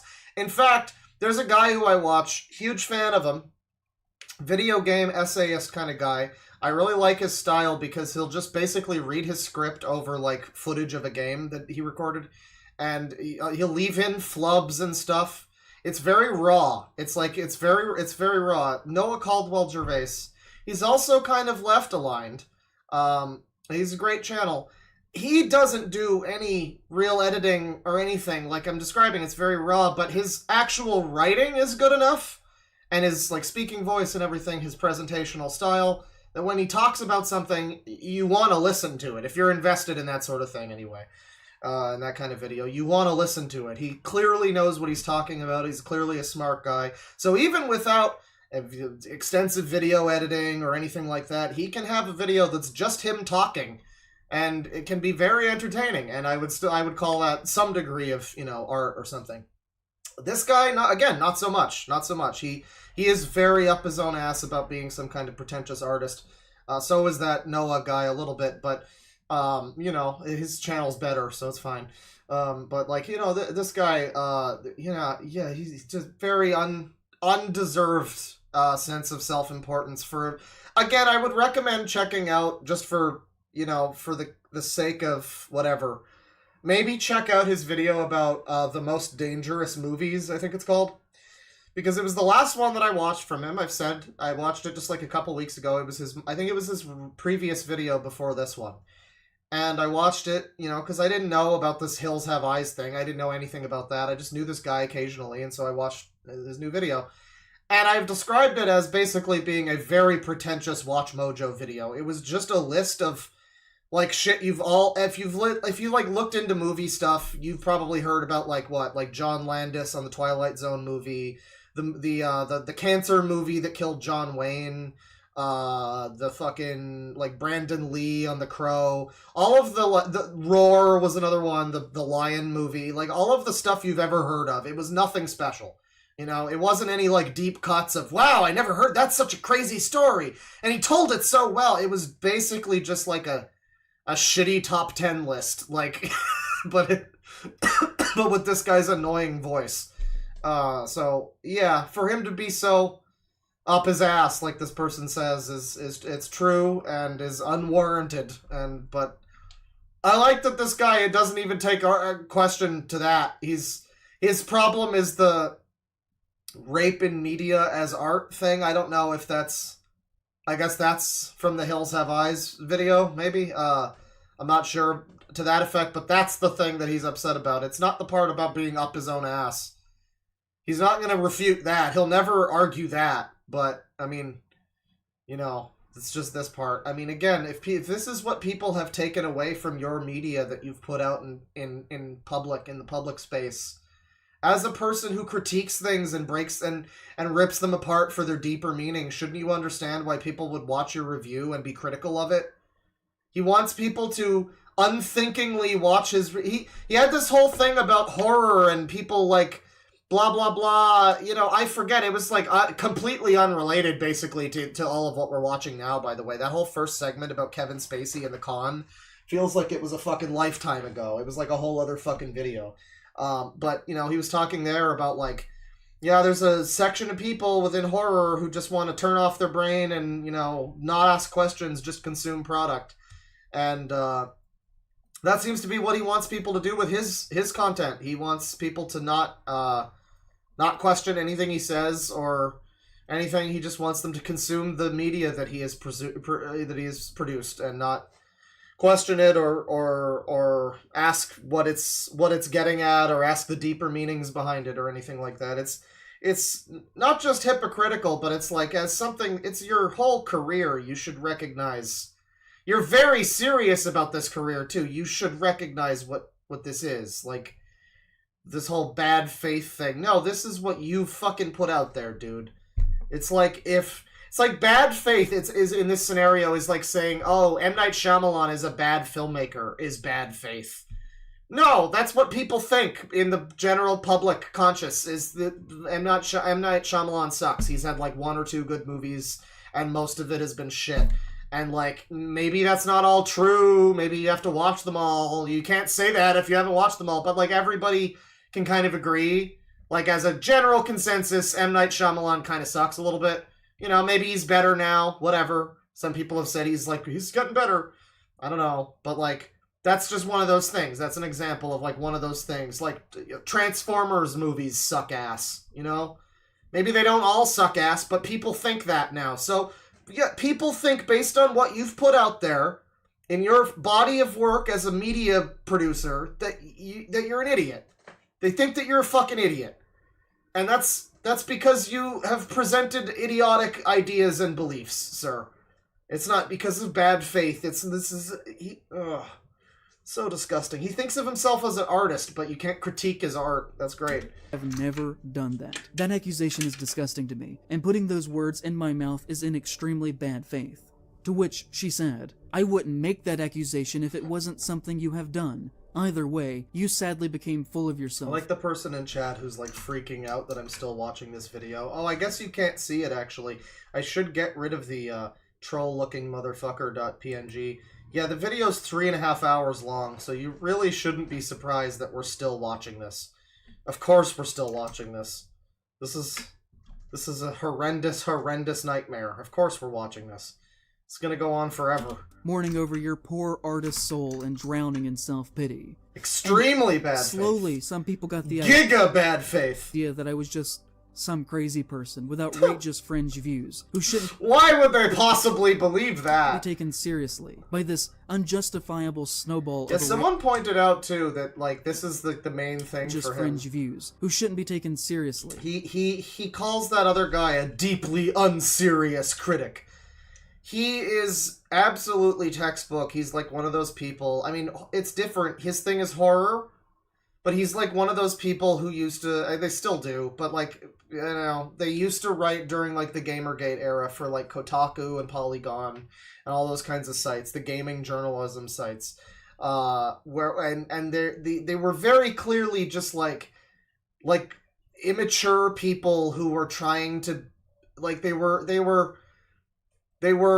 embarrassed by their interests, basically. They were embarrassed by the fact that they're, like, 35 and still play Mario. And, you know, there's not really any reason you should be, because Mario's objectively a very well-made series of games, most of them.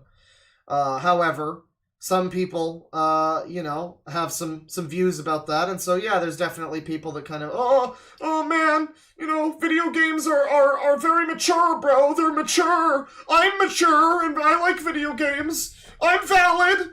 And they try to bring in all this fucking shit that doesn't belong, and they just drag in all this shit because they're very insecure. And that's the same thing I'm seeing here, is, like, he's a horror guy, he's probably, like, self-conscious in some fashion about, like, no, it's not all just slasher movies for teenagers, no! You know, like, something like that, I don't know, it's probably similar to some of the gamer, you know, thing.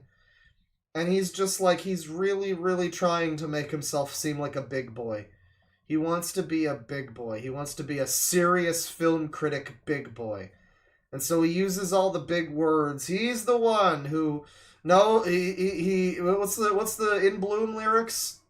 He's the one who likes the pretty Marxist buzzwords, and he likes to sing along, and he doesn't like shooting guns, but he don't know what it means. He don't know what it means. He's, he don't know what it means. By this unjustifiable snowball of a reaction to me saying that maybe Wes Craven liked to write horror and metaphors, and enjoyed using visual shorthand symbols within his work. Which... That's right, chat member. It is exactly like DSP's unboxing video without an unboxing.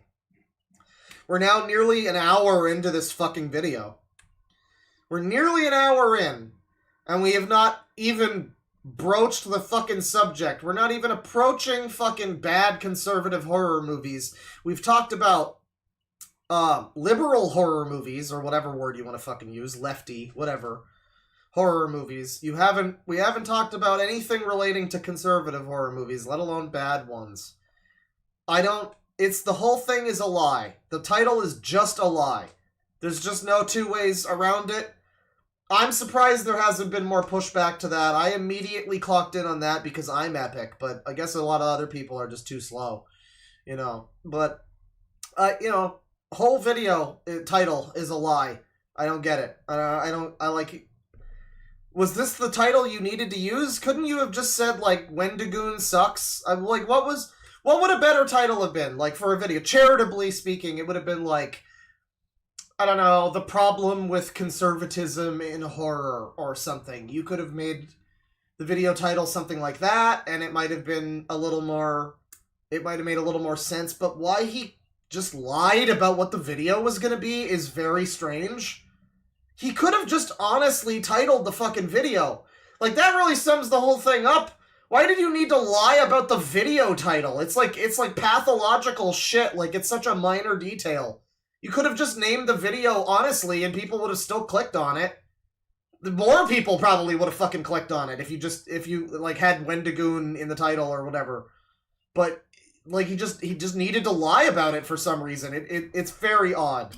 Is what most people who write horror do, and that maybe he used Native American visual codes as his narrative symbols, which was very heavy-handed but also was commonplace in the 1970s. I said nothing that was either groundbreaking, or new, or outrageous, or even original there. I am completely derivative and terrible at my job. Anything, I was doing a basic recap of the history of criticism that has already been said 1,000 times before me. I am basically a Watch Mojo video, like Deadwing Dork said, who is a lot better than me and should have more subscribers than me. Just to get past the first movie so that I could talk about the sequels, which is what I do in basically every single franchise video. That is the format. If you go back and look at all of those videos, they start with a basic overview of the first movie, followed by a more in-depth coverage of the less talked about sequels. That is why I make those videos. You can't say anything new about the Texas Chainsaw Massacre that hasn't already been said, but you could probably have... Maybe you could if you were a good film critic. A few new original ideas about the third and fourth movies. I used to hit 200 to 400,000... He doesn't even... Yeah, we're getting more into how bad his views are now. This is gonna be funny.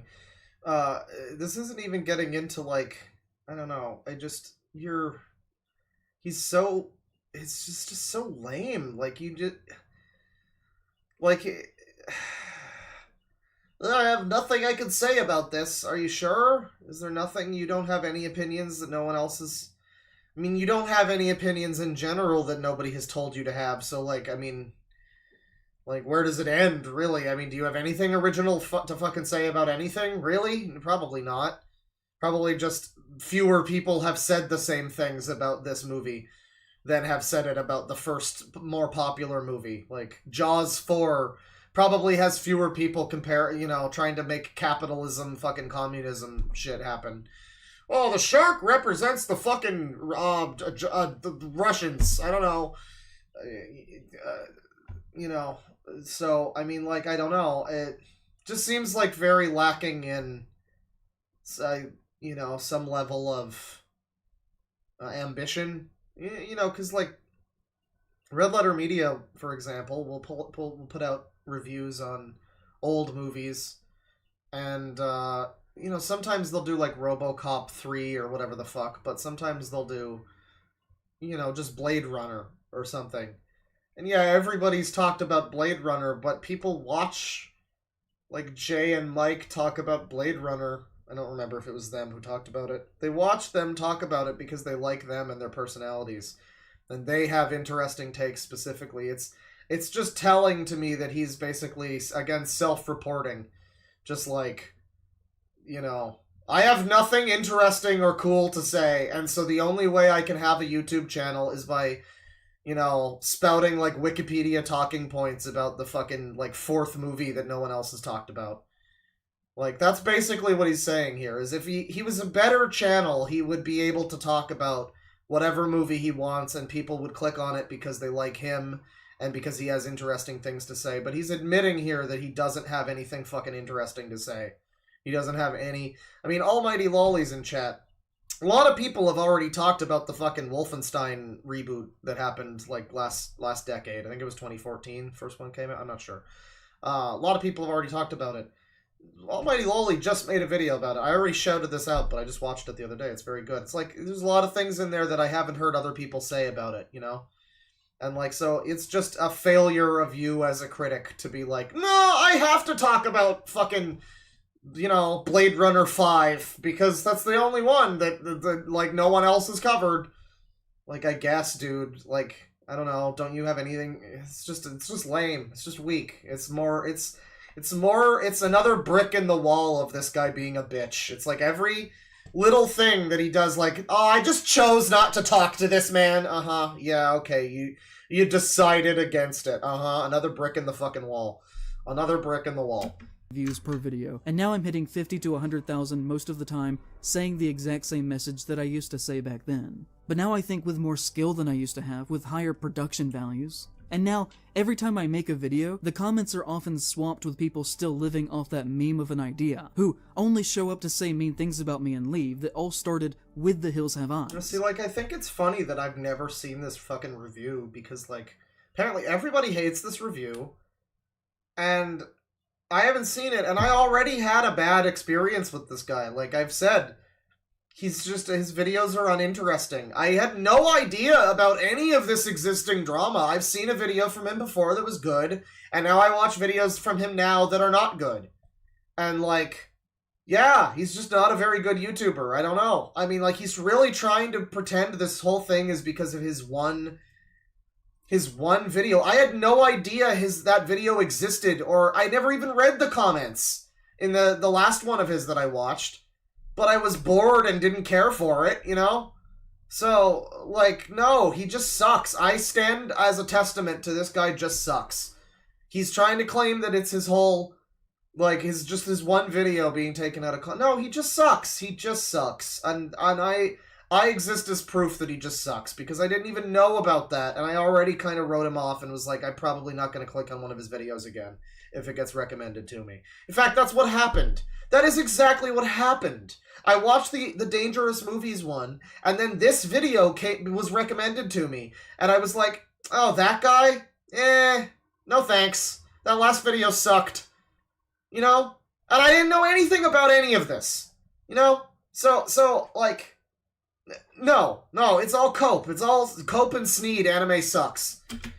I used to not have that happen. If you go look, literally there is a hostile comment on every single video now within maybe 2 to 3 minutes of posting a new video. Say if you were to go back and look at my recent video on blood tea and red string, within a minute of the video coming out, a man had posted, I'm just here to see how long it takes him to whine about the racist patriarchy. To which someone else said, if you dislike his videos so much, why do you watch and comment on them instead of watching something you actually enjoy? To which he said in return, 'cause I'm a dick.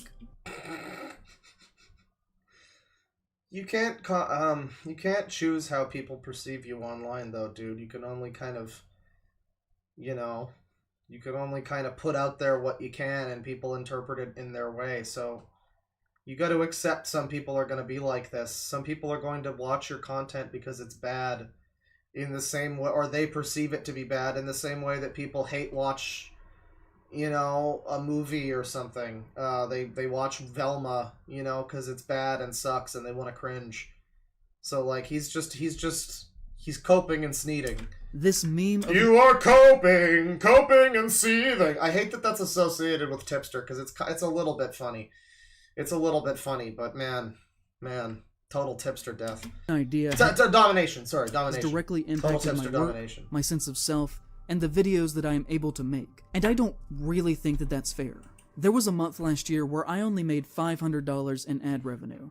I can't live off that. The amount of times that I've almost had to stop making videos since then has been almost monthly. I've barely been able to keep this afloat. I've paid my rent late most months for the past year. The cruel and untrue things that you say about another person do in fact have direct impacts on them and the way that people culturally see them. It's why I've pushed my Patreon so much in the past year, even though I know it's annoying as fuck to do. Because it is literally the only Remember to support me on Patreon if you dislike pedophiles. source that is keeping this thing going after what happened. YouTube is supporting the pedophiles. Support me instead on Patreon. And you could say there's other Or send a super chat. I guess they get a cut of that though, but it's fine. contributing factors that led to the decline over time. It is true. So yeah, I mean, he is just whining and about how his videos are not. This is why we need internet classes. What the fuck are you doing, dude? You're in a video complaining about how you're getting negative attention on the internet and you're just giving them ammo. You're just giving them tons of fucking ammo. It's like the fucking iDubbbz and Anissa podcast, where they're like their secret private podcast where they just like they self-report about how terrible their lives are and then they just put it online for people to see. It's amazing. Why are you letting us have this information? You should not be giving people this much for them to make fun of you, dude. What the fuck? That views have gone down for everyone. But if you look at the hard data, there really is a clear line here with The Hills Have Eyes. I had just come off of one of my biggest hits ever with In Defense of Nicolas Cage, and then my next video after Hills, still to this day, only has 73,000 views. And I just personally believe that there has to be something that caused that kind of shift. And you know, I know that people have the right to say whatever they want about me, and that maybe it is foolish for a creator to try and fight back against a public response. I have said many times that once you release something, that it is public and no longer fully yours, and I still believe that. How can you possibly believe that? But at the same time, I do think that a conversation around a work or topic can be wrong or even misguided. You're wrong for criticizing me. You're misguided for criticizing me. That is what is happening. He's gonna cope and sneed about what is actually happening, but you're wrong for criticizing me. Your take on my video is wrong. Your criticism is incorrect and invalid, sweetie. Fuck you. And then the nail care emoji. Which I obviously think happened here. I think it is within my right to talk about this on my own channel. And if you have said this... Yeah, he got the lol cow gene. It's unfortunate. You hate to see it. I mean, you gotta know, but you gotta do better, my man. Things about me or to me that is totally within your right to do. But I do want to ask you to consider why you're actually still saying them to me still 2 years later. What point are you trying to make besides baseless general cruelty? Maybe they're just making fun of you because you're a stupid idiot. These your own genuine... Sorry, I don't mean to hurl slurs at you, my bad. Original thoughts... An S-slur, I-slur. That's what you are. Criticisms that you have based on my actual... Yeah, I actually like the slur, suffix. You know? That just makes it sound... stupid idiot is whatever. Dude, you're a fucking S-slur. Shut up. That's way better. That's objectively, that hits harder. Because most people aren't going to know what it is, so they're just like, did you just call me? What did you just call me? You let them figure it out, you know? It's good. It's good. Words and things that I have done? Or maybe did you read something... Oh, yeah, well, and calling people a slur is also good. You fucking slur! Stop humping my leg, you slur!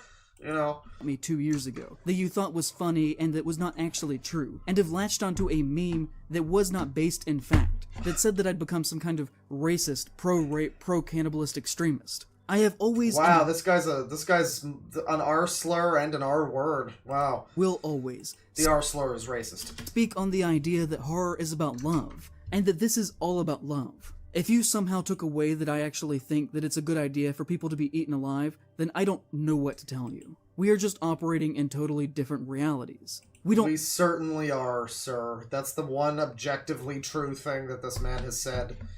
in this whole fucking video. Speak the same language. I would argue that maybe you are the one who has changed in their values, and not myself. Yeah, horror. I don't, like, I'm hesitant to question it, because I'm not a horror guy. But the claim that horror is about love, or whatever, it just, I've seen other people push back against that. I don't know. You know, maybe they also don't all know about horror, and maybe somebody... There's probably some element of it that, there's some kernel of truth to what he's saying, maybe.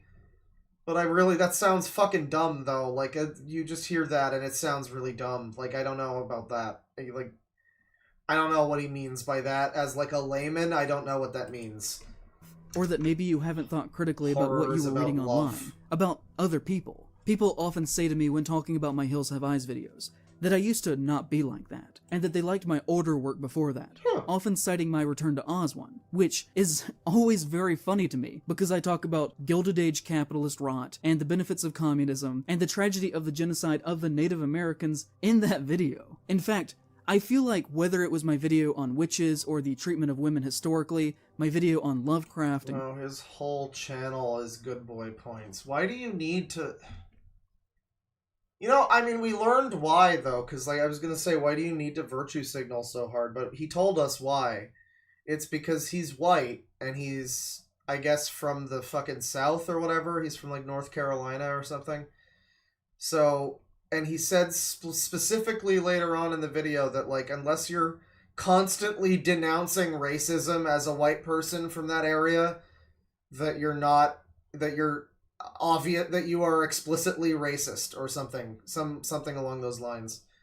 Like, so I guess he inherently has to virtue signal. It's like, you know, it's like gasoline for him. It's fuel. He virtue signals to get up in the morning. Like, this is like breath itself. Oh, someone's getting a car stolen. There you go. We got into that one quick. Good for them. Beksinski and the Holocaust, horror comics and government censorship and attitudes towards sexism, racism, and violence in the 1950s, that my views have never actually changed. Which I think is the necessary thing needed to be a good critic. Perspective. Yeah, you know, never changing your views on anything and always thinking the same thing. That's a great thing for a critic to have, is complete inflexibility even in the face of facts and logic. That's awesome.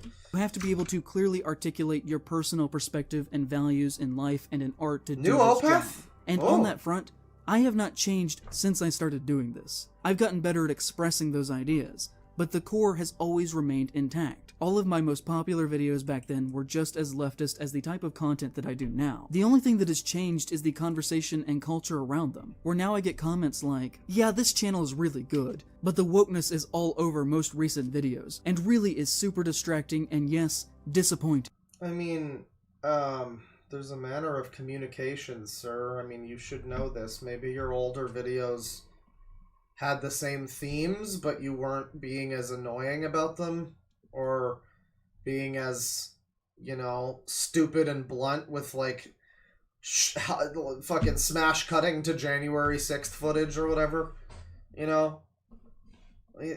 It's not about what you believe, it's about how you believe it.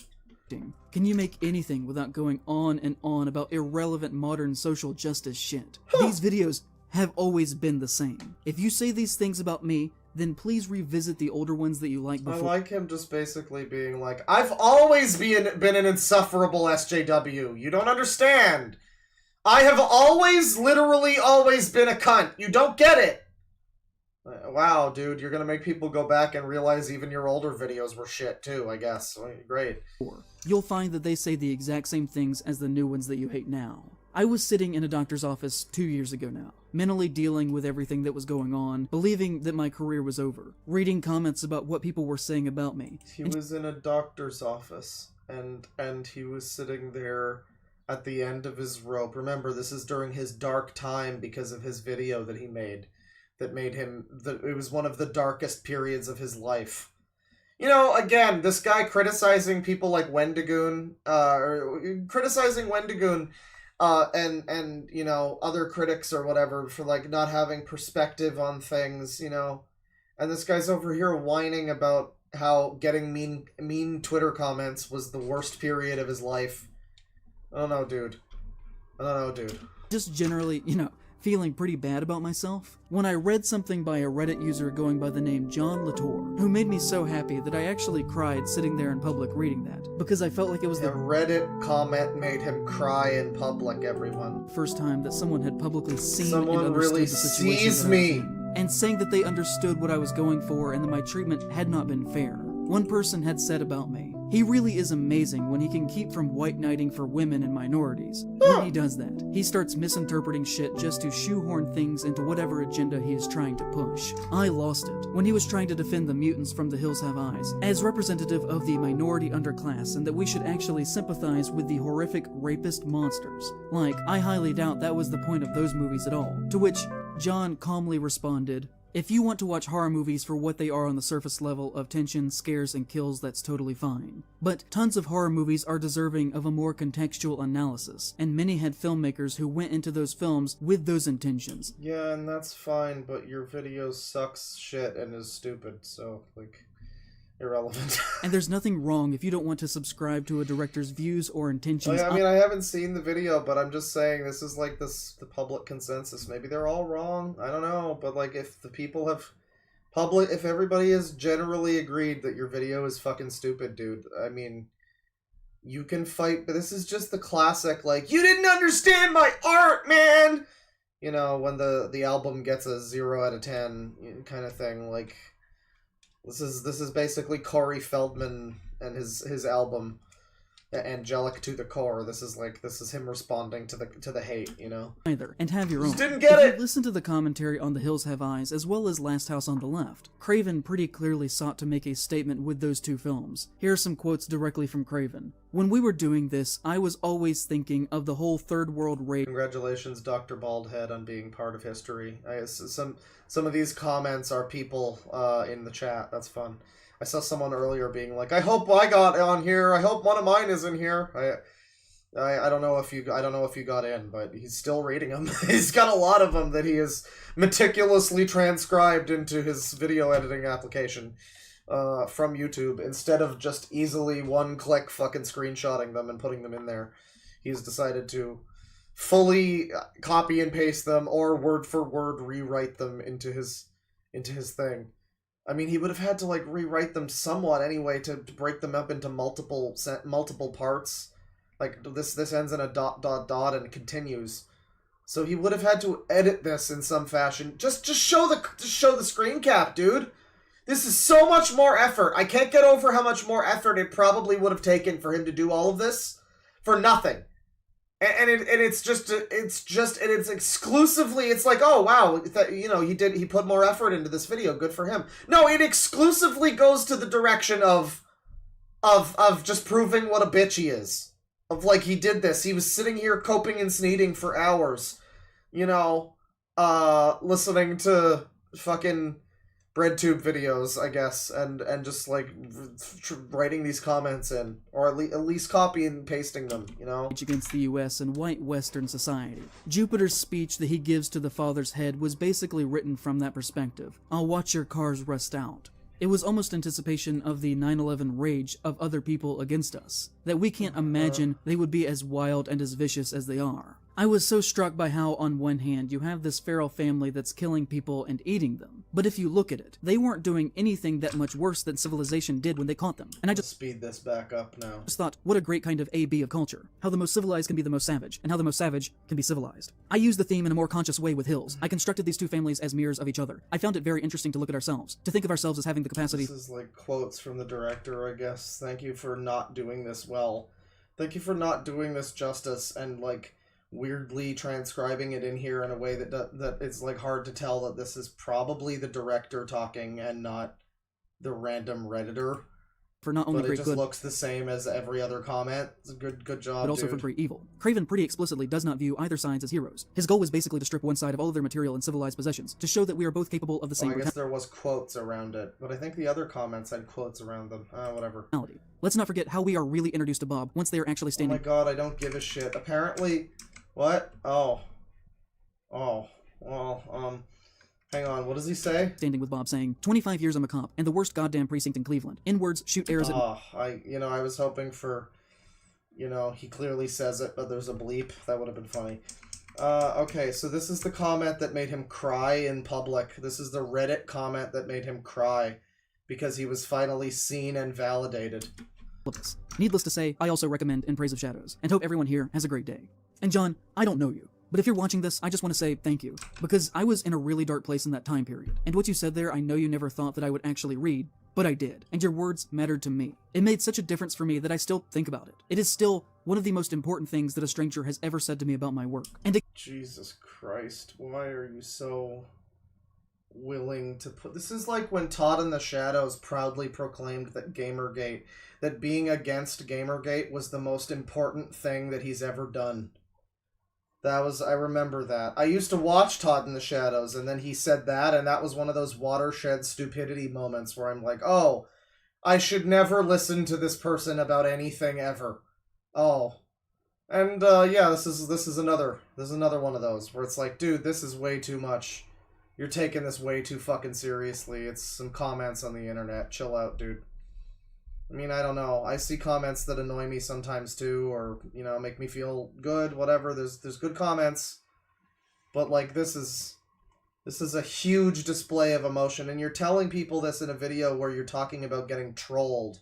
You have just told the trolls that it's extremely easy to make you, like, very emotional about, like, words on the internet, dude. You have really fucked up by telling people that. I'm just saying. It came to me at a time when I was in a really rocky place, and I needed you to hear that, so thank you. Oh my god, he's Thanosing! Oh my god, is it finally happening? We're like an hour in. Chat members, we're actually an hour in. Maybe I was wrong. Are we actually getting to it? Holy fuck. I think it might be happening. What if it's actually happening? Why is this chapter 3?! But what if it's actually happening?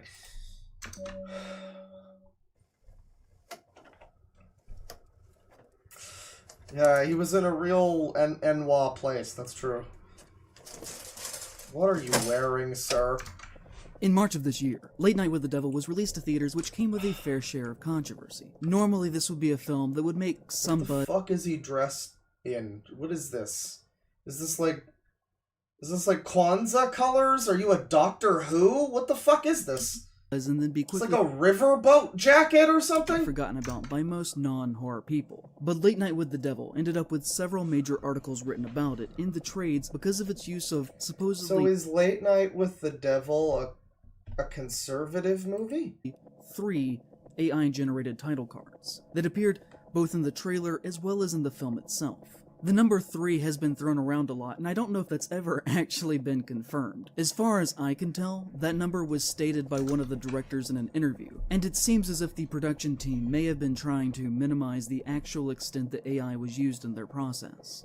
This was the narrative that they started, once people got mad at them. And Is it conservative because it uses AI? No, Almighty Lolly, you need to recognize that, like, conservative just means, like, they went to Chick-fil-A one time.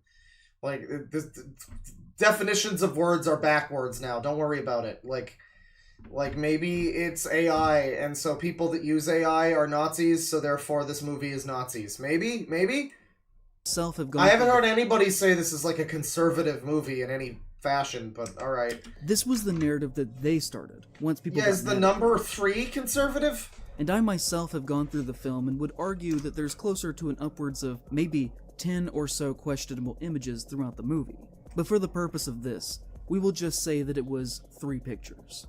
As you can well imagine, there were a lot of people within the horror community who pretended that this was either not a very big deal or wasn't unprecedented behavior, and had many excuses as to why this wasn't good, but also why we should still reward their behavior with our money. We're really getting mad about the AI. I mean, guess they shouldn't have used AI. I don't know. Does that invalidate the fucking director and writer and everything? I don't think it was probably their decision ultimately to use that. I mean, even if it was, who really gives a shit? Yeah, I guess it's better to not have AI stuff, I guess, but like, That's the trend we're going towards, dude. I mean, at least they're honest about that the fact that they used it. I maintain, and no one ever, like, talked about this, I maintain that in Final Fantasy VII Rebirth, in the Junon segment, when you're, like, dressed as the Shinra soldiers, you're walking around in Upper Junon, and there's, like, these posters, these banner things, that kind of announcing the parade that's going on. Absolutely AI. I'm certain of it. They got, like, weird fucking faces and hands and stuff. And weird letters and shit. It's like, it's not Japanese or English. It's like just some weird fucked up letters that aren't real. Total AI. Never saw anyone call it out. But they did call out a weird line that was mixed poorly about Sephiroth early on in the hotel in Nibelheim. So there's the AI is being used and they're not telling us about it. So at least this fucking movie was honest and said that, hey dude, honesty is a good thing. You should try it. Langelo said. Based on the style, the AI was clearly experimented with around the time everyone was sharing their AI profile pics, before we had the widespread, hey, this is bad convo. And they should have replaced it in the years since. I hope they do the right thing and swap those shots. But I've not seen the movie, so I have no idea how easily, quickly they'd be able to do that in an edit. And unlike a multi-billion-dollar company using AI for title cards, I have no idea if they... That's a silly argument. You can hire people to do art. It's not, like, unreasonable. They're just title cards. They're still images. It is stupid that they use the AI thing, but I don't think that invalidates... That could maybe take a number grade off your score or something, and that's fair. You know, but it doesn't invalidate the rest of the fucking movie, you know? Like, I don't know. Have the money to do so. It's like Richard bad effects. Seems highly... And yeah, I don't know what this has to do with conservatism. Is it just gonna make the... AI bros or like conservatives are AI bros or something, maybe? I don't know. Necessary, and I don't like AI, especially when artists are looking for work. But also, I'm not going to boycott an indie movie and the work of everyone else for what amounts to 20 seconds of AI title. I don't agree on that one, Lolly. The script is fine. I mean, if you don't like multiverses, I guess, but it's... I mean, spoilers. I don't know. Whatever. It's been out for a couple months. But it makes sense in the universe. It's got good dialogue, you know. I don't know. I didn't finish it, because that final boss... I can't forgive the game having the option to go back to the 45-minute boss fight before the one you're fighting, and just having that be an option in the game. And, like, why would anybody literally ever select that option? But... You know, it's fine. It's fine. I think that generally the game was written okay. I don't understand a lot of the backlash, really. I don't know. Because that doesn't help artists either. Sorry. It's just a sequel, you know. It doesn't replace the... It's entirely dependent on the original. You can just enjoy the original and not care that there's sequels now. But, like, that's how people did it with, like, Dirge of Cerberus or whatever, you know. But, like...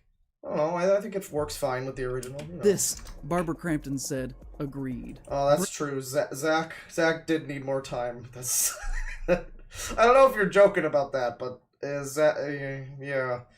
Stuff with Zach is a little bit just kind of in there. I forgot Zach was part of the fucking thing for, like, 30 hours. That's fair. Brett Gallman so I still don't know. We're talking about AI in this movie. I don't know how this fucking is going to wrap into conservatism, but we have to assume AI-generated imagery, it's not art, is a scourge to creativity that has the potential to harm the film industry. But I'm not comfortable with dismissing all the work people put into Late Night with the Devil. But this dude's really all or nothing, so I guess we have to throw the whole movie in the bin and fire everybody that worked on it because they're fascists.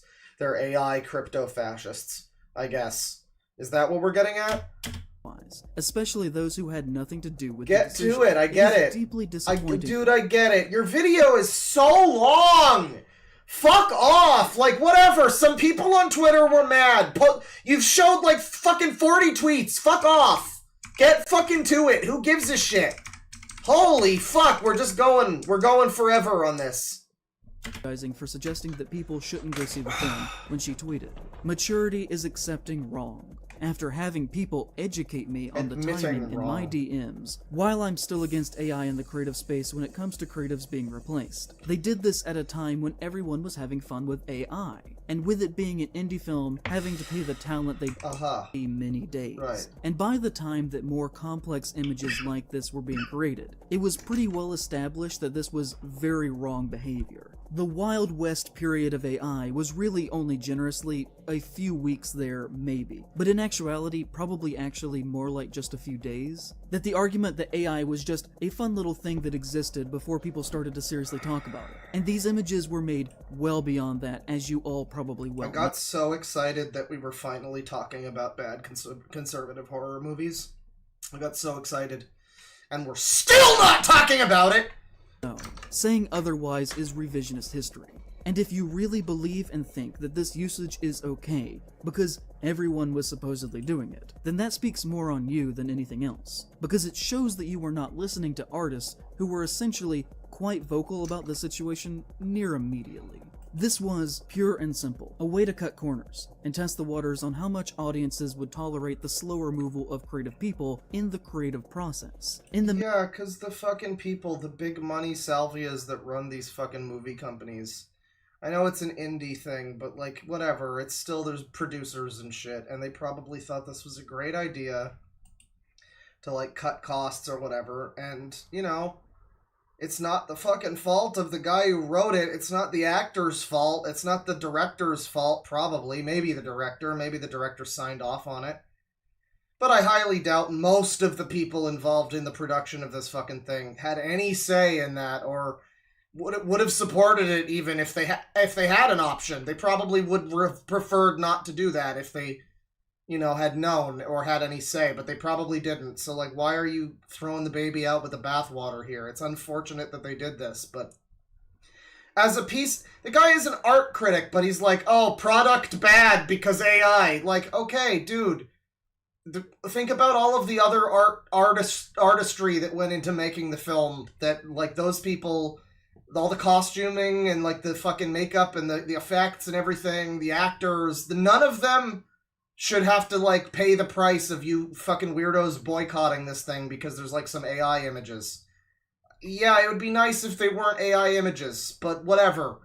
You're a fucking moron. Making of films on all levels. There is no other way to look at this that is ethical. And in the weeks following, other companies started to do the same, such as A24 and their horrible Civil War posters. Now, for full transparency, I myself did post one single tweet that was positive about AI, which was clearly when it was still in the DALL-E mini phase, when it was just a strange curiosity. And so he's literally using the excuse that woman used before, that it was just a fun little thing people were doing. Maybe it's fine because that was posted at a different time or something, I don't know, but I don't know, man. That seems to be the exact same argument she made. In the days following, I listened to the conversation and realized how harmful this thing was.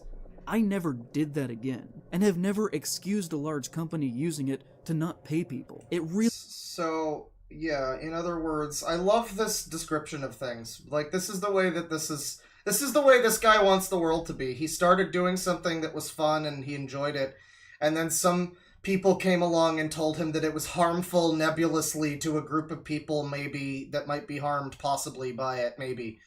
And he was morally reprimanded and forced to stop having fun and enjoying the thing. This is the way he wants life to be. Like, I also don't love AI art, you know, but it's like, the dude was just making some fucking images, and then some people like him had to come along and force him to think different.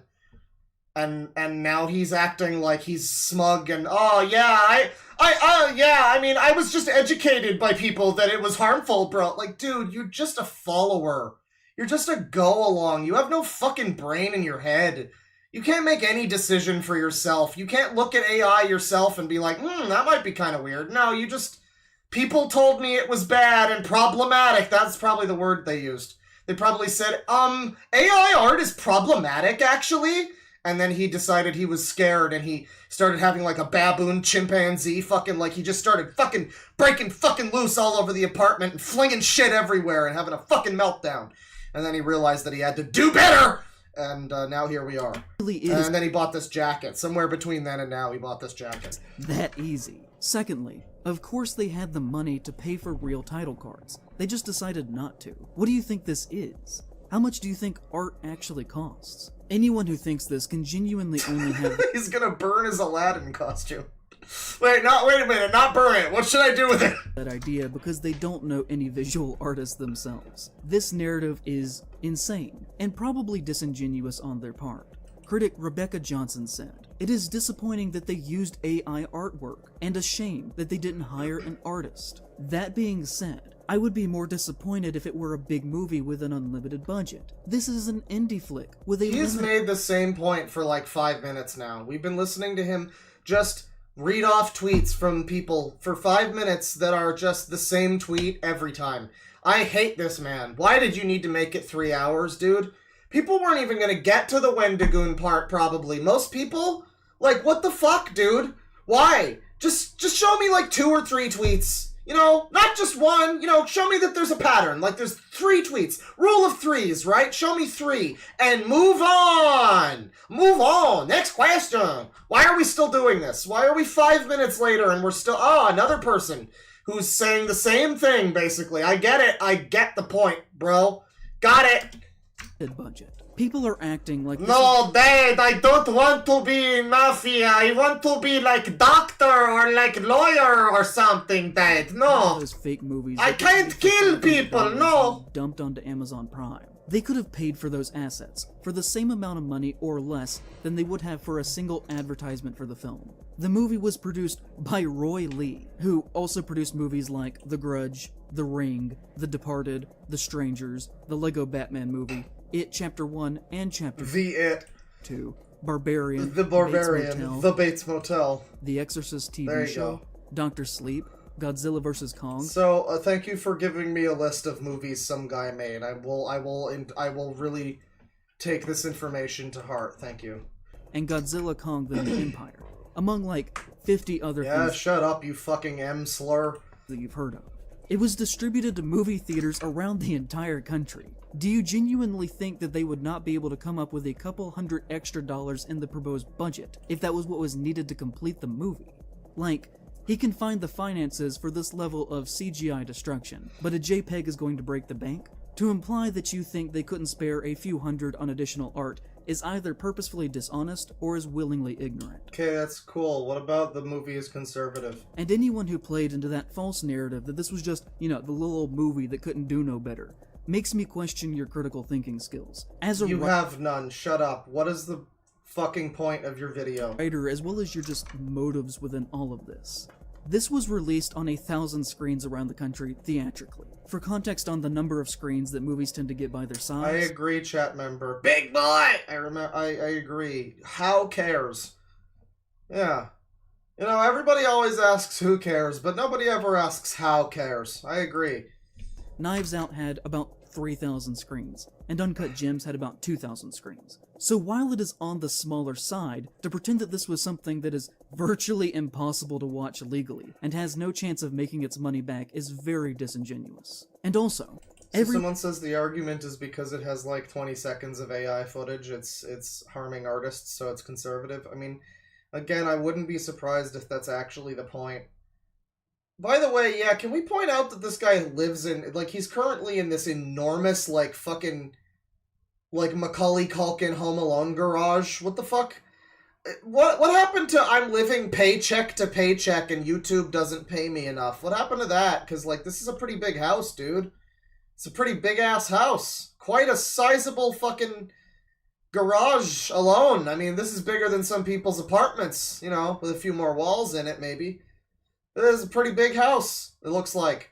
I mean, if it's his, that's quite something. Paycheck to paycheck, though. $500 a month. And so poor from YouTube and hard done by that he's able to take a month break, by the way. He's apparently taking a big break because of mental health and whatever. He's apparently taking a break because of all of the stress that the fascists have committed to him recently. So he's taking a break. And, yeah, I mean, you know, someone with a house this big and the ability to stop working for a month and just chill for a little bit, that's cool. Working paycheck to paycheck, though. That's cool. Everyone who worked on the crew of the movie already got... Parents' house? That's true, so maybe. Not seeing this is... He is in a dark place, literally. He needed better lighting for this video. The only screwing over the production people in charge, who decided that this was a good idea. Our support of art has to be conditional. These things have to be a hardline issue. Just because they made a small horror film does not mean that they are automatically deserving of access to our money as audience members. And lastly, for context, in my Courage the Cowardly Dog video, I had 4 excellent title cards made by the artist Dr. Grambo. So, one more than what the directors say appeared in Late Night with the Devil. And that cost me $50 each. We aren't talking about an insane amount of money here. That is just cool, dude. It's the cost of a few tickets to your movie. Yeah, we can all agree. He's having a different... It's these people that try to have different arguments than what we're talking about. No one's saying... Like, most people are saying it would be better if they had used real art in the movie, but they didn't. And that doesn't invalidate the whole thing. You're acting like it does. I don't disagree that it would be better and probably wouldn't have been, like, significant impact to the fucking budget of the thing if they just hired some artist to make a couple of things. Whatever. True. Fair point. Dock a point or two off of your review of the movie, but acting like it invalidates its existence or something. You're just insane. You're just applying to movies now what you apply to people and just trying to, like, deperson a movie. It's crazy. If my YouTube channel, which as we Get just to the politics. has been failing for 2 years now, can afford to hire artists, then I guarantee... Well, Asmodeus the Clown, thank you for the super chat. He's made a lot of content. So that 5-hour stream was me just watching the 35-minute Wendigoon segment. But now he's, like, still going, and I mean, I don't know if I'm gonna get through the whole fucking thing, right? Because it's long, but, like, man, this is the same video, dude. This is the same... He's not made that much funny content. He's probably got one other video that might be funny, you know? So, like, maybe one other, but it's the same video. I've been saying, this is like watching the Lord of the Rings of terrible YouTube content. It's amazing. I mean, it's like an Omni King situation. It's so uniquely god-awful at every moment. It's truly like you think about like the way they describe, like, the worst movies of all time. You get your, like, The Mask, Son of the Mask, and, like, epic movie and stuff like that. Like the IMDb bottom 100, you know? You get all these fucking movies, and they're all trash. And this is like trying to imagine, like, the version of that, but for YouTube. I guess that would have been like it was around 10 years ago or so. I Hate Everything did a video that was like the worst rated, most down thumbed YouTube videos ever, or something like that. Back when we still had a down thumb that was functional for most people. I mean, I've got an extension, but whatever. And that was like a while ago. But this is just, I'm thinking, like, what would qualify a video to be just one of the worst ever? I mean, almost everything that he's saying is wrong or stupid or inciting some kind of, like, hatred or, like, misinformed, not sourced, sourced from like crazy people, like the Sneeko parroted rape allegation about Brandon Buckingham. Like, he gets an allegation from a person he probably does not care for, Sneeko. Probably not politically aligned with Sneeko very much, but parrots his fucking shit. Like, this is just an awful, awful video in every step of the way. He's allowing people to troll him. Like, everything that you can do, almost, to make a bad video. It's not, like, ear raping me, and it's not... I don't know. There's more. I guess it's not quite as bad in like visually as like the Birdie video was. You know, there's elements of it that are not the worst thing ever, but it's up there. I mean, this wouldn't be like a you know, epic movie on the worst movies of all time list. This would be like a, I don't know. This would be more like a, you know, I don't want to say like a Birdemic. This would be like a House of the Dead or something, where it's like, it's pretty uniquely bad. It's not the worst, actually the worst thing ever, but like, it just sucks at every point of the way. I don't know if there's another movie that would be a better fit for like for a film, what this is as a YouTube video. Like, I'm trying to think, like, maybe like a Manos, The Hands of Fate. It would be great if it could be a horror movie to fit in with this guy's whole deal, but yeah, one of the worst YouTube videos ever in a lot of ways. Maybe not like every way, like visually, whatever. It's just a guy talking, you know. I mean, he's dressed pretty stupidly, but it could look like the Birdie video, right? You know, So, like, it could be worse, but this would be like if you could rate videos, like, you know, percentage-wise, I guess you used to be able to. You kind of still can. This would be like a 3% video or something, man. This is a real low-quality Rotten Tomatoes score on this video. This video gets no bitches. That a feature film production attached to Shudder that is owned by AMC could spare a few hundred for some asset. Well, yeah, Almighty Lolly with the $10. He hasn't even given a list of horror films he considers right-wing. Yeah, you Straw Dogs, Deliverance. I mean, again, people have said that, like, Dracula and Frankenstein and a lot of the classic horror, like, staples are right-wing in a lot of ways. You could look into that in some fashion, but he's not even getting into that. I'd like to assume that he does eventually, but we're supposedly in the segment that he's going to, and he's just talking about this AI thing in this movie. This is so dumb. Let's not be silly here. Weirdly enough, Flying Lotus initially got mad at me for criticizing the film. Flying Lotus? Really? What? Hire artists. Did you meet Flying Lotus in a supermarket and and he was mean to you? Is that what happened? I forget that copy pasta, but I love it. Then I guarantee you that a feature film production attached to Shudder that is owned by AMC could spare a few hundred for some assets. Let's not be silly here. Weirdly enough, Flying Lotus... Are you just like name-dropping Flylo right now? Why is Flylo involved? Initially got mad at me for criticizing the film. Is Flying Lotus involved in the movie? Did you shell out a few $100? Do you know the right artist capable of making said imagery for a few hundred with their schedule? There's no nuance in this conversation at all. Y'all just want to gang up on something. Probably will never make a feature film ever. Damn, I didn't realize Flying Lotus was gonna show up and smack our fucking stairs muffin out of our hands at the supermarket, or whatever happens in that thing. This is a great tweet. This is a surprising the Flying Lotus cameo. I wasn't expecting this, but I guess he's based. All right. Ever. To which I said, I actually did pay a few $100s for the title cards to be made by an artist for my video in December. Is this fake Flying Lotus, though? This might be fake Flying Lotus. I mean, I feel like the real Flying Lotus would have more views. Yeah, 6 views. Yeah, I don't know. I can't confirm. You'd think also the real Flying Lotus would have like one of the gold badges, you know, the little check marks. This is probably just some random guy. Maybe he's trying to make us think it's the real Flying Lotus, famed music man and producer and shit. If you don't know, he's like a musician guy.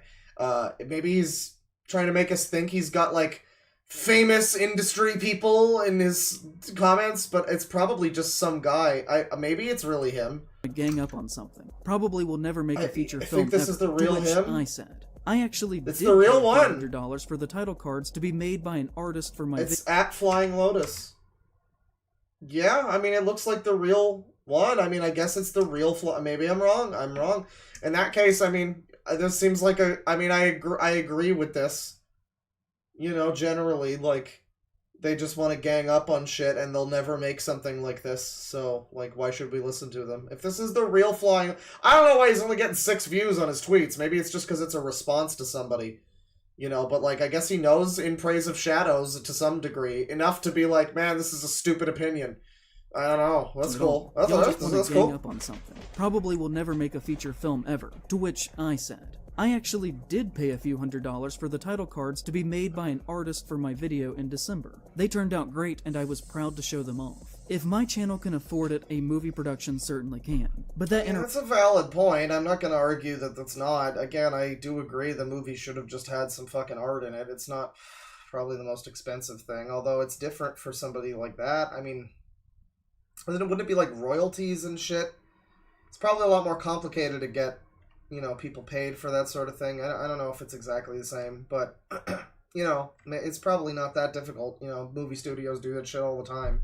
Probably do that shit within this movie. They just decided to cut some corners. Yeah, it sucks, you know? I mean, worth criticism, I guess. Reaction from my perspective, but he's even still though overblowing it so a bit much. strong with heated emotions on both sides, became more level-headed as it went on. And I'd like to think that we ended in a good place where we still disagreed, but were no longer kind of adversarial to each other, and ultimately agreed on who the real Wait, is that a fake Flying Lotus? I mean, shit, I don't know, man. I agree with whatever the real or fake Flylo is saying there. It's probably fake. I mean, I don't know. Enemy is in this situation, which is the large companies pushing this kind of People are saying technology. they checked We it. ended by sending love to each other, and that was genuine. I love his work. I think that he's super interesting as an artist. I mean, I guess it's the real him.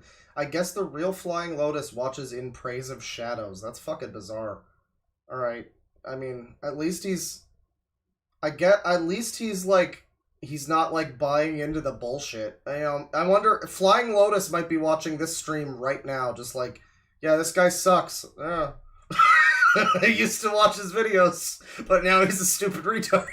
And I met him in a supermarket one time, and I just mobbed him super hard, bro. You respect him. All of this is about love and community. It's about talking with each other and working with each other and making cool shit. The whole reason love. I'm making this video is because I want people to think about. He browses Mew too. That's wild. I didn't know that. I didn't know he was an internet guy. I guess, like, you know, there's some that I think of like that, you know, in that sort of scene, like a Tyler the Creator or something. You know, I remember not in that scene, but like PewDiePie is one who's like, I think he's still a 4chan guy. So like, there's a few I think of. I would not have assumed that of Flying Lotus though. That's cool. He's like Hideki Naganuma is just a super giant fucking meme lord. There's also there's a composer for Resident Evil. I don't think it's the basement guy. It's not the deaf guy who was a fraud. It's not him. It's a different guy who's now like doubly famous because he has a red parrot that got famous online. So he posts his red parrot, and it's like everybody loves the fucking parrot. But like originally that guy was just like a Resident Evil composer or something. And I think he still works, but he's just also famous because he has a famous parrot. It's cool. I like when there's just like random unrelated internet presence. T-Pain's another example of that. There's just some guy who just watches YouTube videos, but also he's like internationally successful. That's cool. That's cool. They talk with each other, and how they engage in art and the world around them, and how to show respect if people have issues with something. I think if we had broad education related to so he had a positive conversation with Flying Lotus here, I guess. They sent love to each other. I'm not going to go find the tweet, whatever. But they sent love, and they were just like, I like your work, basically. And I guess if it's somebody who's popular and, you know, bigger than him, and I guess also isn't white, maybe, he's willing to like back down and be like, yeah, we can agree to disagree a little bit, man. I love your work. But if it's like well, I mean, Wendigoon's bigger than him too, but he still shits on him. So I don't know. It's interesting that that's the one example so far of this guy being willing to reach some kind of common ground with people that he disagrees with, is the fucking internationally famous music artist Flying Lotus. I don't know. How they talk with each other, and how they engage in art and the world around them, and how to show respect if people have issues with something. Oh yeah, Danny Brown is another one. He doesn't like Cyrax. He made a whole rant against Cyrax because Cyrax sucks ass, and he knows that, and he said go watch King Cobra instead. I don't know, maybe he's come around to Cyrax, but I remember specifically the rant that he did on his podcast where he was like, Cyrax is fucking stupid. He sucks. He's not interesting. King Cobra is the king. King Cobra JFS is Danny Brown approved. You can take that home with you. Broad education related to media literacy. A lot of these things wouldn't have to happen. Horror author Amanda Woomer said during this hot take. We're still just talking about this I'm skipping ahead. Fuck it. When are we getting to another movie? Please get to another movie, sir. Different productions that had wildly different budgets from each other. But you should really write for the money that you think you're going to be able to get. We're still talking about Sometimes shooting for the stars. We're still talking about over this. One AI-generated image. We're still talking about this. Cunt! As an artist. And what he's trying to say... Okay, I think this might be something else. Does both. Fun and smart are not mutually exclusive concepts to each other. And it has always been that way. And it is crucially important to acknowledge that. Yeah, I typically don't like the Zoomer yap meme, but like, damn, this is... If anybody's ever yapped about fucking nothing, it's this cunt. I mean, Jesus Christ, I get it. I got it after like 2-3 tweets, dude. I get it. You've made your point. This is so unnecessarily long. That's the biggest crime. Like, he could have made the exact same video, same topics and everything, and just made it maybe an hour, you know? Just tightened up the graphics on level 3 a little bit, and we wouldn't have had to sit through fucking 25 different tweets that all say the same thing. Understand our history if you're going to then apply He's that Japanese. history to the works of the art form in the world that we live in Absolutely today. fluent Japanese right now.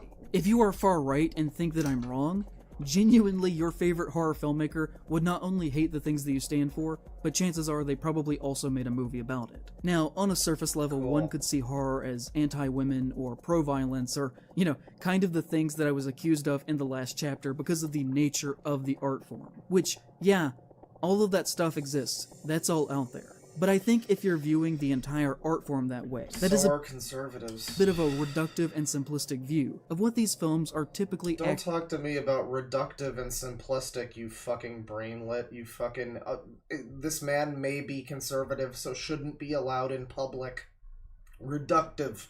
Absolutely, dude, I agree. Actually trying to say about how we should all treat each other as people. We have to remember... Still not talking about conservative horror movies. ...that depiction in art is not necessarily an endorsement of what is being shown. I mean, looking at Lloyd Kaufman movies on the surface, you would think that they were practically directed by a Klansman. But if you actually pay attention to him as a person and as an artist, and what he's trying to say and the types of people that he allows on the screen, and also the people who are in his direct circle, then you do start to kind of realize that Troma has always been kind of one of the most radical and progressive, nearly anarchist film Okay, so in other words, that's also not what the video is about!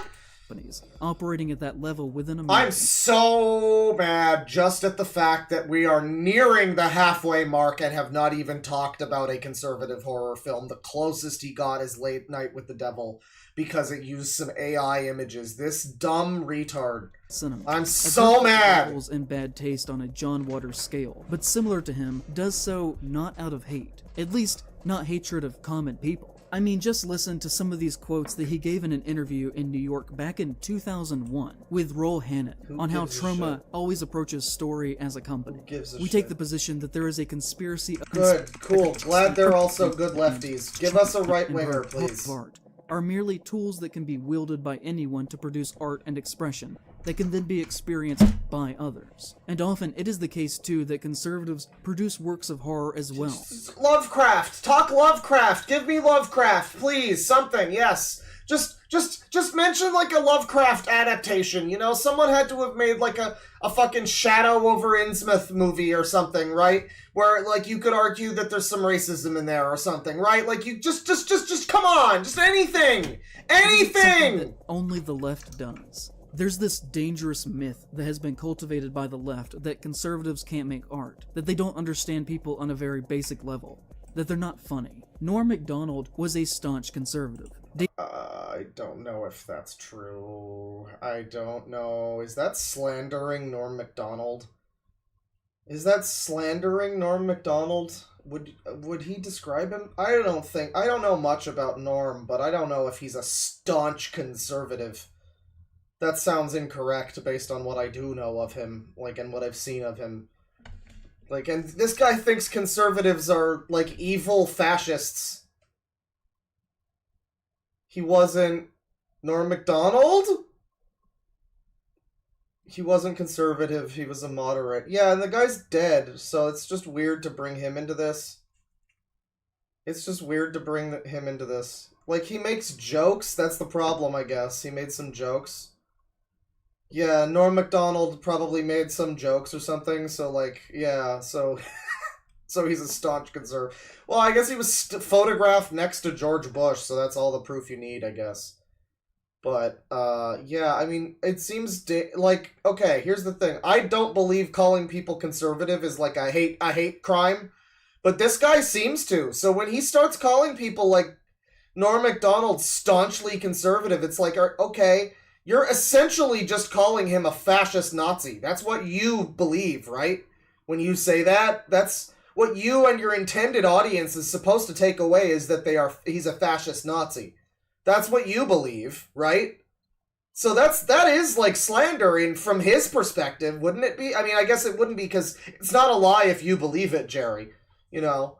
But like, from his perspective, in a way, that seems like slander. I don't know. Like, David Zucker, who made Airplane, is a Republican and has specifically made films for the Republican Party. Good for him. John Hughes was a Republican and made Ferris Bueller's Day Off. So are we finally getting into conservative movies, at least a little bit? Maybe? I think we might be getting there. It fucking took him a feature-length film to get there. You know, the real bad conservative horror movie was this entire fucking video, if you think about it. A bad conservative horror movie would be having to listen to some fucking retard with a dead animal on his lip talking about Marxism for like 3 hours. Yeah, this is a bad conservative horror movie. It's actually, it fits the bill perfectly. Show of his idealization of what the freedom and none of these are horror, for us all. Milos Forman, who made One Flew Over the Cuckoo's Nest and Amadeus, was staunchly anti-communist. Sam Raimi, the director of the Evil Dead films and the Spider-Man films, is a Republican who donated to both George W. Bush campaigns and has been alleged to support Trump very much in private, but just doesn't talk about it because he knows that people wouldn't like it. Quentin Tarantino is a Zionist. Yeah, because he knows that people like you are going to be mad about the beliefs people have privately. It's so crazy how quickly we went from like what a man and a woman or a man and a man do in the privacy of their own home, yada yada yada. You know, that old talking point, the privacy of their bedroom thing. We went really quickly from that into you're not allowed to privately think like that Trump is cool. You're not allowed. It's not acceptable. What? Wow, really quickly, within like less than a decade, it went from it's okay for everybody to do what they want behind closed doors to you can't think things.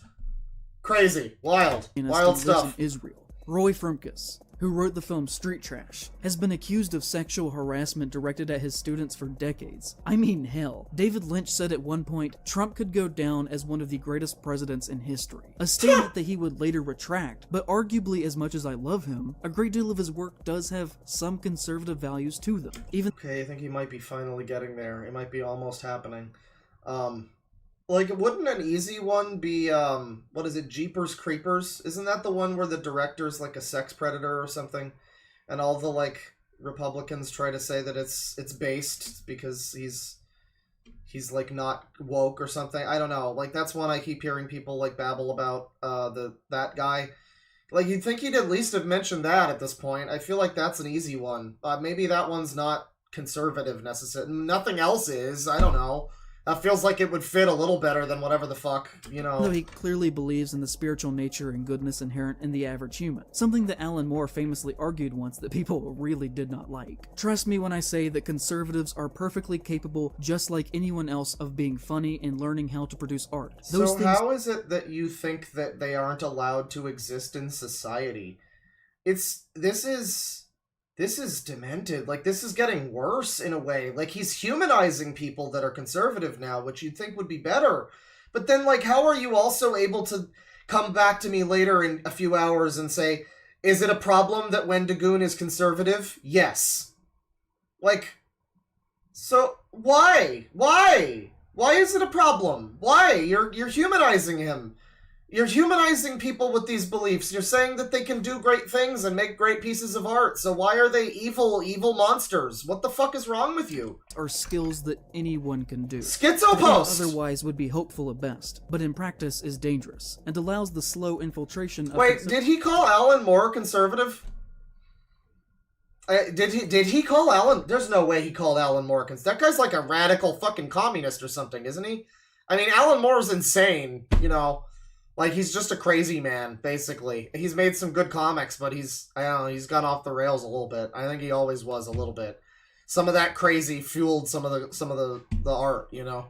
But, like, I don't think he's right-wing at all. What is this guy's deal? Did he say Alan Moore? Did he?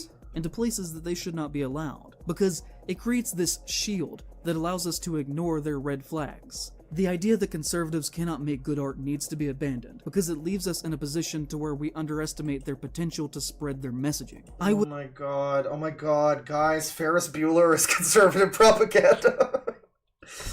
Oh. okay, so they're evil because this is it's starting to make more sense, at least. Like the schizo post thing is, at least the dots are connecting, because like, okay, it's a problem that Wendigoon is conservative because his conservatism, I mean, again, it's a big self-report. It's essentially him looking in the mirror and going, well, what I do with my videos is try to spread my political message and like propagandize. So clearly that's what they have to be doing. Everybody does it, right? That's what everyone does. And like, no, not necessarily. I really don't think it's a testament to how he's talking about like Sam Raimi is a conservative. Okay. I never knew that. Okay, sure. It's like not a fucking element of his films, is it? Like, it doesn't really come up, I guess. Like, I've never heard anybody even talk about that before him. It's possible he's just making that up. Like, I don't trust anything this weaselly little liar dude says, but like, yeah, maybe. But it's like, if they're trying to spread their insidious message, then why did like half of the people you just mentioned, why were they like surprises to me? And like, why was it not me going, oh, that guy? Yeah, obviously. Why are you not mentioning like fucking Kevin Sorbo or whatever the fuck? You know, people where it's obvious. Like, what insidious message is the Spider-Man fucking trilogy getting across other than don't trust Avi Arad with your movie? I would argue that despite the face of horror journalism and horror authors being more diverse than they ever have been, on the side of maybe some shit in Drag Me to Hell, says one hardcore leftist in chat. Okay, I remember watching Drag Me to Hell and being like 12 and not getting it and just being like, this is stupid, I want to watch Spider-Man. That's all I remember about it. So, I mean, maybe. I remember there was some stuff with a lady at a bank. It was probably something to do with that. I don't know, but yeah, I mean, maybe there's themes of it somewhere, but I don't know, man. I mean, like, it's a big surprise, like, oh, David Lynch said this about Trump, did he? Wow. I did not know that. And, I mean, I guess he says that there's, like, conservative themes in Twin Peaks, but he doesn't really elaborate on that, even. You could argue Twin Peaks is slightly horror, even, but he's not gonna... By the way, 1, 2, 3, 4, 5, everybody. We're at the magical 1, 2, 3, 4, 5 mark in this video right now. I just wanted to jump it back to exactly that moment. It's a very special moment. I just wanted you all to share in the 1, 2, 3, 4, 5 moment. All right, let's continue. Position to where we underestimate their potential to spread their messaging. I would argue that despite the face of horror journalism and horror authors being more diverse than they ever have been, on the side of horror cinema, we are living through the past 20 years of being some of the most conservative in the history of the genre. And within horror cinema... What do you mean? Elaborate, sir. Fiction at large. What do you mean conservative horror cinema? What are you talking about? Is he talking about, like, those shitty, like, blockbuster horror movies that are just, like, the call coming from inside the house or whatever? You know, the garbage slashers with, like, the boy living in the walls or some shit? Or is he is that conservative? I don't know what he's even getting at, because isn't the last decade when you've been getting a lot of, like, A24 films and indie shit? That's been like the explosion of that, so what do you fucking mean? Been a gradual slow creep, as there's always been some figures producing art within slur? the medium, obviously who hold right-wing beliefs. Right. But more and more, I will sit down to watch a horror film and be blindsided by what it is actually trying to communicate to its audience. And I hate that- No, you are just an insane political crazy person who is unable to... Like, it's legitimately at a point where, I mean, like, they, you know... It's granted some validity because politics, epic politics, you know, discourse. But if you changed slightly what he was, like, fixated on from politics to something adjacent to politics, like, say, lizard people, like, the video would be insane, right? Right? I mean, like, if it was the same video, but it was just... Yeah, you know, and you start to notice the Illuminati references in this video, in this movie, and, like, it's the same thing. It's, like, transvestigation or something, like, it's reading too much into your own, like, thing that you are, like, obsessed with, and it has to be present in every movie, I guess. I guess. That more than just about anything when it comes to film. This myth that every movie that is ever made that is either horror or is a small independent production should be immune from basic criticism that we would level at any other work of media needs to be abandoned for this reason. We do not need to support every single small movie. Horror people love to make fun of what they view as basic lesser MCU fans, with their bizarre vanilla culture worship and their crusade against Martin Scorsese. But then we'll turn around and basically do the exact same thing themselves, just on a battlefield that is being fought on a smaller scale. A mindset of consume, consume, consume, without even thinking to question how the sausage gets made. Just Yeah, like with your video about in The Hills Have Eyes, where you know, just wanted people to consume the message and not ask questions about why you think that, or, you know, have any interpretations of the video or anything like that, that, you know, maybe you didn't intend, but like... And he even addresses that he supposedly believes that once a piece of art is made, that it's, like, out there and it's, you know, death of the author or whatever. He even addresses that. Infuriatingly so. Like, if he had just not even acknowledged it, it would have been one thing, but he's just like, and yes, I still do believe that. Like, how? But, whatever. It's lacking any sense of moral fiber in their bones. A lot of them just genuinely have zero conviction most of the time. And there are films that I will never review here because of that, such as when I do my History of Werewolf Movies video, I will not mention The Wolf of Snow Hollow, because the writer, director, and star, Jim Cummings, has been very vocally in favor of AI-generated imagery Oh my god, dude. multiple times. I don't think anyone should support his work going forwards, and this is the last time that I will ever publicly acknowledge him. Horror is a mirror. It is I was really hoping that he would just announce, he would mention like a conservative guy and be like, I will never review your movies. And it would just literally be like, I am never going to make a video on bad conservative horror movies. Morally, I'm against it. But I guess if he thinks AI equals conservative, that's basically what he just said, right? Is that he morally refuses to review movies, which is like the title of the video. Countercultural, it is punk. Wild. It is that way, and it always has been. Sad but if and we are pathetic. using punk as an example, then to further that example as a subculture, they have always had to deal with Nazi I punks don't think it's that Jim Cummings. trying to infiltrate their spaces. Nazi As a subculture, punks? they have always had to deal with Nazi punks trying to infiltrate their spaces What? and co-opt their style and language to try and distill a message of hate through their mouthpiece that it was not. Like, you have to listen to the code, like, you have to read between the lines. You have to listen to the coded language. Because, like, when he says Nazi punks, obviously he is, 99 times out of 100 not talking about real Nazis. He's talking about just, like, a left-wing person who doesn't agree with him, So, like, when you have to, like, read between the lines of, like, what he thinks these words mean. When he says Nazi, it means, like, person that he doesn't like. So, like, it's technically English, but it's, like, a different dialect of English. It's bitch English, is the thing.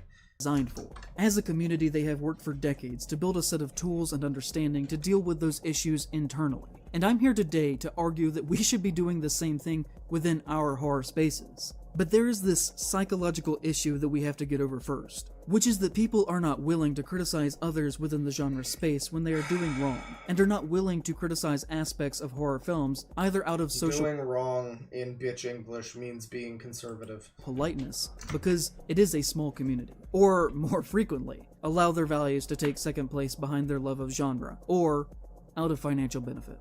All three of these are an issue that we need to address because they allow active harm to be transgressed and to be continued. To explain, Nazi punks is not hyperbole, it's a real subgroup that were opposed by other punks. Yeah, okay. Well, I mean, sure. Well, it's probably hyperbole in this context. I mean, he's probably not referring to that real thing, if like in the probably in actual punk music, I assume you mean, like in the 80s or 70s or whatever.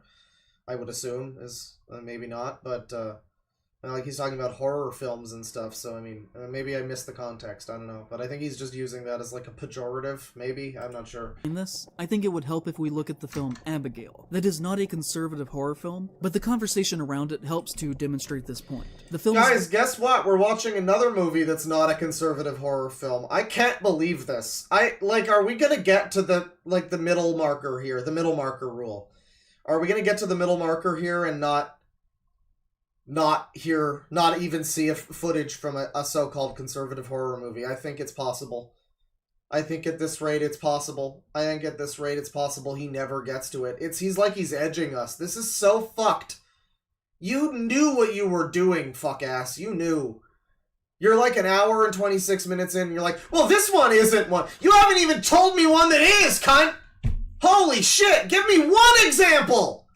He's giving me counter examples. Holy shit! A group of hired goons who infiltrate This is the home torture. of a wealthy businessman to kidnap his daughter to hold her for ransom in an abandoned mansion outside of town, where group tensions... This is, no, you know what this is? This is the unironic version of the first part of the best of the worst video talking about the Star Wars holiday special. If you don't know it, that's a two-parter. The second part, they talk about the Star Wars holiday special. The first part, the meta joke of the video, is that they're doing everything they can to talk about anything but the Star Wars holiday special. And so it's like 40 minutes of them basically just a podcast of them talking about everything but, and then occasionally they'll go, speaking of holiday movies and Star Wars, did you guys hear about Jurassic Park? And like, that's basically this, but if it was an actual video that was just insufferable and like 5 times as long. Begin to rise as they start to doubt what they have done, and they begin to infight as they suspect that the Mafia has sent a hitman to the mansion after them to retrieve the girl. And then near the end of the film, we actually learn that the girl herself is the hitman, and that she's also a vampire, who has orchestrated the whole thing, and the climax is her hunting the remaining team members who have to fight for their lives. Okay, so the only problem with this is that the vampire reveal is shown on the poster, and is in the trailer, and is in the name of the film. You literally cannot know that this film exists without also knowing that it is about a vampire girl. And why is this conservative? It's not even. I mean, this is so off the rails. He's giving us an example of a movie that's not a conservative horror movie. He hasn't given us an example of a movie that is. And now he's just talking about, like, general grievances with the marketing. What the fuck did you... What kind of drugs do this to someone? This is clear in every aspect of its marketing. You don't have films named Laurie, Clarice, Nancy, or Sydney, but you do have films named Chucky, Frankenstein, Dracula, Megan, Leatherface, It, Jason, Freddy, and Carrie. If a first name is ever in a horror title, historically that is to delineate who the monster is in the film. Every single piece of the film's marketing did not care if you actually had a good experience at the movies or not. They just wanted your money, and that's an issue. Now, I promise that this video is not going to turn into a list of people who annoyed me on Twitter, but to explain this concept, we're going to have to... I don't even know...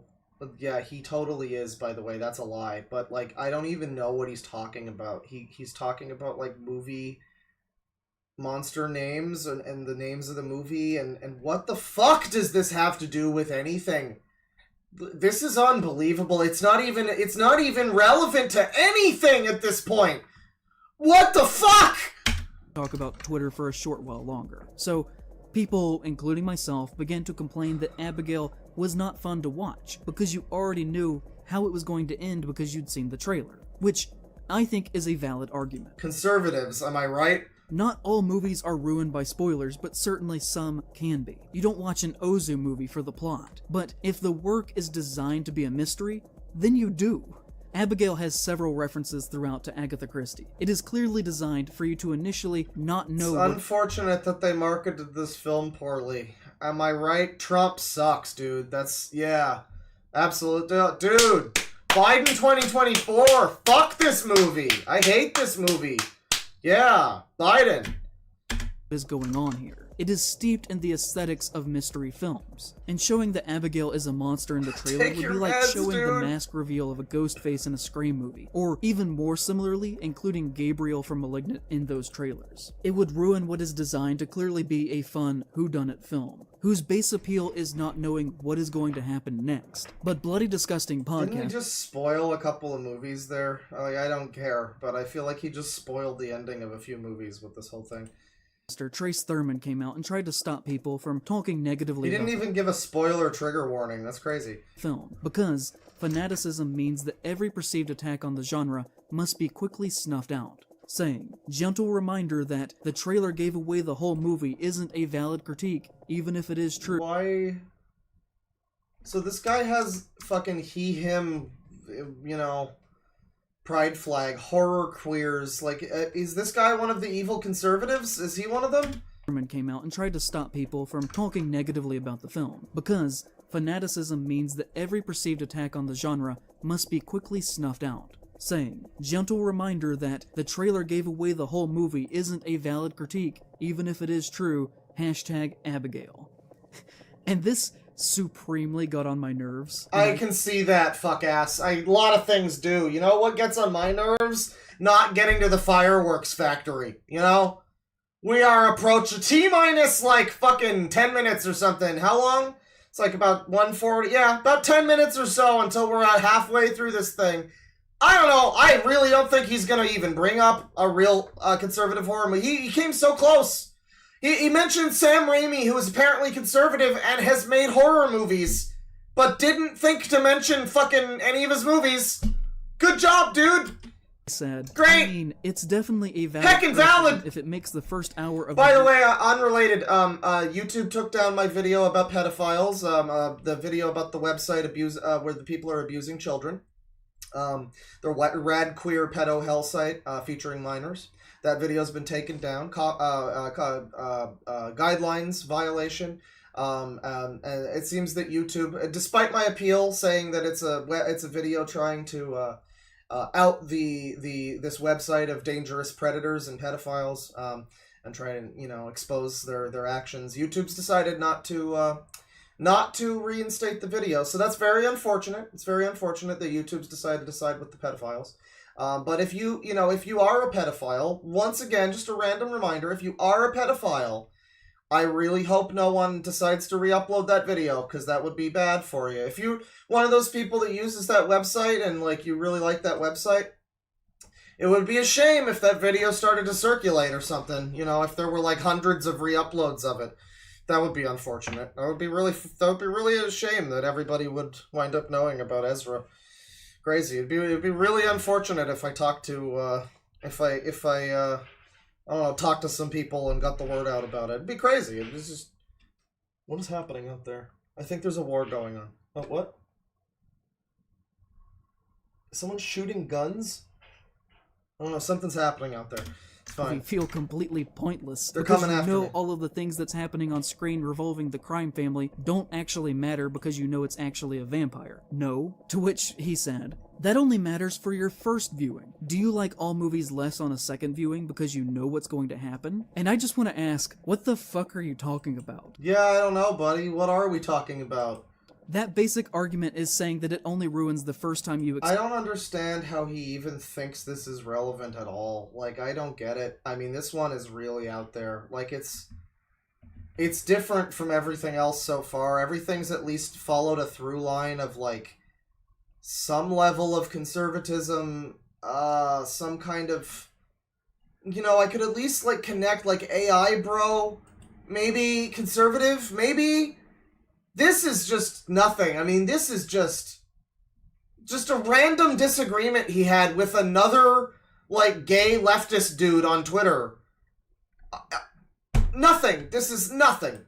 Experience the art. Really outstanding. Which is probably also the only time you're ever going to watch it. I really don't see a yearly rewatch of Abigail in my future. I only rewatch movies for one of two reasons. Okay, so the first is for work if I need to revisit something for the channel. But in my free time, I only do that if I really like a movie in the first place. And if an advertising campaign is so bad that it ruined the initial watch and put a bad taste in my mouth, why would I ever then go back to experience that again? And did the Koch brothers do the advertising? 20 years ago, when I was a kid, I loved the series of Unfortunate Event books, and my mom took me to see the movie when it came out, and kids were yelling so— I can't believe what's going on. This is a joke.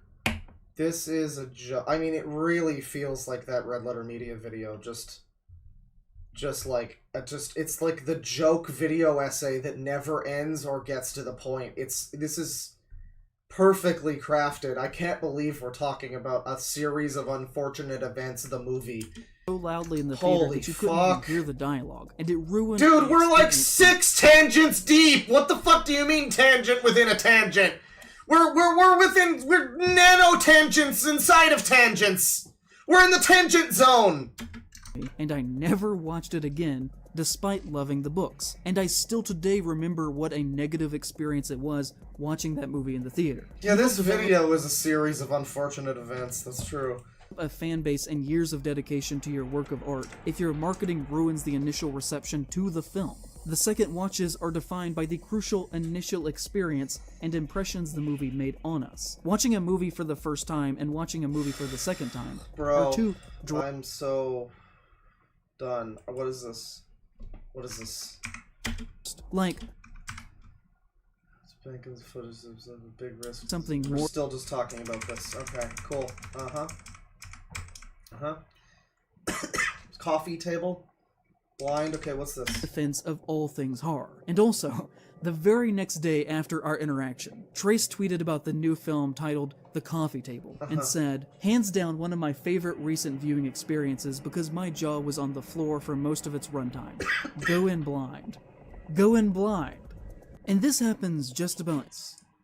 Cool. You really owned him on that point, dude. Good job. Great video. Every time that you publicly make very great criticism of a horror movie. When the trailer for the new Strangers movie came out recently, I tweeted that The Strangers was never particularly good in the first place, and that we didn't need to keep getting these things that are essentially just remakes every single time. To which Vicente Francisco Garcia, who we have talked about before here, said, "Oh my god, he's just turning it. I love that he said he wasn't gonna make this a Twitter beef video. As if it wasn't already and would not continue to be. You know? Like, it started as a Twitter beef video. Well, it didn't start, but it became one and then continued to be one and will continue to be one." The OG film is a masterpiece, to which I said, I mean, that is using the word masterpiece pretty liberally. Also, why comment on my post? I've literally seen you tweet that you think I'm an idiot before. It's not like I'm going to play nice with you. Play nice with you. You're in the big boy den now, motherfucker. You think I'm gonna play with kid gloves with you? Piece of shit. Oh, I bet I have more guitars than you, little man. To which he said, "I have literally no idea who you are or any memory of prior interaction with you. But it's funny to me how you have no issue bashing a film but immediately get wounded by someone disagreeing with your public post." Yeah, that is funny, isn't it? It's so funny that he decided to include this in a video and probably is not going to have any kind of rebuttal to that. Well, he does. He says, "I'm not wounded!" We have never interacted, but I'm the YouTuber you tweeted about insulting several times. Okay, so this guy knows this dude and has outed him by name here. Like, naming and shaming this dude because, like, at some point last week, last year, last month, whenever, at some point in time, this person was tweeting about insults about them or something. Demented. Like that for a little while, and I wasn't demented. I really try not to take things like that personally. But Bane, he hasn't talked about conservative horror films. He got super close. He talked about Sam Raimi being a conservative, but did not talk about any of his horror films. And he got and he talked about other horror films that are not conservative. So he got real close, but no, he is still approaching the halfway point. Not talked about conservative horror films in this 3.5-hour video. Always curious about the psychology behind why people talk the way that they do. I've never really liked how that guy... This is just a compilation of him losing arguments and getting fucking owned.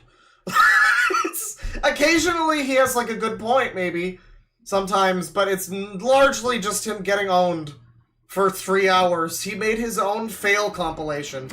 Talks to most people on a daily basis. Our interaction even ended with him saying, "Oh my god, you are that guy." Yeah, I was rude about that because I did... Sorry for garbage noises. ...end up watching your video and hearing your side and completely disagreed with it. And thought it was a terrible, horrible, no good take. LMAO. Copyright is there for a reason. Good day, sir. So this guy had an opinion and that's not allowed. Nothing is allowed to be criticized by these people who subscribe to this kind of mindset. What are you talking about, you fucking retard?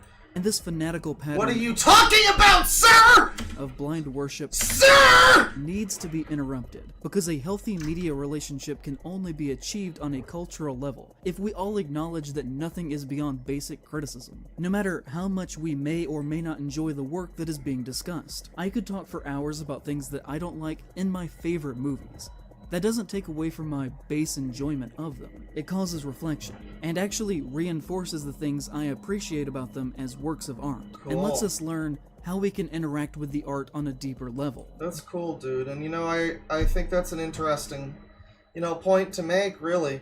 Can we talk about what the video's about now? Going back to that Abigail example for a second. The weekend it hit theaters, the most hated Hollywood... Abigail, what she specifically said is not a conservative horror movie, so is entirely irrelevant to anything! Joe Russo said. Horror fans, it's important Abigail beats civil... Epic yap battles of history? Yeah. War this weekend. Industry analysts have been sharpening their pencils for weeks, ready to write that horror is out. But we know horror is never out. Don't let them trick execs into taking the gas off horror. Plus, Abigail rips. This is the kind of language that fundamentalist Christians use, and we are subjecting people to... What do you mean?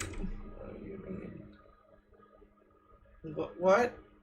What do fundamentalist Christians say Abigail rips? Is that true?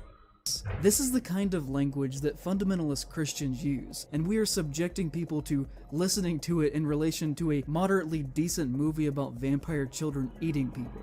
I hate to make this comparison because it is so overdone, but it really is that kind of Orwellian fascist idea.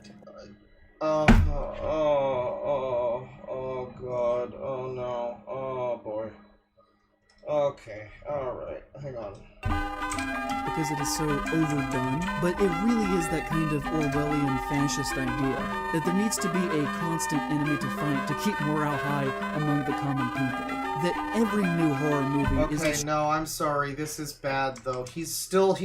Every time he tries to explain what a fascist is, it's just a self-report. It really is that kind of Orwellian fascist idea that there needs to be a constant enemy to fight to keep morale high among the common people. Dude, you've decided that half of the fucking political spectrum is the enemy, dude. What do you mean? Not even half! More than half! It's like 75%! Anybody fucking right of Stalin, put him up against the wall. Against the wall! That every new horror movie is a strange battle to be won that is fought in secret for esoteric reasons. That there is a clear winner and a loser. That all of this is exceptionally more important than it actually is. These people act like there's not been a constant steady stream of new horror movies made almost weekly since the 1950s. Horror is fine. It isn't going anywhere. It will outlast us all, and it is and always has been essentially always profitable. I'm just like, I think he's making a point. I don't know. I think he's, so I think his basic take is like there's two wolves within you, and one of them appreciates art and is leftist, and then the other one is a right-winger who only wants money and big money salvia box office returns. That's what they want.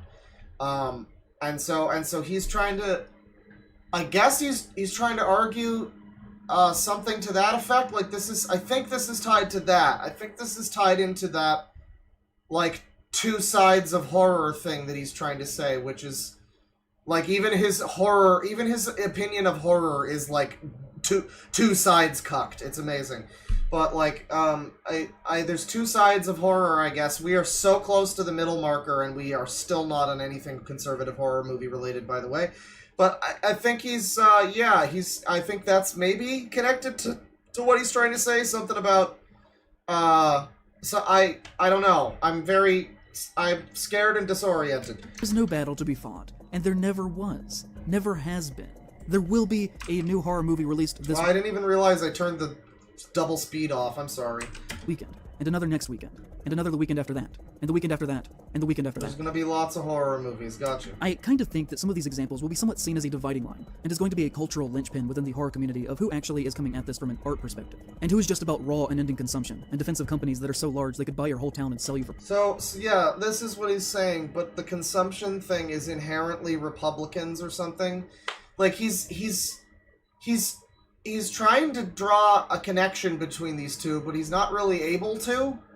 Like, there's two things, these 2 points that he's making about he doesn't like conservatives, and also he doesn't like people that are trying to, like, you know, capitalize a bunch on horror and it's just profit, it's just for profit. I mean, like, most creative people don't like people like that in any space, really. I mean, any genre, nobody's a big fan of, like, money vultures that come in, you know? So, like, I don't think that's really just a horror thing, but, I guess he's trying to make that point, but he cannot find any way to actually, like, link those people to right-wingers, and that's the, I think that's the baseline of what the fucking problem is here. There's like a disconnect there, because that's the point he's trying to make in the way that it's ruining horror, I guess. The conservative horror movies, I guess, are stuff like Abigail. He said it wasn't, though, but, like, that's the only way I can interpret it, is that the conservative horror movies are just the ones that are like, you know, product horror made for, you know, people to watch on the opening weekend and then fuck off. But he's explicitly said Abigail isn't that, so I guess that's not the case. I'm really trying here. Parts. If you go back to Trace's Twitter, the only time Yeah, he ever mentions the Afghanistan? With the devil controversy is through mocking it and making light of the situation, when he said during that ongoing conversation, "Would love for someone to make a themed calendar of the daily controversies that take place on horror Twitter. Like, seriously, what are we angry about today?" Although I couldn't help but laugh when days after our small argument he seemingly was still steaming about me and subtweeted me saying, "Can't decide if I loathe people bitching about trailers or about publicity stills more." Someone else said, "Please don't Not really. be subtweeting me, I come in peace about trailers usually," to which he then responded, "Wasn't about a specific person, just a general reaction to everyone's thoughts on that Superman still, plus remnant feelings to everyone complaining about these spoilers in the Abigail and Trap trailers." Again, there's like an element of truth, you know, like where Kingdom Hearts 3 was like totally fucking spoiled in its promotional material. I think so was FF7, the remake and rebirth games. They have like trailers that just give away like half of the plot of the game. Like the trailer at E3 for Rebirth gives away a scene that happened, for me, close to 70 hours in, which is a thing that happens with a song. I'll just say that. There's a song that is sung. I mean, you've seen it if you saw the trailer, but, like, it's very, very late into the game, and they put that in the trailer. Like, that seems like a, you know, yeah, there's criticisms you can make. Again, occasionally he comes at this with like a kernel of something, but this is also not really related to conservatism as much as he wants to try to make it.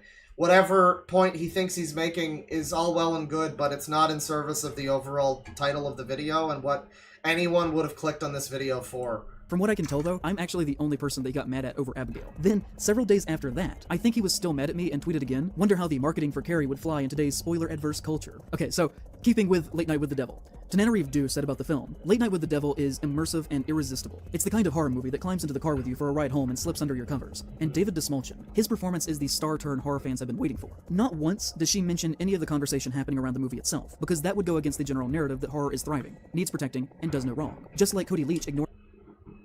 But you just said horror is gonna never go anywhere because horror is gonna make new movies every week or something. You just said that? I don't understand. I don't even get. Oh, we're off the train again. We're off the fucking rails. We're off the rails. We're into the ocean. I don't know. We're going down into the ocean. I don't know where we are at this point, man. I just don't know. Bring the Spacey situation entirely in his review of Mad MonsterCon. Within hers, she's totally sidestepping the important conversation. Yeah, she's forced to talk about the conversation around the movie. You know, the conversation. I'm so sick of the dialogue, the discourse surrounding the movie. Yeah, good for her. I'm glad she just talked about the piece of art. About AI being used, which is bigger than the movie itself. She tweeted this the same day that everyone was there's submarines outside, don't worry. They're planning to invade America. Having this conversation about the film's use of AI imagery. And not mentioning it is a deliberate decision on her part. Centrism that is being done in the defense of horror, that is allowing conservative harm to be perpetrated. Mick Garris did this as well, posting essentially the same thoughts without ever actually addressing any of the problems surrounding it as a work of art. But that isn't all that surprising to me because his podcast took NFT sponsorships during the heyday of all that, and even had NFT trading cards featuring pictures of him sitting at the microphone recording the podcast on OpenSea. Something that I think will forever, at least in my mind, taint his otherwise very impressive and interesting legacy. For one last example of this, Mike Flanagan in this guy is so I mean, like, it's just impossible for me to... I can't understand how anyone couldn't see, how more people can't see what this is. Like, this guy did a thing one time, and he will forever be tainted in my mind. He is impure. He is one of the unclean ones. Like, everybody is impure to this guy. He is such a fucking fascist. If this was 80 years ago, he would be goose-stepping, dude. He would be fucking big-time goose-stepping. Just you believe it. This guy is such a fascist. He can't abide by people thinking things. He can't abide by fucking any of it. It's so obvious, but he can't see it. Time did the exact same thing. When someone asked him his thoughts on the AI issue surrounding the film, and all he said was, "My thoughts are that I think that this is an excellent movie." He deliberately ignored what someone made an NFT one time. They're evil. They can never ever. I mean, I don't like NFTs, dude, but like, just forever tainted, I guess. I mean, there's some things, if they're like a fucking rapist, maybe. But we know how this guy feels about child predators. We're over halfway through the video now, by the way. Hasn't happened. No conservative horror movies have showed up in the video so far. Their question was asking, Amazing. but still responded to them so that they understood that he was deliberately ignoring them. At the end of every single year, there's an article published through some major outlet that collects the list of the so-called worst movies of the year. These are always extremely popular, and get their intended goal of making people publicly performatively angry and talking about them. At the beginning of 2023, it was Variety with their list of worst films of 2022 that included great films like Bones and All and 3,000 Years of Longing, who had the honor of having that one that was quote-tweeted roughly 1,500 times, having comments from the likes of Elijah Wood and Dan Slott. All in all, a pretty successful endeavor for something that probably took 30 minutes of real actual work. That they will, almost certainly repeat every single year to the same results. We all know that worst of lists are almost in every single circumstance critical malpractice. They're trashy, attention-seeking, purposefully contrarian, and clickbait incarnate. It is... Dude, don't talk about clickbait, man. Why are you such a piece of shit? Why are you talking about other people clickbaiting? All you had to do at least was not mention the term clickbait in the video, and I would have at least not... I don't know, that's just somehow a lot worse now. Everyone's a hypocrite, Everyone's hypocritical about this or that. Everyone has at one point in the time said something and believed something else and whatever the fuck. It's everyone. But this is to an extreme, people overblow the hypocrisy thing when they're like, this person needs to be canceled. They said this 6 years ago, but now they said this. Like, who gives a shit? But this is... Everything he says is hypocritical. His whole belief system is backwards. He's talking about other people clickbaiting. He's made a video. We're halfway through, over halfway. It's over the length of a fucking, a theatrical film. This is unbelievable. You are such a piece of shit, man. I really, really hope you feel bad about this one. Something that should be avoided in most instances, at all costs, and should not be given the attention or time of day. If nobody gave them any interaction, they just simply wouldn't exist. They're all made because they're popular, and most people would rather have their internet points dunking on those articles than actually having them, not exist. But I personally don't believe that these things are necessarily wrong 100% of the time. Thank the logic should not apply to art. Elf McNasty 1 with the 5 Deadwing Dart gift memberships. We have a new enemy in town. Thank you very much. That is actively co-signing harm. And so we're going to do a little bit of that here this time. Everybody who's watched me for a while knows that I love Stephen King and respect him deeply. But there's something that we do disagree on. In his article... Didn't Stephen King... someone pointed out in the last stream about this cuck that Stephen King also used the term Wendigo in Pet Sematary, apparently. So, like, maybe he even used a full creature, maybe not just the term, but, like, the full creature in Pet Sematary. So, like, why does he love Stephen King if not... I mean, maybe that was a long time ago, so it's fine.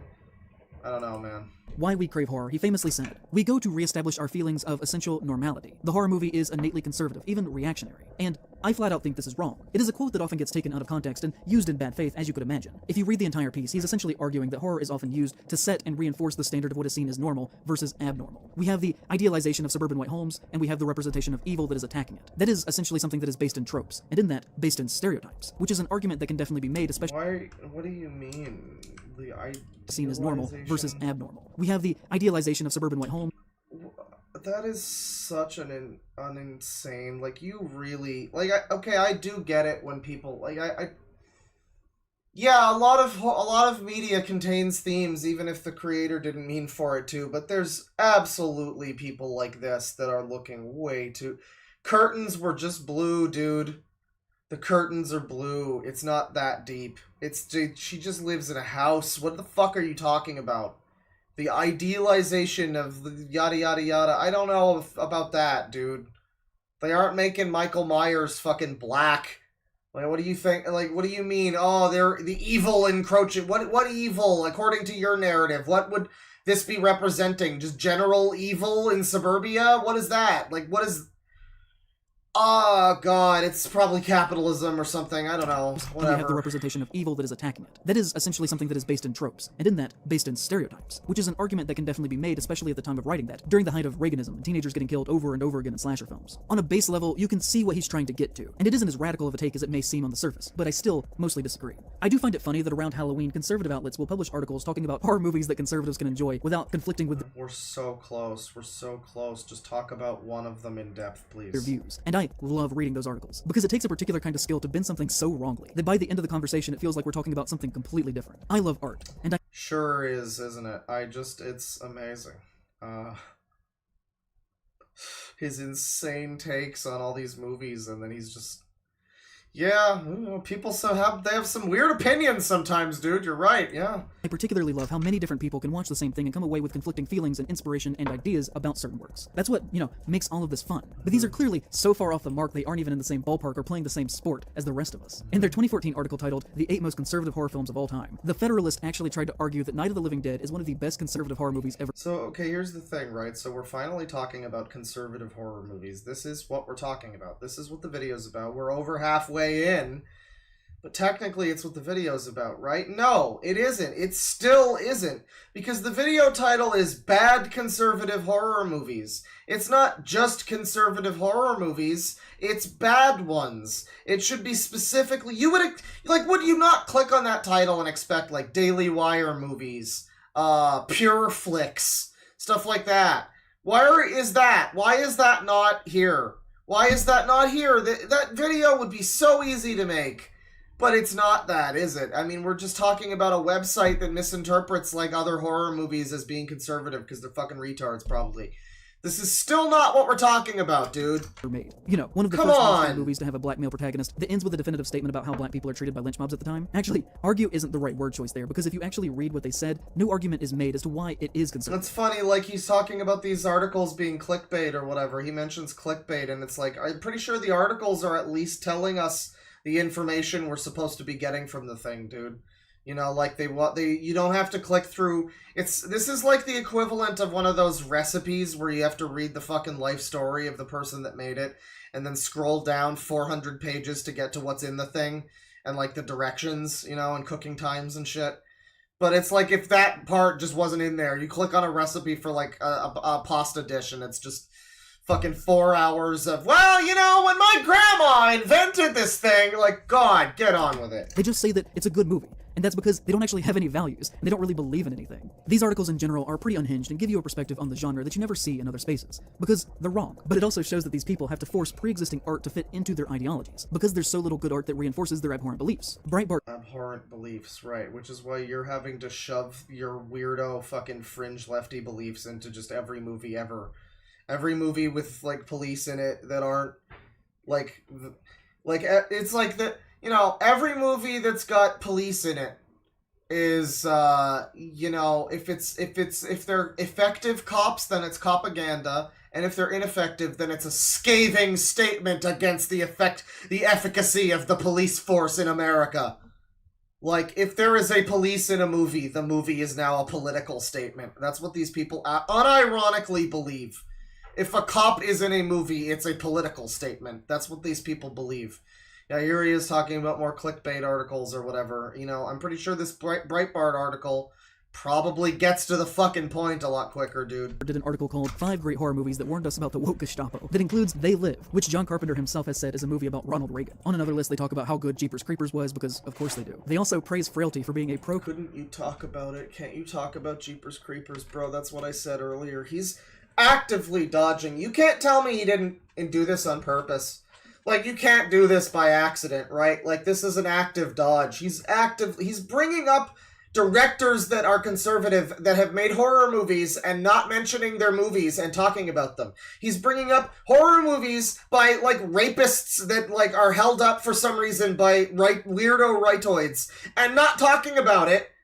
This isn't on purpose. This is on purpose. This is just the it is not even an accident that this is like the fucking Star Wars Holiday Special video. It's just the significantly more annoying fucking smug version of that. It's like that if it was still the point to not talk about the thing, but also to just talk about just be an asshole, basically, just to be an asshole. Christian movie about a man who's on a serious mission from God, which, if you have seen Frailty, that is a very funny thing to say about that movie. But there's always been this thing that I've encountered more and more in recent years that is becoming— What are we talking about? Was because, of course they do. They also praise Frailty for being a pro-Christian movie about a man who's on a serious mission from God, which, if you have seen Frailty, that is a very funny thing to say about that movie. But there's always been this thing that I've encountered more and more in recent years that is becoming more of a growing problem among modern horror releases, that I finally decided I wanted to publicly talk about it, which is this kind of anti-horror horror movie, where you sit down to watch a film and you get tricked into watching basically a conservative propaganda think piece that is cloaked in the cinematic What are you talking about, retard? Get to it. Show me the movie then. Please give me an example. I would love to see that. I don't think that exists, really. Not in any like popular— I don't think there's any famous— well, whatever. He'll call anything. He could be talking about the fucking Smurfs movie next. Like, anything is possible. Nothing is permitted. Language of a traditional horror film, but one that does not align with the values of outsider horror art that you would expect going into it. Anybody who takes the form of horror cinema and then contorts it in a way to trick the audience into being exposed to a conservative theme that they believe in and want to share in their art. Reminder that it's bad if they make movies about their beliefs, because their beliefs are inherently wrong, but if we make every movie we make be about leftist stuff, then that's good and wholesome and decent and right. And there's no argument that they can actually make that's like anything other than, but we're right though. It's like, oh, but their beliefs are harmful to people. Yeah, that's what the Nazis said.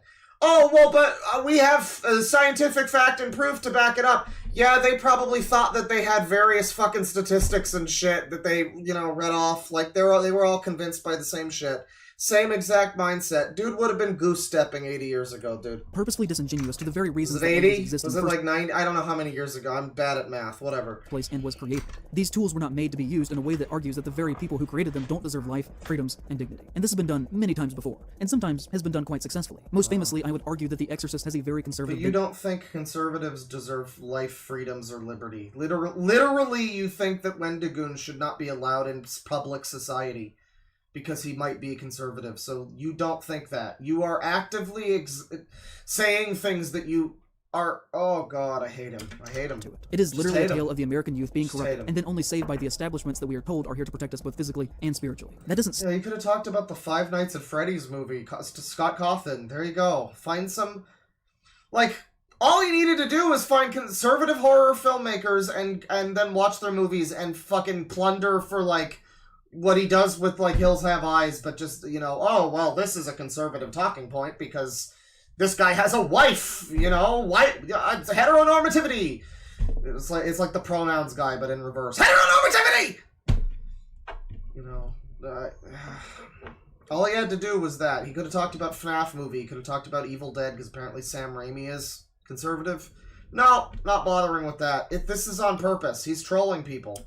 Stop it from being an incredibly well-made work of art, though. It just needs to be viewed, appreciated, and critiqued within the political and cultural space that it was made and exists in. And you can basically say the same thing about any good horror film that has a major cop protagonist character. Near Dark is another example of an amazing work of horror that is, at its core, deeply fascist. A movie can be exceptionally fun, bombastic, and very well made, and still have that be true. Is this it? We're finally getting to it. Near Dark. I think we have a movie. It's deeply fascist, everyone.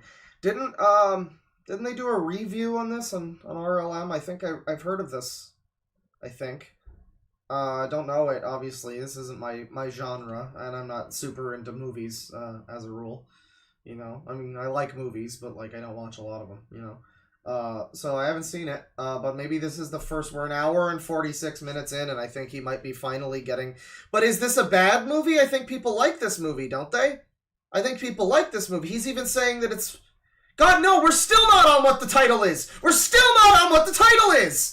Basically say the same thing about any good horror film that has a major cop protagonist character. Near Dark is another example of an amazing work of horror that is at its core... Yeah, can he name the think piece horror movie from conservatives? He mentions that this is a thing, and then will not elaborate. He just drops that and won't elaborate. He just won't. He just won't. Now we're talking about a movie from like the 80s or 90s or something.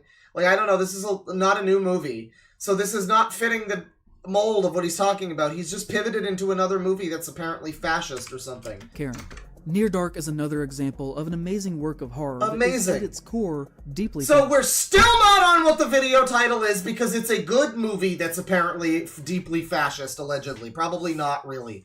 But according to him, this still doesn't fit what the fucking title of the video is about. We are getting so close. This is a work of art. It really is. Congratulations. Maybe it was his point to make the worst YouTube video ever, because I think he might have succeeded in a lot of ways. Not in every way, maybe, but I think he wore stupid-ass clothing. Every argument was wrong. Like, we're so close to being what the video's about, but no, it's a good conservative horror movie, according to him. I am amazed. He brings up movies that would fit the description. Talk about the movies. Where are the movies? At least name one. Name the J word, sir!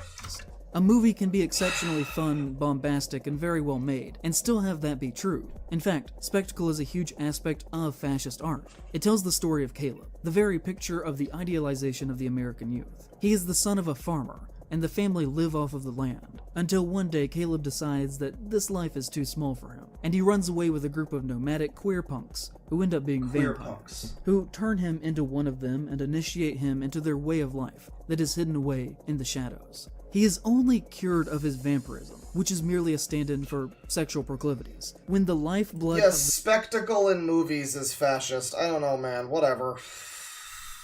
You know, like, what do you even say to this at this point? Am I gonna stop the fucking stream for every ridiculous point that he makes? Spectacle in a movie is fascist, inherently. You know, liberals, you know, cool liberals like this guy who are liberal and cool and, you know, and they believe in everybody getting along and having, you know, having a good time and not being persecuted for their beliefs, you know. Cool liberals. Yeah, they don't like movies with spectacle in them. Not into that. Not into that. I mean, I don't know who he's considering as like a cool liberal, because I'm thinking about, I mean, again, he's not liberal. I'm using that term incorrectly. He's not. He's a militant fascist. But he's you know, I mean, I'm not sure. I feel like there's a lot of movies that cater to a certain demographic that, you know, is probably not fascist, and they, I don't know, I think you're full of shit, dude. I think this is just another point that's retarded. The symbol of the American conservative traditionalist message is injected... We're speeding back up because he's still not talking about what the video's about. Directly so into close, no matter how far. Veins, where he then wakes up from this haze of a cloud that he's been trapped within to realize how wrong he has been. And then We're spoiling this whole movie, by the way, I guess. Farmer team up to go hunt down and kill all the queers. I mean vampires. There are plenty of liberal figures within the pantheon of horror that help to prop up conservative values, or are just outright causing harm that still produce quality work. Again, I love Stephen King. I will always be thankful for him to help me on the path to loving books. God, I love how much Stephen King looks like a fucking stupid loser nerd. Look at him. Causing harm that still produce quality work. Again, I mean, like, we're talking about a different stupid loser nerd, but like, look, he's just so... He looks so gormless. He looks like he's about to roll in D&D. I love Stephen King. I will always be thankful for him to help me on the path to loving books. But at the same time, you know, he sits at home every day for weeks tweeting about Trump in trial. But then the day after the police siege on Columbia, he was totally radio silence. Earlier this year, he tweeted, "I'm not worried about AI because I got my mojo working," which is the epitome of the Republican fuck you got mine attitude. A billionaire telling you that there's nothing to worry about because he is personally going to be fine. Francis Ford Coppola made one of the best horror films of all time with Bram Stoker's Dracula, but also was the financial backer of Victor Salva's Clown House. Still has not been able to... 1989, where the star of the film, Nathan Forrest Winters, was raped by the director. Coppola would later say, "I didn't know of anything improper going on, although I witnessed some things that caused me to raise an eyebrow." Okay, right, alright, that's almost... We're almost at something, maybe? We're still in the weeds, it's still not happening. Only in retrospect did things really add up. You have to remember, while this was a tragedy, that the difference in age between Victor and the boy was very small. Victor was practically a child himself. Victor Salva was at the time 29. Nathan Forrest Winters was 12. According to the Los Angeles Times, just before Salva went to prison, he spoke to Coppola, who told him that the experience would have value. Francis said it will make you a better artist, Salva recalls. He left out one important part: if you survive it. After prison, Coppola gave Salva a loan to help him get reestablished, and I've read multiple times... Big rapist Salva. Yeah, I mean, I don't know about this, but, like, yeah, he did defend a pedophile. That's true. I mean, maybe not, like, you know, intentionally or whatever, but, like, yeah, a guy who died, a predator, a guy who was actively trying to molest children, was killed by the police, and he called him a poor, scared man. So, like, yeah, I mean, I don't know if you want to, like, just, I don't know, dude, you know, pick a wall and stick to it, dude. I don't know. He has been alleged to have personally sued Nathan Force Winters, the 12-year-old who was raped under his watch as a producer, for breaching his contract and publicly talking about the incident which harmed the box office returns of Clown House. After prison, Disney would famously hire Salva to direct Powder for them. Yeah, Wendigoon shows up later. We already watched that segment. This is everything but Wendigoon, although he was hinted at one point. 1995, and the Tampa Bay Times. What I love, too, is, like, we're very far into this video now. We've watched a lot of this. Can you guys identify why Wendigoon was involved in this? I mean, like, at least everything he's talking about is within the realm of, like, horror. I guess the only thing is Wendigoon makes, like, scary-related videos, horror-related. So, therefore, it's connected, I guess. I guess that's the only connection. But it's so unrelated. It's not about film. It's crazy. It's like, these videos are supposed to have a structure. You know, you watch this, and this is like a funny, bad video to look at as like a terrible example of like a video essay. But a lot of video essays that you watch will actually have like this has chapters and everything, but it's like Metal Gear Solid 5. Like, why does it have chapters? It's so fucking pointless. It's like fucking, the chapters don't matter or mean anything. You know, like, you just ramble about random shit for 3 hours. Like, it's not, and none of it is really connected. And then the last 35 minutes is Wendigoon, and it doesn't even have anything to do with movies at all, or horror movies, or your general thesis of your video being about, like, horror movies being corrupted by capitalism, and that's conservative, and AI, and yada yada. Like, it's not even related to the stuff that's not related to the stuff that we've been talking about, you know? Like, what this video has devolved into, it's not even related to that. It's not. It's not even related to, like, the secondary thing that the video is now about, which is, like, AI and shit. It's not even about that. It just becomes randomly about Wendigoon. This is insane. These types of videos, it's like that Patricia Taxon video about how she wants to fuck dogs. Like, these types of videos are supposed to have, like, a through line. You know, you're supposed to be able to follow them to some extent. They're supposed to have, like, a general, like, overall theme. You know, if you're watching a good one. I thought this guy's been doing this for years. He's fucking terrible at this. Holy shit! He's so bad at this! I mean, it goes beyond the micro level. It goes into just the whole video. The whole entire video on a grand level is a terrible example of a video essay. I mean, it's not just because it never gets to the point. There is no point. It jumps around to 15 different points. It's so unfocused, it's insane. If you're calling these, like, pieces of media, like, this is a piece of art, ostensibly, right? It's a crafted production with editing, and it's a video, and there's visuals and audio, and he's written it, and it's a piece of art. It's a reviews, it's a critique, I would say that's a piece of art, and it's such a fucking bad one.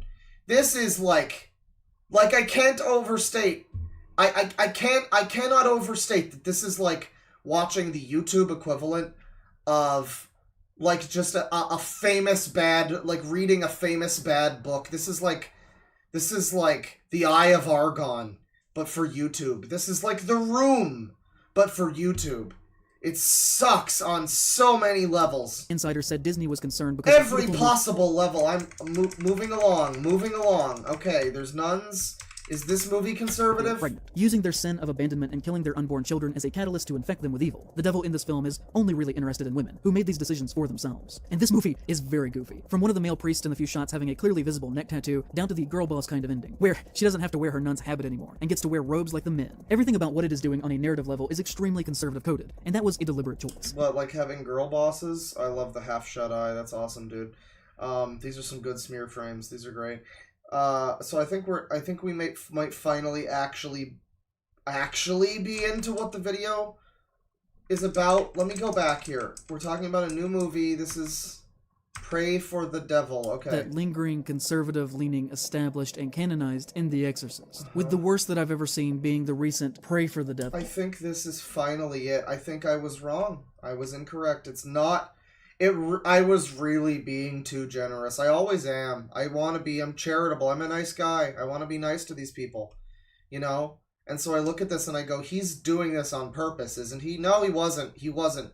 It really did take him over half of a 3.5-hour video to get to a movie that I believe he is using as an example of a bad conservative horror movie. I think we're there, chat. It finally happened.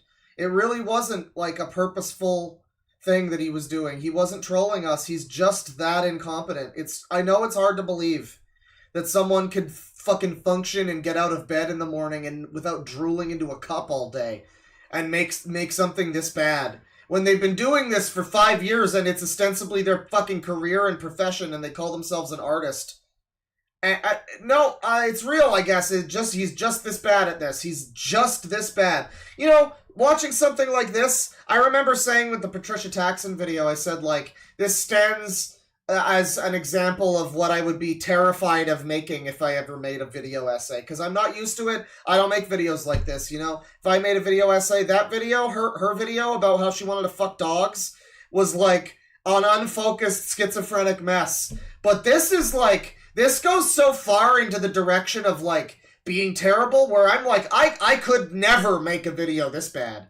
Like, if you ever watch something where you just watch it and it's, like, it's inspirationally terrible, where you're like, oh, I could not ever possibly fail on this level. I'm so much better. Like, it gives you confidence. That's what I'm getting from this. This is a feel-good video. This is like reading Ready Player One and realizing, oh, it could never be this bad. Anything I write would be better than this. I could shit on the fucking page and it would be better than this. That's what this YouTube video is. Chat members, you can be a YouTuber. Look at this cunt. This guy, well, this is a re-upload. Praise be to Rob's Media Archive. But this guy has like nearly 400k subs. If he can make it, you can. This is the feel-good video of the fucking summer, people. Everything about this film is awful. I think it is my least favorite horror movie that I have ever paid to watch. It tells the story of a nun named Sister Anne, who was given the... Yes, it's the Empress Teresa of YouTube videos. Exactly. Exactly. No, it really is. It tells the story of an egotistical retard who, like, just... somehow manages to make themselves the victim of every situation they're in, even though they exhibit wildly insane fascist views that no one in their right mind could ever support. You're right, chat member. It absolutely is it's the Empress Teresa of YouTube videos. If you don't know, Empress Teresa, yeah, it's about this girl that it becomes like an insane dictator and she has superpowers and shit. And the writer's insane too, but that's neither here nor there. But the book itself is about this girl that she becomes like a wild, insane dictator that like fucks up the entire fucking planet and it's like axis and shit. She fucks up the seasons and stuff and nobody's allowed to criticize her and she like openly ruins their lives if they dare to question her. This is totally Empress Teresa as a YouTube video, or as close as we've ever gotten, I think. Wow. By the church to assist in exorcisms, and uses the vague visual language of feminism. Oh no, I mean Empress Teresa's funnier than this. Like, it's better. It's better as a piece of bad media. I will give it that. But this is still really something, dude. This is really that is strongly anti-women's rights, as it uses the monster and metaphor of the devil as a means to preach an anti-abortion story. As the demons are able to enter these women, who either... I can't believe it, guys. We're finally watching what the video is supposed to be about. So this is a pro-life, like, bad conservative horror movie. Amazing. It really did take us this long. Had abortions or gave up their children for adoption, by literally moving into their stomachs and making them appear as if they are pregnant, using their sin of abandonment and killing their unborn children as a catalyst to infect them with evil. The devil in this film is only really interested in women, who made these decisions for themselves. And this movie is very goofy. From one of the male priests in the Fujoshi-Cake doing on a narrative level is extremely conservative. So the movie has girl boss shit, but it's also conservative coded. Maybe parts of it are, you know, sure. I mean, like, here's the scary part. We're all jumping for joy that this video's finally on topic. An hour and nearly 2 hours in. It's finally on topic. I've never heard of this movie. It's not as big of a movie as anything else he's talked about. It's possible nobody here's watched it. This movie might not even be conservative at all. We can't believe anything he says. So when he calls it that, it could just be him reading into like insane shit into this like random movie. It's possible. We don't know. We don't know. And that was a deliberate choice. You don't have to do that. One could look at this year's The First Omen, or Immaculate, to find examples of demon possession movies about nuns and about pregnancy that are both extremely progressive in what they are doing. The setting of being in a church does not necessarily dictate conservatism, and is something that should be dropped from future exorcism movies. The Dead Don't Die is an example of the kind of film that can become conservative by being misguided in how... What? Become conservative by being misguided. Oh, you mean like your video about The Hills Have Eyes? You mean that one where you like woke so hard you accidentally unwoke? Is that what you mean? It's quite a cast here. Are they all evil conservatives? This movie has RZA and Iggy Pop and what the fuck? I don't think RZA is a conservative, dude. Like I don't know. I guess he also likes AI, so maybe. I mean, maybe. I think he was into NFTs or something, so I don't know. Badly it is handling its writing. I actually do like this film a lot more than the average person, I think, as you ever really only hear negative things about it. It is a folksy kind of horror movie set in a small sleepy town that gets attacked by zombies. I actually do think that the film suffers because of the zombie stuff, because it is much better before they are actually introduced. Before we start though, it should be said that Jim Jarmusch is obviously not a conservative in any way. To prove this for the sake of the video, I'll include this here where he said in 2019, "The lesser of two evils does not appeal to me, and I don't like the two-party system anyway. I don't know why people aren't all over the Electoral College and this nonsense. Well, I do know why. Because it's the corporate media. What disturbs me now is that my friends who don't like Trump spend more time talking on Trump than the people who like Trump. Trump sets the content for the corporate media every day. And by corporate media, I mean MSNBC and CNN and... Dude, I don't think this guy's talking about what you think he's talking about, dude. Like, I think he's just talking about, like, I wish people would shut up about this guy. Like, I don't think he's saying Trump... I don't think he likes Trump, right? But, like, I think he's just where a lot of people are. Like, I really wish you people would shut up about Orange Man bad. I mean, that's what I'm getting from this. Maybe I'm wrong.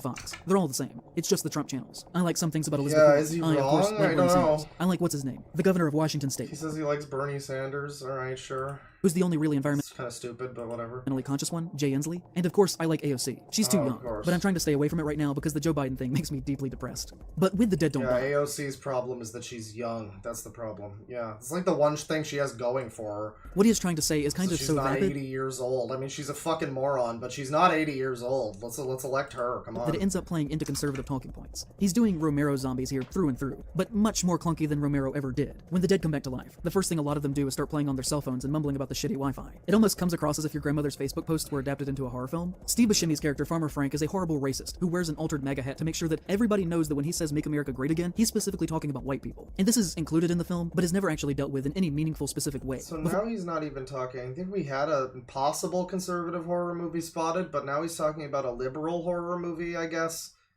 You know, again, I shouldn't use that word, but whatever.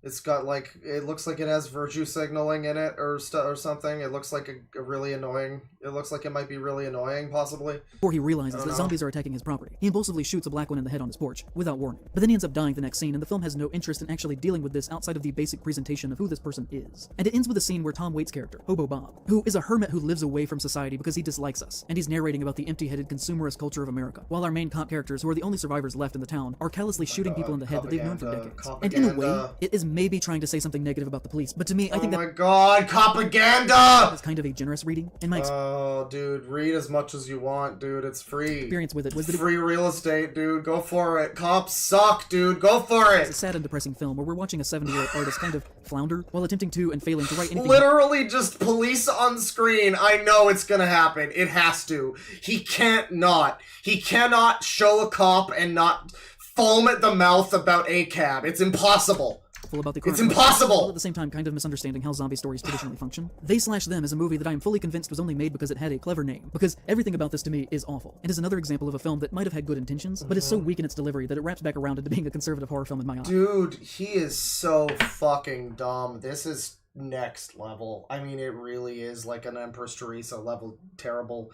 Like, in terms of for a YouTube video, this is to a YouTube video what Empress Teresa is to books. This is, how can you talk about you had a whole segment about how people didn't understand how fucking your video was, like, not supposed to be, it was a super heckin' lefty point, guys. I wasn't being racist, guys. You're all dumb. And now you're talking about something else that's wrapped around and woked so hard and anti-woked. You gotta be doing this on purpose. No, there's no way, dude. There's no way you just accidentally made this. This person can't exist. This person does not exist! Like, even he is not real! People who put an emphasis on pronouns, it might not be deliberately trying to, but it certainly skirts that line. It is a slasher film that takes place at a conversion camp and basically does everything that you would expect with that concept. As a queer person, I don't really need the reclamation of gay conversion camps in films and works of horror. It has been a strange recent trend to me. There's been a lot of dramatized conversion camp works in the past decade. I don't really think that we need to depict people going through that and then standing up to their own oppressors in that kind of direct way. It worked once, but I'm a cheerleader, but only by the skin of its... What about Get Out? Isn't that basically that, but for black people? I haven't seen it. I know it's good. I want to see it eventually, but, like, isn't that more or less the same thing? Like, that movie was pretty popular, so people are probably just aping on that a little bit. I don't know. Camp 90s teeth. It is to me too on the nose as a setting for horror writing. You can build a horror monster that represents hate against gay people that isn't literally depicting the horrible things that as a blank, he speaks for all blanks, absolutely. Happened to us for decades. To demonstrate my point, I'm talking about metaphors here. If we look at another similar group, I think what Jordan Peele did in Get Out by building metaphor that stands in for different kinds of actions done by white people to and around black people is far more interesting in its ability to analyze small social actions than if he had just made an outright movie about the Klan or neo-Nazis. There was much... Yeah, so I mean, it's funny how much media criticism, like, politics has ruined media criticism, where a lot of videos will come out where it's some guy screaming about a TV show, a movie, whatever, a game, being woke. And really what it is just, it's badly written. It's like a bad piece of media with, like, poor writing and maybe direction. You know, like, and the people always go like, well, but Star Trek was always woke. No, it used to be good, though. You know, like, those things that people say was always woke, they used to be good. Or like how Doctor Who is woke now, but, like, it's mostly pretty good. Fuck you, take that, heckin' anti-wokes. Take that, chuds. But you know, like, people scream about that, and it's like, it's just bad, you know? And so, like, he's screaming about this movie that's like, okay, he's not screaming, he's mild-manneredly, you know, moaning about it.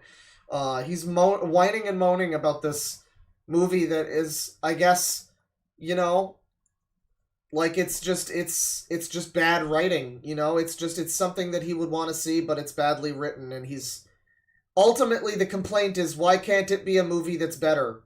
Why can't it be a movie that does the same thing, but is written, like, better? I guess. I don't know, like, it's not that he doesn't want representation, it's that he wants it to be better, right? All of the time, every one of these fucking videos that's like this, it ultimately just comes down to, I wish the writers weren't bad. Yada yada yada politics, but they wrote this poorly, didn't they? More direct and heavy-handed in its messaging. The metaphor that he creates builds a distance from the real-life events to where we can talk about these things in a way that just works better most of the time, both in an abstract academic sense, but also as entertainment within horror itself. I think if we tried to think about these concepts more abstractly, we could come up with better material than just evil conversion camp man. Even from its base core concept, this is a huge mistake that ends up being the kind of movie that straight people would kind of expect gay people to make and enjoy. It more or less places us in their box, and ends up playing in territories of their language instead of our own, if that makes sense. I think this is so, I mean, like, I get it. You want to have embrace your community and the gay, yada yada, but it's getting into very us versus them. The guy's very tribe-brained, you know, him ooga, they booga. But, like, it's, you know, he's, like, at this point, like, gay people need to speak a different language that straights can't understand. It seems very fucked up to me to be like, no, we don't want them to see this movie! I thought I was supposed to, like, educate myself on the gay struggle or whatever, and I'm not able to do that. Like, I guess that's not the point. It's that it's supposed to be on their terms. Like, it's maybe he's just not explaining himself that well. I don't know. But, like, I think ultimately his problem is just that this specific movie isn't very good. movie like Evil Dead Rise having casual trans mask representation that doesn't even acknowledge it, and just treats it as normal, and even goes so far as to allowing that character to be kind of a bit of an idiot, instead of handling them with kid gloves, does so much more good than the simplicity of a movie that has the obvious message that conversion camps are really bad and shouldn't exist. This one is not a huge offender, obviously, but has somewhat bothered me since it came out, specifically because it was made by Blumhouse, which we will get into here in a bit. It is another example of Jason Blum profiting off of minorities while working against their values simultaneously. And overall, it just feels like the kind of useless statement that a politician would put out that says something that everyone already knows and agrees with, and does absolutely nothing in any radical way, like a horror film dealing with these issues should. Yeah, like your videos that just confirm people's pre-existing beliefs, right? Also have horror movies that argue that the very act of making horror is a bad thing and should not be done, because of its real harm in the outside world, which... I really wish he'd shave the mustache. I don't know who's telling men to get the mustache now. I don't know who is making this a thing. I blame Curtis Connor, but, like, I don't know who's... It's probably not his fault. The hick lib. I don't know who is letting these men grow these fucking mustaches. It's so hard to look at. People stopped doing mustaches, and everything was fine. Society was great, you know? And now they brought the mustaches back. You know, it's so funny that these weirdo regressive progressives are like dressing themselves in the exact fucking mustaches. Soon they're gonna slick back their hair and wear suit and ties and fucking carry around briefcases like it's the 50s. Can be done in films. It's like how Anita Sarkeesian looked like a fucking librarian. Like, oh yeah, real feminist icon here. She's really liberated. She's buttoned down like a school marm. It's crazy. Otherwise are good, such as Scream, or can be done very badly in bad movies, like Random Acts of Violence, a 2019 film by Jay Baruchel about a comic book artist named Todd. He has created the but here's the thing, right? Like, look at this Random guy. Acts of Violence, a 2019 film by Jay Baruchel about a comic book... Look at this guy. He's got a mustache, but he's rocking it. He doesn't look like a bitch because he's got like a little bit of stubble.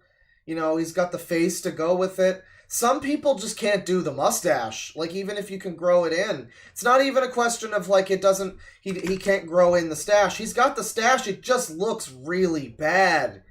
You can directly compare. Some guys can do it. It's like the fedora, you know? Like, the fedora, inherently, not a bad hat. It's just, like, a lot of people can't wear them. I can't, most white people can't. Most white men can't. Women and, like, black guys can wear fedoras okay. I feel like Asian guys also probably don't wear fedoras, probably don't do that. But, like, the fedora, some people can do it, some people can rock it, you know?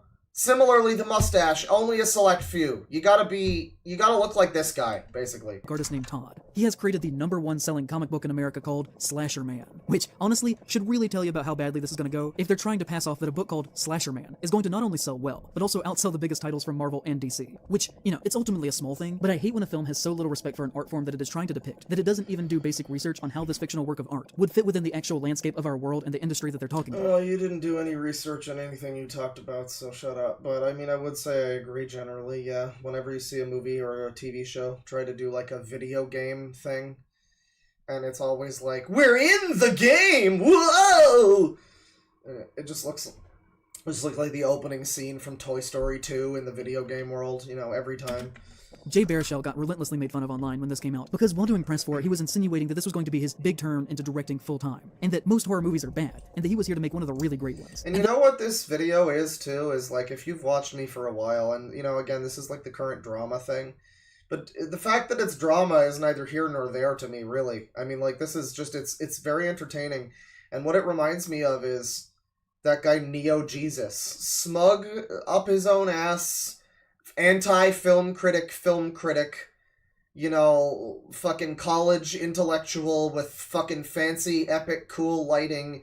He knew what the words meant. He knew all about film lighting, guys. Take him seriously.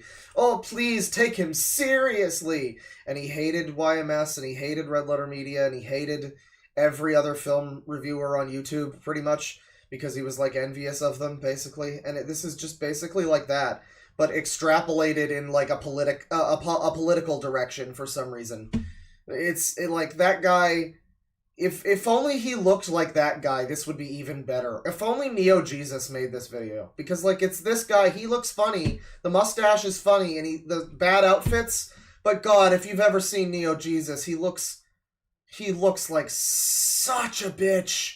It would have been he looks even more of a bitch than this guy. It would have been amazing.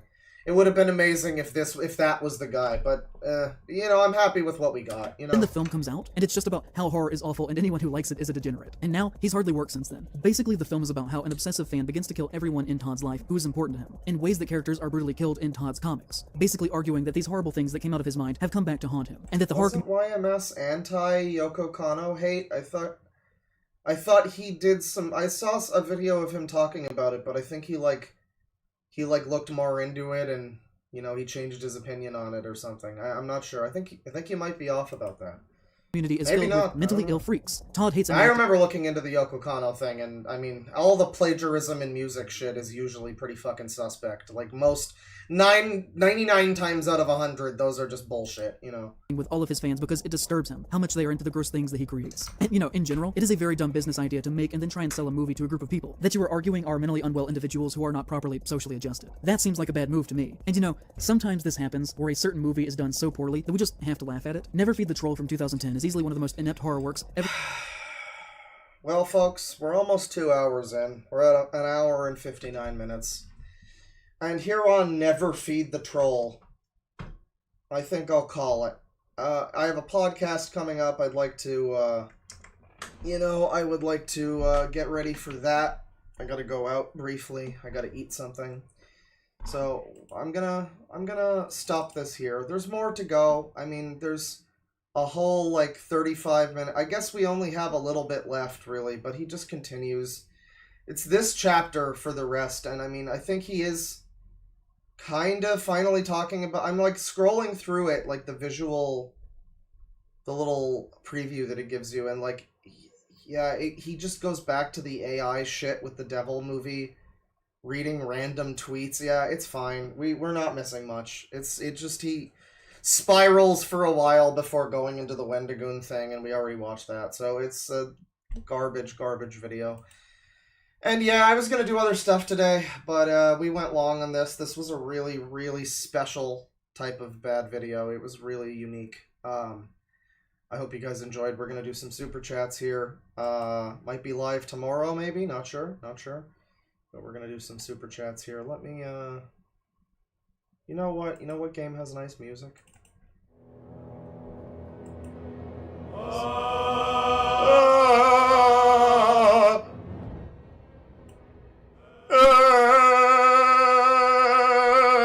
Okay, wait, is this better?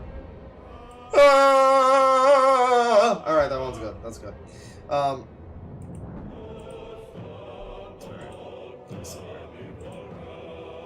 Check out the super chats. Great stream, awful video. Yeah, I agree. Thank you. It was a fun stream and a terrible video. $2 from Winter1205. God, it's too early for this. It was too early for me when I found out about my video being removed because YouTube does not support the discussion of how pedophiles are actively grooming children on a website. They don't support. They don't want that message to be out there, I guess. Wing of Ghidorah, Mothra, Deadwing, yes, Tamatoa, no, Xbox Fan 98 with $2. Gotta love YouTube and their rules. Yeah, oh, that's the real rules. Well, supposedly it was false reported by some guy in chat, you know, who I then reported for child abuse, so, you know. Oh, we were gonna look at his channel, too. He had a channel. Oh, God, hang on. We might do it on the next stream or something. I don't know, but... yeah, he's got... oh, cool. Ad block was updated. Alright. Apparently he's got, he lives in filth. Oh, just gameplay vids. Okay. Alright, no. Alright, nothing too crazy.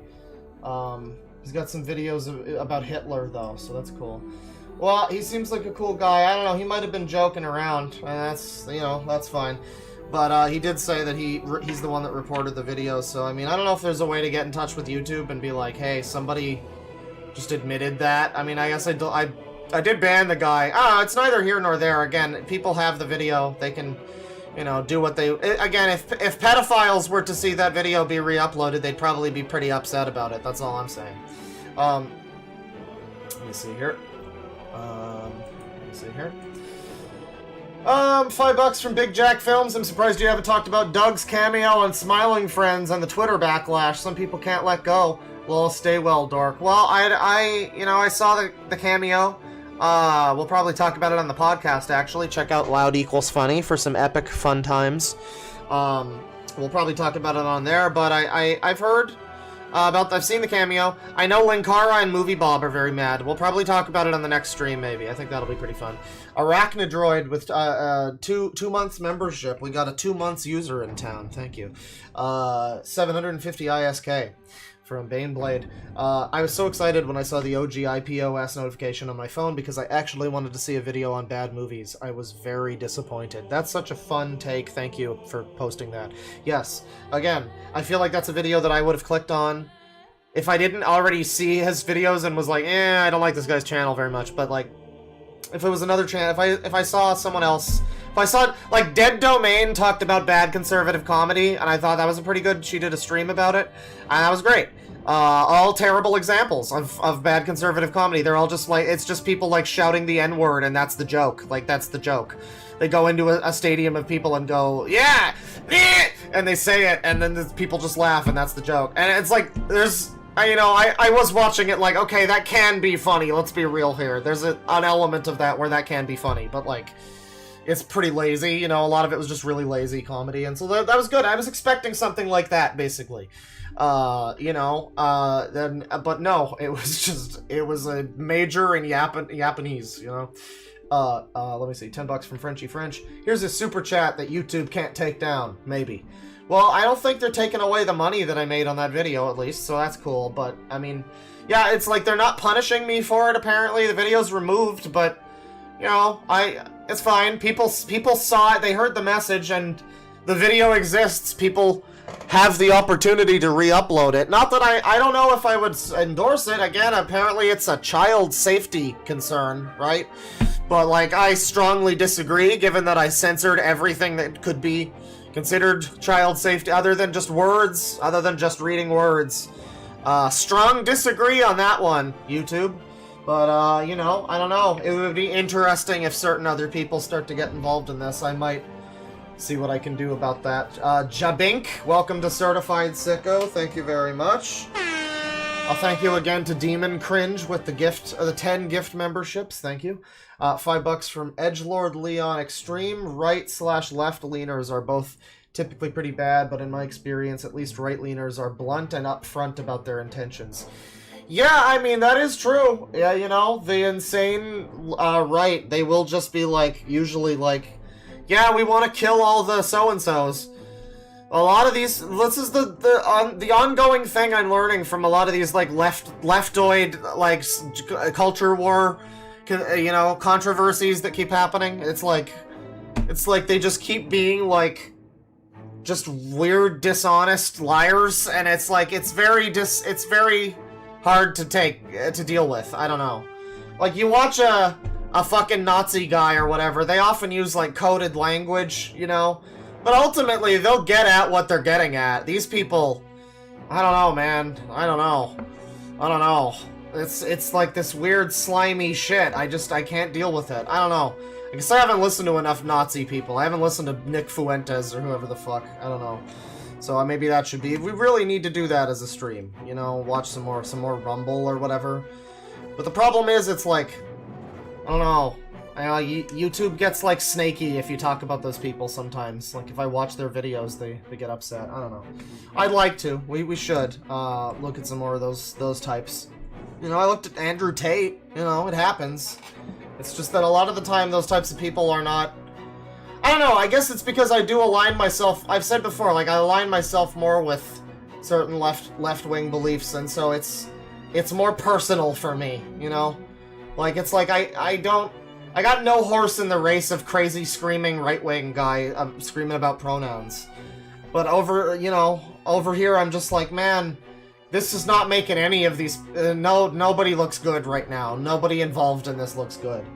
It's all about optics. And nobody's willing to police their own fucking side. They're all sides cucked. They're all team cucked. That's what it is. $20 from S. Marlin. I'd like to imagine your videos are like special limited merch drops. Yeah, I mean... you can still watch them. They're usually, like, unlisted on lists or whatever, You can find my list, my video registered and placed on Neighborhood Watch. There's, Usually they're on, like, unlisted lists or whatever, like playlists that people make. But yeah, no, it's a bit of a special... It's a bit of a special thing here, around here. We do special streams around here. Thank you very much for the 20. Nick M, member for 4 months. Walking for miles in the darkness is how you get home from parties in Eastern Europe. Yeah, I mean, like, the guy whining about walking in the fucking dirt, it's just insane. I can't believe... I mean, he starts the video with that. It starts off on such a great note already. And it's like, it's insane. By the time we stopped watching the video 2 hours in, did anyone remember that he started it with the whole thing about Kevin Spacey at the fucking con? No, that was so unrelated. That was so entirely unrelated. Like, that was so unrelated. Unbelievable. You know, he could have focused on that. He just didn't. He just didn't. He could have made the whole video be that. $2 from your friend Zippity. I love you, Dork. Thanks for the inspo on my channel. Hey, you know, best of luck to your channel. $2 from the Kestrel. This guy needs a swirly so bad. What a goof, lol. Yeah, bit of a goof. Bit of a ponce. Bit of a nonce. $2 from Tolgar. Been subbed for about a year. Got hot, fresh donuts. Ooh, very nice. You know what sucks is the Tim Hortons is near me. All of them. They all have like 2 or 3 donut flavors. Or Timbits. It sucks. They'll have like 2 or 3... what happened to that variety of donuts? They got nothing. I don't know, man. It sucks. I gotta find a better donut place, but they're all like really expensive. They're like $5 a donut. $5 from Clint Ficus. As someone who liked Hereditary and The Witch, Midsummer was so fucking... well, fudging boring. Right. Yeah, I mean, I don't know. I've heard people say they liked it, but I've also... it seems like the whole movie is just like a lady whining. I've seen... I know the Red Letter Media review where they just say that she has a pouty face the whole time. I don't know if that's true, but like, you know, I don't know. I can see why that might rub some people the wrong way. I don't know. Maybe she has reasons to whine. She gets like caught up in an evil cult or something, so maybe there's a really good reason for it. $5 from Jafer. Holy shit, it's the Republican Thomas the Train Engine guy, just the opposite party. I like that you like censored the word Republican. Do they like ban that? That's so funny. Reminder that YouTube seems to not want me to spread the word about a pedo website that's operated by pedophiles and far leftist radqueers. It's just pointing that out. $2 from Joe Vinny the Hyena. I love false dichotomies. Makes a good breakfast. Yeah, dude. It's the best part of waking up. $2 from Tivy2Vs. Did my first stream yesterday. Feels good, man. Well, you know, best of luck with the streaming. I hope it goes well for you. I hope again, a great takeaway from this video. It really is inspirational. Anyone can do content. Any single one of you, chat, can make a better video than fake. I was gonna call him Noah Samson. Fake Noah Samson, whatever his name is. Any single one of you, and real Noah Samson, for that matter, real Noah Samson. But like, you can all at least do better than this guy. None of you would make worse content if you really tried, you know, with an editor and everything, like a video editing program, and you really set out with like a topic and everything, and you make an edited video. You will make a better video than In Praise of Shadows, at least in that video. Some of his other content's fine, but just that one is legendarily awful. Which is really interesting too, because it's like watching one of those directors. You know, he thinks of himself as like an artist or whatever. It's like watching one of those directors that have just fallen off, you know? Like a George Lucas. He was a revolutionary director that made Star Wars and fucking Indiana Jones and all this shit, and then he just moves on and he makes Red Tails. Like this is this dude's Red Tails. That's what that video is. $5 from Jitters XP Claw. If you want actual good left-wing investigative journalism, I'd look at Dead Domain. I've mentioned them several times. Yeah, good. The trans person infiltrates CPAC or whatever. I've seen those videos, and it's funny to watch that, where you're seeing a trans person infiltrate an actual hate group that wants them dead, you know, spouting in like insane talking points, like, you know, genuine 4-letter word Nazis. Maybe not exactly genuine, but like as close to that, neo-Nazis, you know. And they're going in there, and it's boots on the ground journalism. They mail up to look like, you know, to look all hetero or whatever. And, yeah, really good video. Really good. Great channel. I mean, there was a video I saw from her where she, was looking at a website that had, like, hate speech game mods. There was, like, a Nazi Spider-Man and stuff like that. And she started to border a little bit into, like, this is what they all want whenever they're criticizing, like, wokeness, and it was a little bit into, like, that sort of thing. But generally speaking, That was like a stream to unfiltered, unedited thoughts, you know, whatever. Edited videos, very good, very good.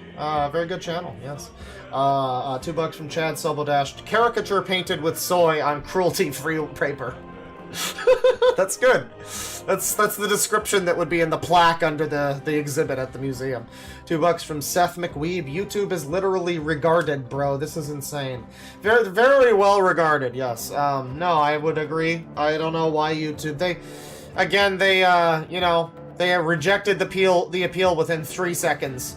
Well, 3 minutes maybe. It was like a few minutes. It was a couple of minutes. They rejected the appeal. Certainly not long enough for them to have watched the whole video. They said it would be 72 hours. It was a couple of minutes. They definitely didn't. I had a whole explanation of like, hey, there's no child safety rule violation here. Nothing. So, you know, I mean, it was somebody, apparently it was somebody like falsely reporting. Again, it's fine. You know, it's annoying. I didn't get a strike for it, so like, it's whatever. But it gets annoying. You know, it will be a real shame for the people that did that, for the parties so interested in my video not being up. It would be a real shame if multiple new versions of it were to be uploaded or something like that. Or you know, remixed, re-edited. You can do whatever. You can just take me out of context. Have it just be like Deadwing Dork literally said this, and it's just a list of me reading like the horrible shit from that video. Go for it. Have fun. Have fun. There's also no context of me saying this, so, like, you know, it's fine, like, whatever. But, like, you want to do it? Go for it, you know? Transformative that shit up, have fun. I mean, you know, but, you know, I don't know, just, the main point of it is, you know, they not like us, I guess. $2 from Dr. Grubius. Isn't Kevin a gay lefty? He doesn't ever say that. I don't even know what we're talking about. $5 for Macaroni. Dude is so politics-brained, he thought this video was his magnum opus. I really think he did, yes. I think he thought this was like his, Quentin Reviews VidCon video. I feel so bad. I think my video covering that still has more views than his actual video. And he put a lot of effort in. It's just very bad. And he's gotten better. Quentin Reviews is better now. He's a much better channel. He's made better content. I gotta watch some of his recent stuff. He stopped being an insufferable weirdo. But, like, that one video is real bad, though. I mean, I stand by that. It was a really annoying video. I mean, I feel bad that he put so much effort in, and I swooped in with a more popular stream. I do, but, like... I don't know what to tell. That video's terrible, dude. I stand by that. Your channel might be better now. I liked his channel before, too. There was just that one weird period where he wouldn't shut up about, like, politics and Trump and stuff. He got really annoying, but then he's, like, better now. He's better now. But God, that video was also bad. Unrelated even to any of that. It was just, like, a separately pretty bad video. Yeah. No, definitely magnum opus type shit. $2 from Dr. Grubius. This dude's outfit is a mental flashbang. All of them are. Yeah, he's got the gay tassel cowboy outfit. He's got the weird, like, rejected Doctor Who outfit. They're all bad. He also wears a hate group outfit. I don't know if you guys know about that, but he does. I got some chocolate popcorn here. It's pretty good. 750 ISK from Baneblade. I'd like to point out that IPOS gets sponsorship offers all the time, but he doesn't take them. He wants to make YouTube money, but not if it's icky. Well, I mean, like, you know, fair play to him if he doesn't want to take sponsors. I usually don't either. You know, I've had offers. It's like, unless it's a specific thing that I'm into, I'm not going to shill it. You know, I'm not going to be... That's like the absolute line in the sand, is I'm not going to sell products. Like on the podcast, we had the one weed sponsor. You know, I don't know about... You know, I'm Canadian. I don't know their quality, right? But I know weed. I like weed. You know, so I'll support that, you know, generally speaking. But, like, yeah, if it's like, especially if it's my channel, yeah, no, that's my line, too. I mean, like, I get it. But, you know, if he is gonna bitch, and I'm not bitching and moaning about how much I'm making from YouTube, either. Like, he's gonna do that. That's where it's like, okay, well, just take a fucking sponsor, then. He's a decent-sized channel. He's making money from YouTube, which is probably supporting as much bad shit as any of the sponsors would be supporting if he took their money. I don't know, man. Just take the fucking sponsor. There's probably someone that's willing to sponsor you that's, like, fucking wants to free Palestine or whatever. You know, they've got like all the right pronouns in bio and shit. Just sponsor one of them. You know, get one of their sponsors. I don't know. Definitely would be an option, but he doesn't want to. Sloop EMP with $8. IPOS saw H-Bomber Guy's success and thought, I can do that, but much worse. You know what? I really enjoy that H-Bomber Guy invented plagiarism. That's really cool. Like, every time people mention plagiarism now, they have to bring up H-Bomber Guy. It's funny. He invented it. He's the person who... he's the progenitor of plagiarism. By the way, I don't know if Fuzo or Tristan are here. I know. Podcast soon. I'm wrapping up. £5 from James Smith. You're giving him way too much credit because you haven't watched Hills Have Eyes. He's so wrong and insane in his view of it. Oh, it's probably true. I do not know. Thank you again to Exile Postman for the 1857, and I think I will get a pizza with some bacon, pineapples, and jalapenos, and I'm gonna get a cheddar cheese going on that. I think that'll be nice. $5 from the Theodore Hudbor. It's really funny IPOS made, then deleted 3 separate apologies to only shit on everyone criticizing him in his private Discord server. He also deleted the video. We were watching a re-upload, so yeah. $2 from Darkside Philip. User from the Book of Claw. That's alright, that's right. $2 from Fuck2Fort. Sick in bed all day. Thanks for the laughs. You're welcome. Hope you get better. $10 from Bleh. This guy looks like a randomly generated townie sim. Yeah. That's interesting. Yeah. It's like they just slapped that. It's like Sim's mustache too. That always looks weird. Yeah. $5.90 from Exiled Postman. If he's so smart, why does he look like he works in a Greasy Joe's garage? I don't know, man. It's a good point. You got him on that one. You really owned him there. You know, like he needed to be owned again. Ranma Saltome, member for 6 months. Thank you very much. Hang on. I think that was 6. Lol, for a 6-month sicko, I wish I could catch you live more often. Curse my 8 to 5. I feel like you're here pretty often. I guess I stream pretty often, so maybe there's some you don't catch. That's cool. You know, you miss 100% of the streams you don't catch, you know, so it's cool. $10 from Fibonacci Sequence Titties. That's a good name. This guy looks like a homunculus of Claw with a Noah Samson stash. He got both arms, but he was made to grow up on Dig and Tumblr instead of 4chan. Yeah, there were I wasn't gonna call attention to it. There were parts where he looked like me. I'm not, you know, as much as I want to call attention to how much of a piece of shit the guy, you know, whatever, how flabby he is and whatever. And there's parts where I'm like, oh boy, oh jeez, oh man, that angle, oh, with the hat too, oh no. But yeah, it's like Noah Samson a bit. There's like a few different people in there, but yeah, a little bit. I see it too. There's a lot of times people are like, Claw, he looks like you, and I don't see it. That time, yeah, unfortunately. I don't want to admit it, but yeah, it's true. $5 from Clunt Ficus. Hills Have Eyes was an allegory for people being made into monsters by the military-industrial complex. The terrible sequel was even more heavy-handed. Yeah, I didn't know there was a terrible sequel. He could have maybe talked more about that. If it was, you know, more direct in its messaging, then that would be a pretty, you know, convincing point, yeah. I mean, I don't know. I feel like there's maybe a possibility that it could have many interpretations. I don't know. I don't know the movie, but like, it's possible that it's not one actual definitive answer, you know. 50MX from Klaus Mystery. TLDR, Tanky is a nonce. I need to remind everyone he hates Kyle Rittenhouse, defended pedophiles twice in this video, and implies being a pedophile is an ideology. I didn't hear that. What? I must have missed some of that part. Okay. Oh. I mean, Kyle Rittenhouse. I know who the second pedophile defense was. I know who the first is. Or maybe that is the second, but it's the guy in the donut operator part. I don't know who else you're talking about there. Implied being a pedophile is an ideology. Okay. Well, maybe. I mean, yeah, I might have not picked up on something. $5 from Vaughan. Love hearing this guy in my ear at work. Also, to hear Opeth is finally making music this year. That's pretty cool to know. Wasn't big on their last album. I don't know. I'm hoping that they have, like, a bit of a sound shift. I'm not one of the people that doesn't like, you know, soft Opeth, how they've, you know, stopped growling or whatever, but yeah, I mean, it's just that they've all kind of started to sound a little similar. You know, the last album just kind of sounds like B-sides from Sorceress most of the time. But, you know, it's fine. The worst Opeth song is like pretty good progressive rock song, you know, or progressive blackened death metal or whatever their old stuff was. Yeah, I'm looking forward to it. I hope it sounds a little different, you know.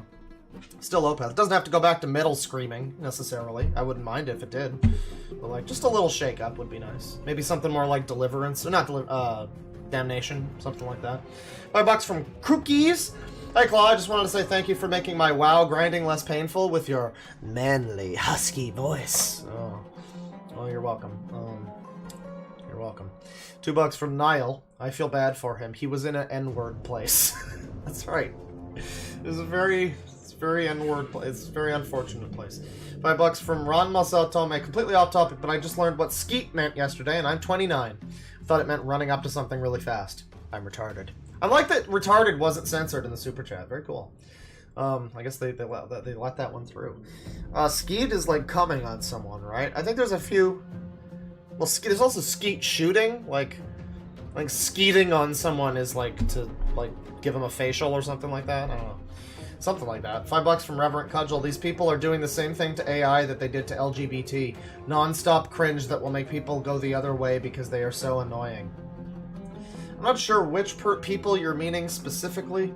I mean, I guess you mean probably the smug lefties, but I don't know, like they're doing it maybe in a different way, constantly talking about it and babbling.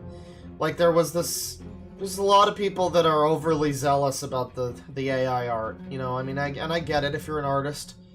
Like I feel the same way. Like, you know, I made my Strange Odyssey, my music that's up on the channel. You should go check it out. Strange Odyssey. It's a cool 20-minute little EP album thing that I made. It's really good. It's really good according to me, the guy who made it. I'm the creator, and I think it's pretty cool. But I made that, and like the day after I made it, there was a video from Critical that was talking about this AI music creator that was just creating very, very convincing AI music with vocals, talking about like rimming buttholes or whatever, you know, critical stuff. And it was like, it was a real shock to the system, you know. It's like, wow, you make music, you put a bunch of effort in. One of those songs took me like nearly 10 years to finally decide I was done with it. And like, yeah, just AI can just make a song in 3 seconds, whatever, it's fine, go fuck yourself. Yeah, so I mean, I feel it, I understand, but there's still people that make it like their whole life. You just gotta be, I don't know. There's a difference between believing in something passionately and just being an annoying freak about it too. Like, you can believe in whatever you want passionately, but just being an annoying, in-your-face retard about it is the problem. It's always that. It's always that. $2 from Jim S. This guy desperately needs to get laid. That's L-A-Y-E-D. Yeah. $2 from Autistic Wolf. Thanks for the fire stream for my slow workday, Bear. You're welcome. I hope you had a slightly better workday. $5 from Asmodeus the Clown. Yeah, I mean, it's 5 hours of Wendigoon. It's more hours and hours of Wendigoon is evil. Like, not exactly, not all of it, but like, for the most part, you know, for the most part, that's what we're getting at here. $10 from the Almighty Lolly, thank you very much. Well, yeah, he eventually did get to the list of films that he considers right-wing. He says that he hasn't even given a list of horror films he considers. He eventually starts to get into it, but, you know, not really. It's such a bad video. It's like a testament to terrible video essays. $5 from Goth Girl Bethany. I swear to God, most of these screenshots are puppet accounts. I would believe it. $10 from Big Boy Brian Butters. This guy is the tipster of horror. Oh, not the tipster of horror. Come on. You mean the tippy-top tipster of horror? Nah, man. $5 from Jim S. I bet this guy was thrilled about whether... This guy was thrilled about AI when he thought chud professions like truck driving were going to be automated out of existence before art. Well, I mean, like, I don't know. You know, that is a fair point, though. It is weird that, you know, the AI has decided to encroach upon our peaceful things we like doing, like making art, instead of our menial labor that nobody wants. Oh, now we got this cool song. Hell yeah. So, I mean, there's a point to be made there, but it's also just... It's also like, man, I don't know. You know. Yeah. Probably. Probably. To some extent. It's just only a problem now that it's like his own thing that's, you know, I don't know, the whole thing should move us to a utopia of no work or something. Wouldn't that be like the communist view on it? Something like that? Like, we're able to no longer need to work because we're able to just live on, you know, the robots doing our work for us or whatever the fuck, you know? But we don't have that. And instead we're getting the robots doing our art for us while we continue to slave away in Amazon warehouses. Isn't that cool? We're becoming the machines, people. £5 from Squirt Adams. Oh yes, Norm Macdonald, famous conservative horror movie actor. It sucks to bring him into it too when he's like dead. I mean, and you're calling him a conservative, which is a pejorative for evil Nazi. It means the same thing. It's a synonym to you. So like, dead celebrity Norm Macdonald is an evil conservative Nazi fascist. In as many words. He might not believe it as strongly as that in as many words, but like it's basically the same thing the way he seems to describe conservatism. So like, yeah, I mean, like it is an insult. It is directly an insult to call someone that. So he's insulting the dead with that, and I don't even think it's true. £2 from James Smith. I'm getting retard fatigue. Absolutely. $2 for, I get that every time. $2 from Hunter Moore. Just joined. This guy is a loser. I like. How long did it take you to figure out the guy was a loser? You watch for 5 minutes and you're just like, no, this guy sucks. Yeah, I don't like him. $2 from Eggplant. IPOS will agree with Linkara about Frank Miller. I don't know what Linkara said about Frank Miller. I mean, Frank Miller's also crazy. He's like the Republican equivalent of Alan Moore, basically. They're both crazy, insane comic book authors who got politically weird, but they used to make some pretty good stuff. $2, $5 from Squirt Adams. Why didn't he talk about Red Dawn? That would be considered a conservative horror movie.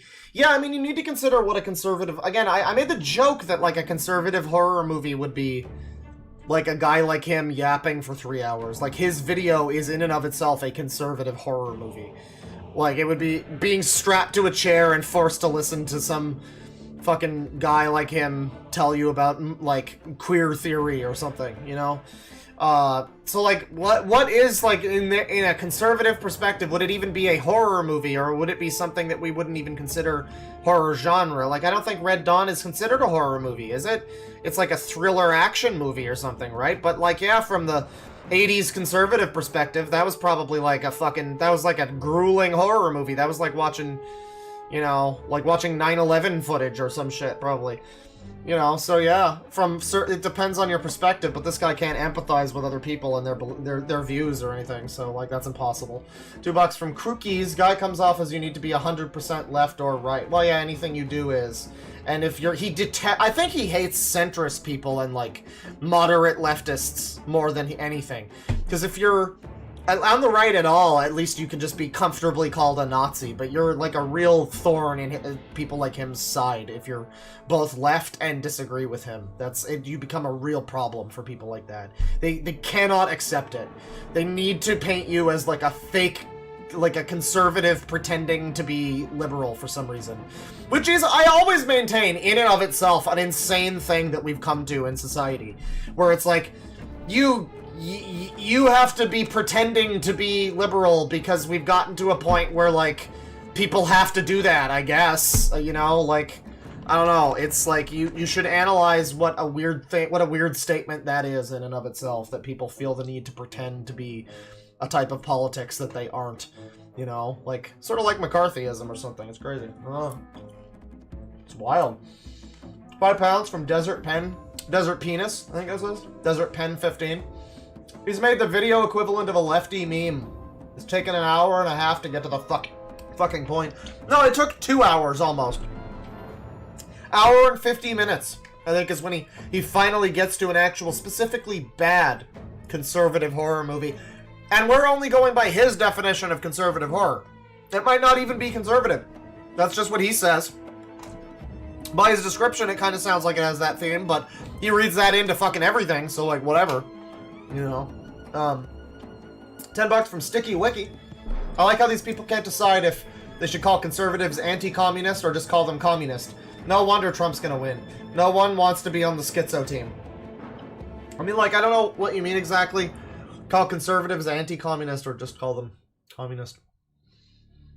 I don't think I get at what you're getting at there. I mean, I don't know how many of these types of people are calling a conservative a communist. I mean, they also generally tend to view communist as sort of an insult. I think socialist is sort of the term they like, which is different, but like, yeah, it's similar enough where it's like if you are being referred to as a commie, socialist would probably be more what they probably align as, but commie is just sort of like an insult version of that, I guess. There are people that are proud commies, though. I don't know personally. I mean, I don't think I get what you're coming from. Like, how many of them are referring to like Republicans or whatever as being communists? I mean, I don't know if I've seen that. But like, yeah, no. I mean, the second half of that. I mean, again, I don't. You know, in 2016, I wanted Trump to win. I was like a gung-ho anti-Hillary. This is gonna be funny, guys. It'll be very funny. It's gonna be so funny. And I had some points that I stand by that are like, people were more critical of Trump, at least. They knew that he was crazy and insane, so like, yeah, they were gonna pay attention to every fucking thing that he did, which was annoying, but like, Hillary would have gotten away with fucking anything. She would have gotten away with fucking anything, and like, it might have been for the best that we got the one of the two evils that was being heavily scrutinized and not being given a free pass.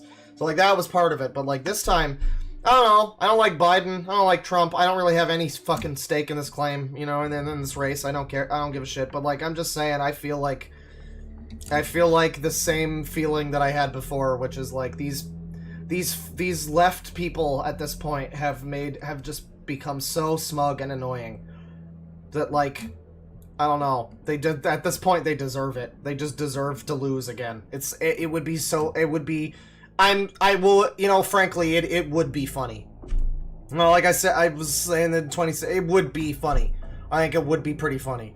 But it won't solve anything. They're never going to learn. They're never going to wise up and go, oh, we need to stop being condescending and, like, dishonest all the time. And, like, trying to push our agenda in, like, a very dishonest way.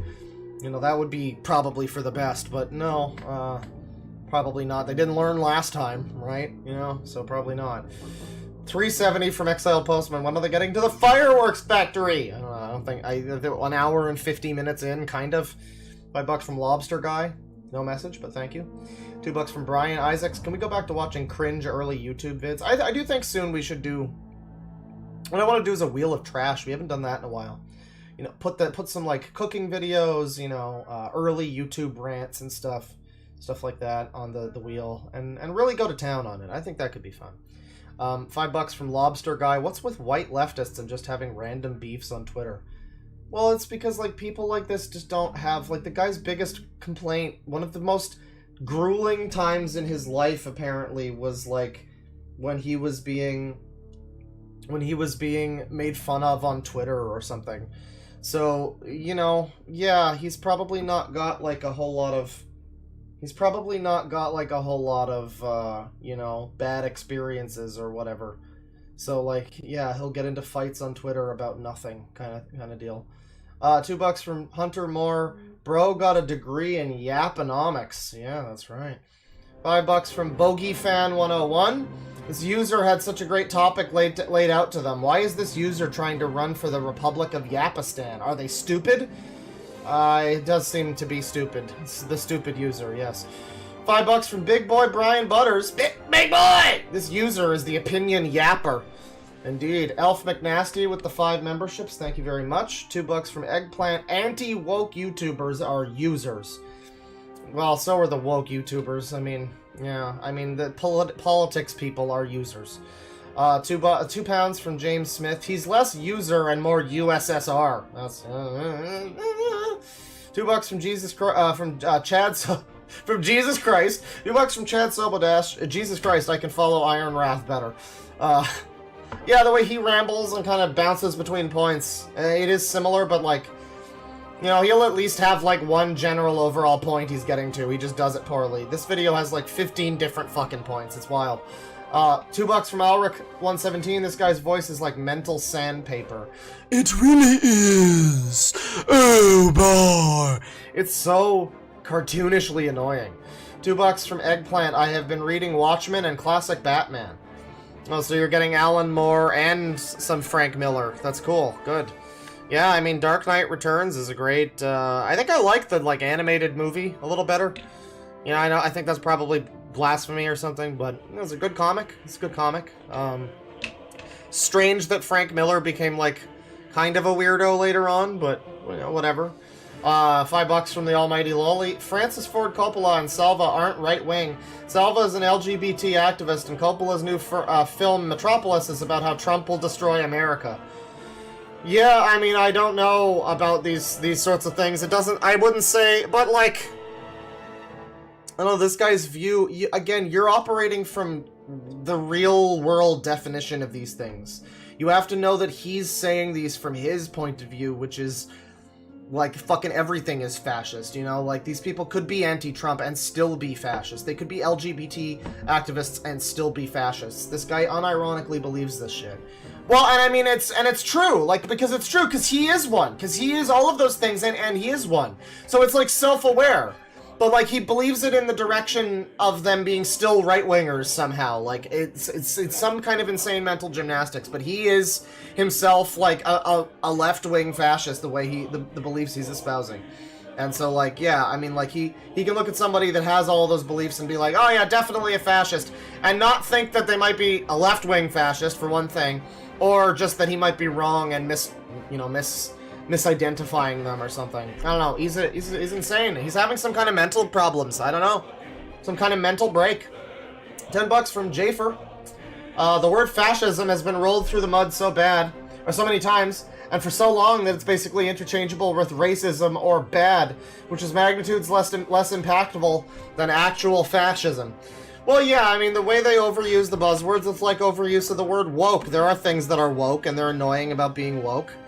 And, you know, it's impossible to point that out now without sounding like a screaming retard, just like it's impossible to call that pronouns guy transphobic, which he is, without sounding like a screaming retard. These words have been ruined. The meaning, the true definition of these words. Racism was killed and raped and shot behind in the fucking head behind an Arby's by the Space Buns person. The person that told some white that they aren't allowed to wear space buns because it's cultural appropriation in fucking Animal Crossing. That racism died that day. It's all over. It's all over. It's all over. I mean, anybody who says it now just sounds like they're crazy, you know? And it's like, racism's real, obviously. So is all this stuff. Transphobia, woke bullshit, they're all real. It's just that people won't shut up about them, and they're very annoying, you know? $2 from Eggplant. I got Stephen King's latest book. Well, I hope you enjoy. €2 from Speedy Door. Claws back with another block rockin' user. Absolutely. $2 from Eggplant. Pujo watches cringy losers and users. Pujo? Alright. Baneblade with the Certified Sicko. Thank you very much. Amber with $5. Thanks for the entertainment while I set up my Vampire Crab's tank. That sounds pretty cool. It's probably not. It's one of those animals where they name it in like a Komodo dragon. It's not really a dragon, but they just gave it that name, and you know, it's probably not a real vampire, but like that sounds cool though. It does sound cool. It's a bit of a jape, you know, animal, but whatever. So it's probably cool in his own right. $5 from Autistic Wolf. I always found it amusing that YouTube will send will send a response saying they read your appeal, but never program their AI to wait a day to make it believable. Keck. Yes, they will claim they super totally reviewed your shit within 3 minutes. You know, and it's like a fucking hour-and-a-half long video. Yeah, I believe it, dude. No, again, I mean, it would just be a real shame if, you know, if the video gets re-uploaded for, you know, for all the pedophiles. Shoutouts to all the pedophiles. $2 from the Great Zamboni. Take care of yourself, Gamea. That's Gamea. That's like gamer, but like the soft A version. Magema. I like that. I'll try. You know, I gotta shotgun back some food real quick here. €5, £5 even from me. Hey Claw, I recommend Dylan the Night Owl's 8-hour video on Linkara's books he wrote before The Lightbringer. Not even the farms got past the first book. Oh, that sounds very exciting, actually. Dylan the Night Owl. That name sounds familiar. Dylan the Night Owl, and it's a Linkara video. Oh God. Oh boy. Yeah, 8 hours. Jesus Christ. I think this person was a chat member at some point. I don't know if they still watch. I feel like I might have seen them in chat. I'm not sure. But, yeah, no, we could maybe stream this. This sounds good. This is from 6 days ago. I'm gonna add this to the watch later. Also, I have a video that someone made that... I forget the name of it, but it was a video that was basically a guy infiltrating... He was pretending to be a 15-year-old gay furry on Twitter or something. And it was like an escalation of how bad the responses were. And very quickly it gets to like groomers and weirdos, you know. But the very first guy is like another child who apparently is friends with zoophiles and stuff. And I only watched like 10 minutes of it before I was like, I should probably save this for maybe watch this on stream. It's like a year-old video or something, so people might know what I'm talking about, but it's a pretty interesting one, and I thought, you know, for one of those epic content react streams, maybe I'll take a look at that. Yeah, no, this sounds like a good video. Definitely sounds like an interesting thing to cover. God, 8 hours of Linkara books. That's terrible. I have 8 and 11 hour supercuts of those movies. But like I wouldn't subject 8 hours of Linkara to any oh god. Okay, well maybe we'll look at that. Thank you everybody for watching. Again, reminder that if you are a pedophile, I sure hope that video that got taken down of mine doesn't get re-uploaded. That would be unfortunate for you. If you're YouTube, it's weird that you guys decided to side with, you know, taking down this video that was exposing child predators, but alright, whatever. That's what we're doing, that's fine. If you're any other bigger YouTube channel, academics, please respond, you know. But anyways, thank you for watching. That'll be it for the stream. Go fuck yourself. Take it easy. Penis.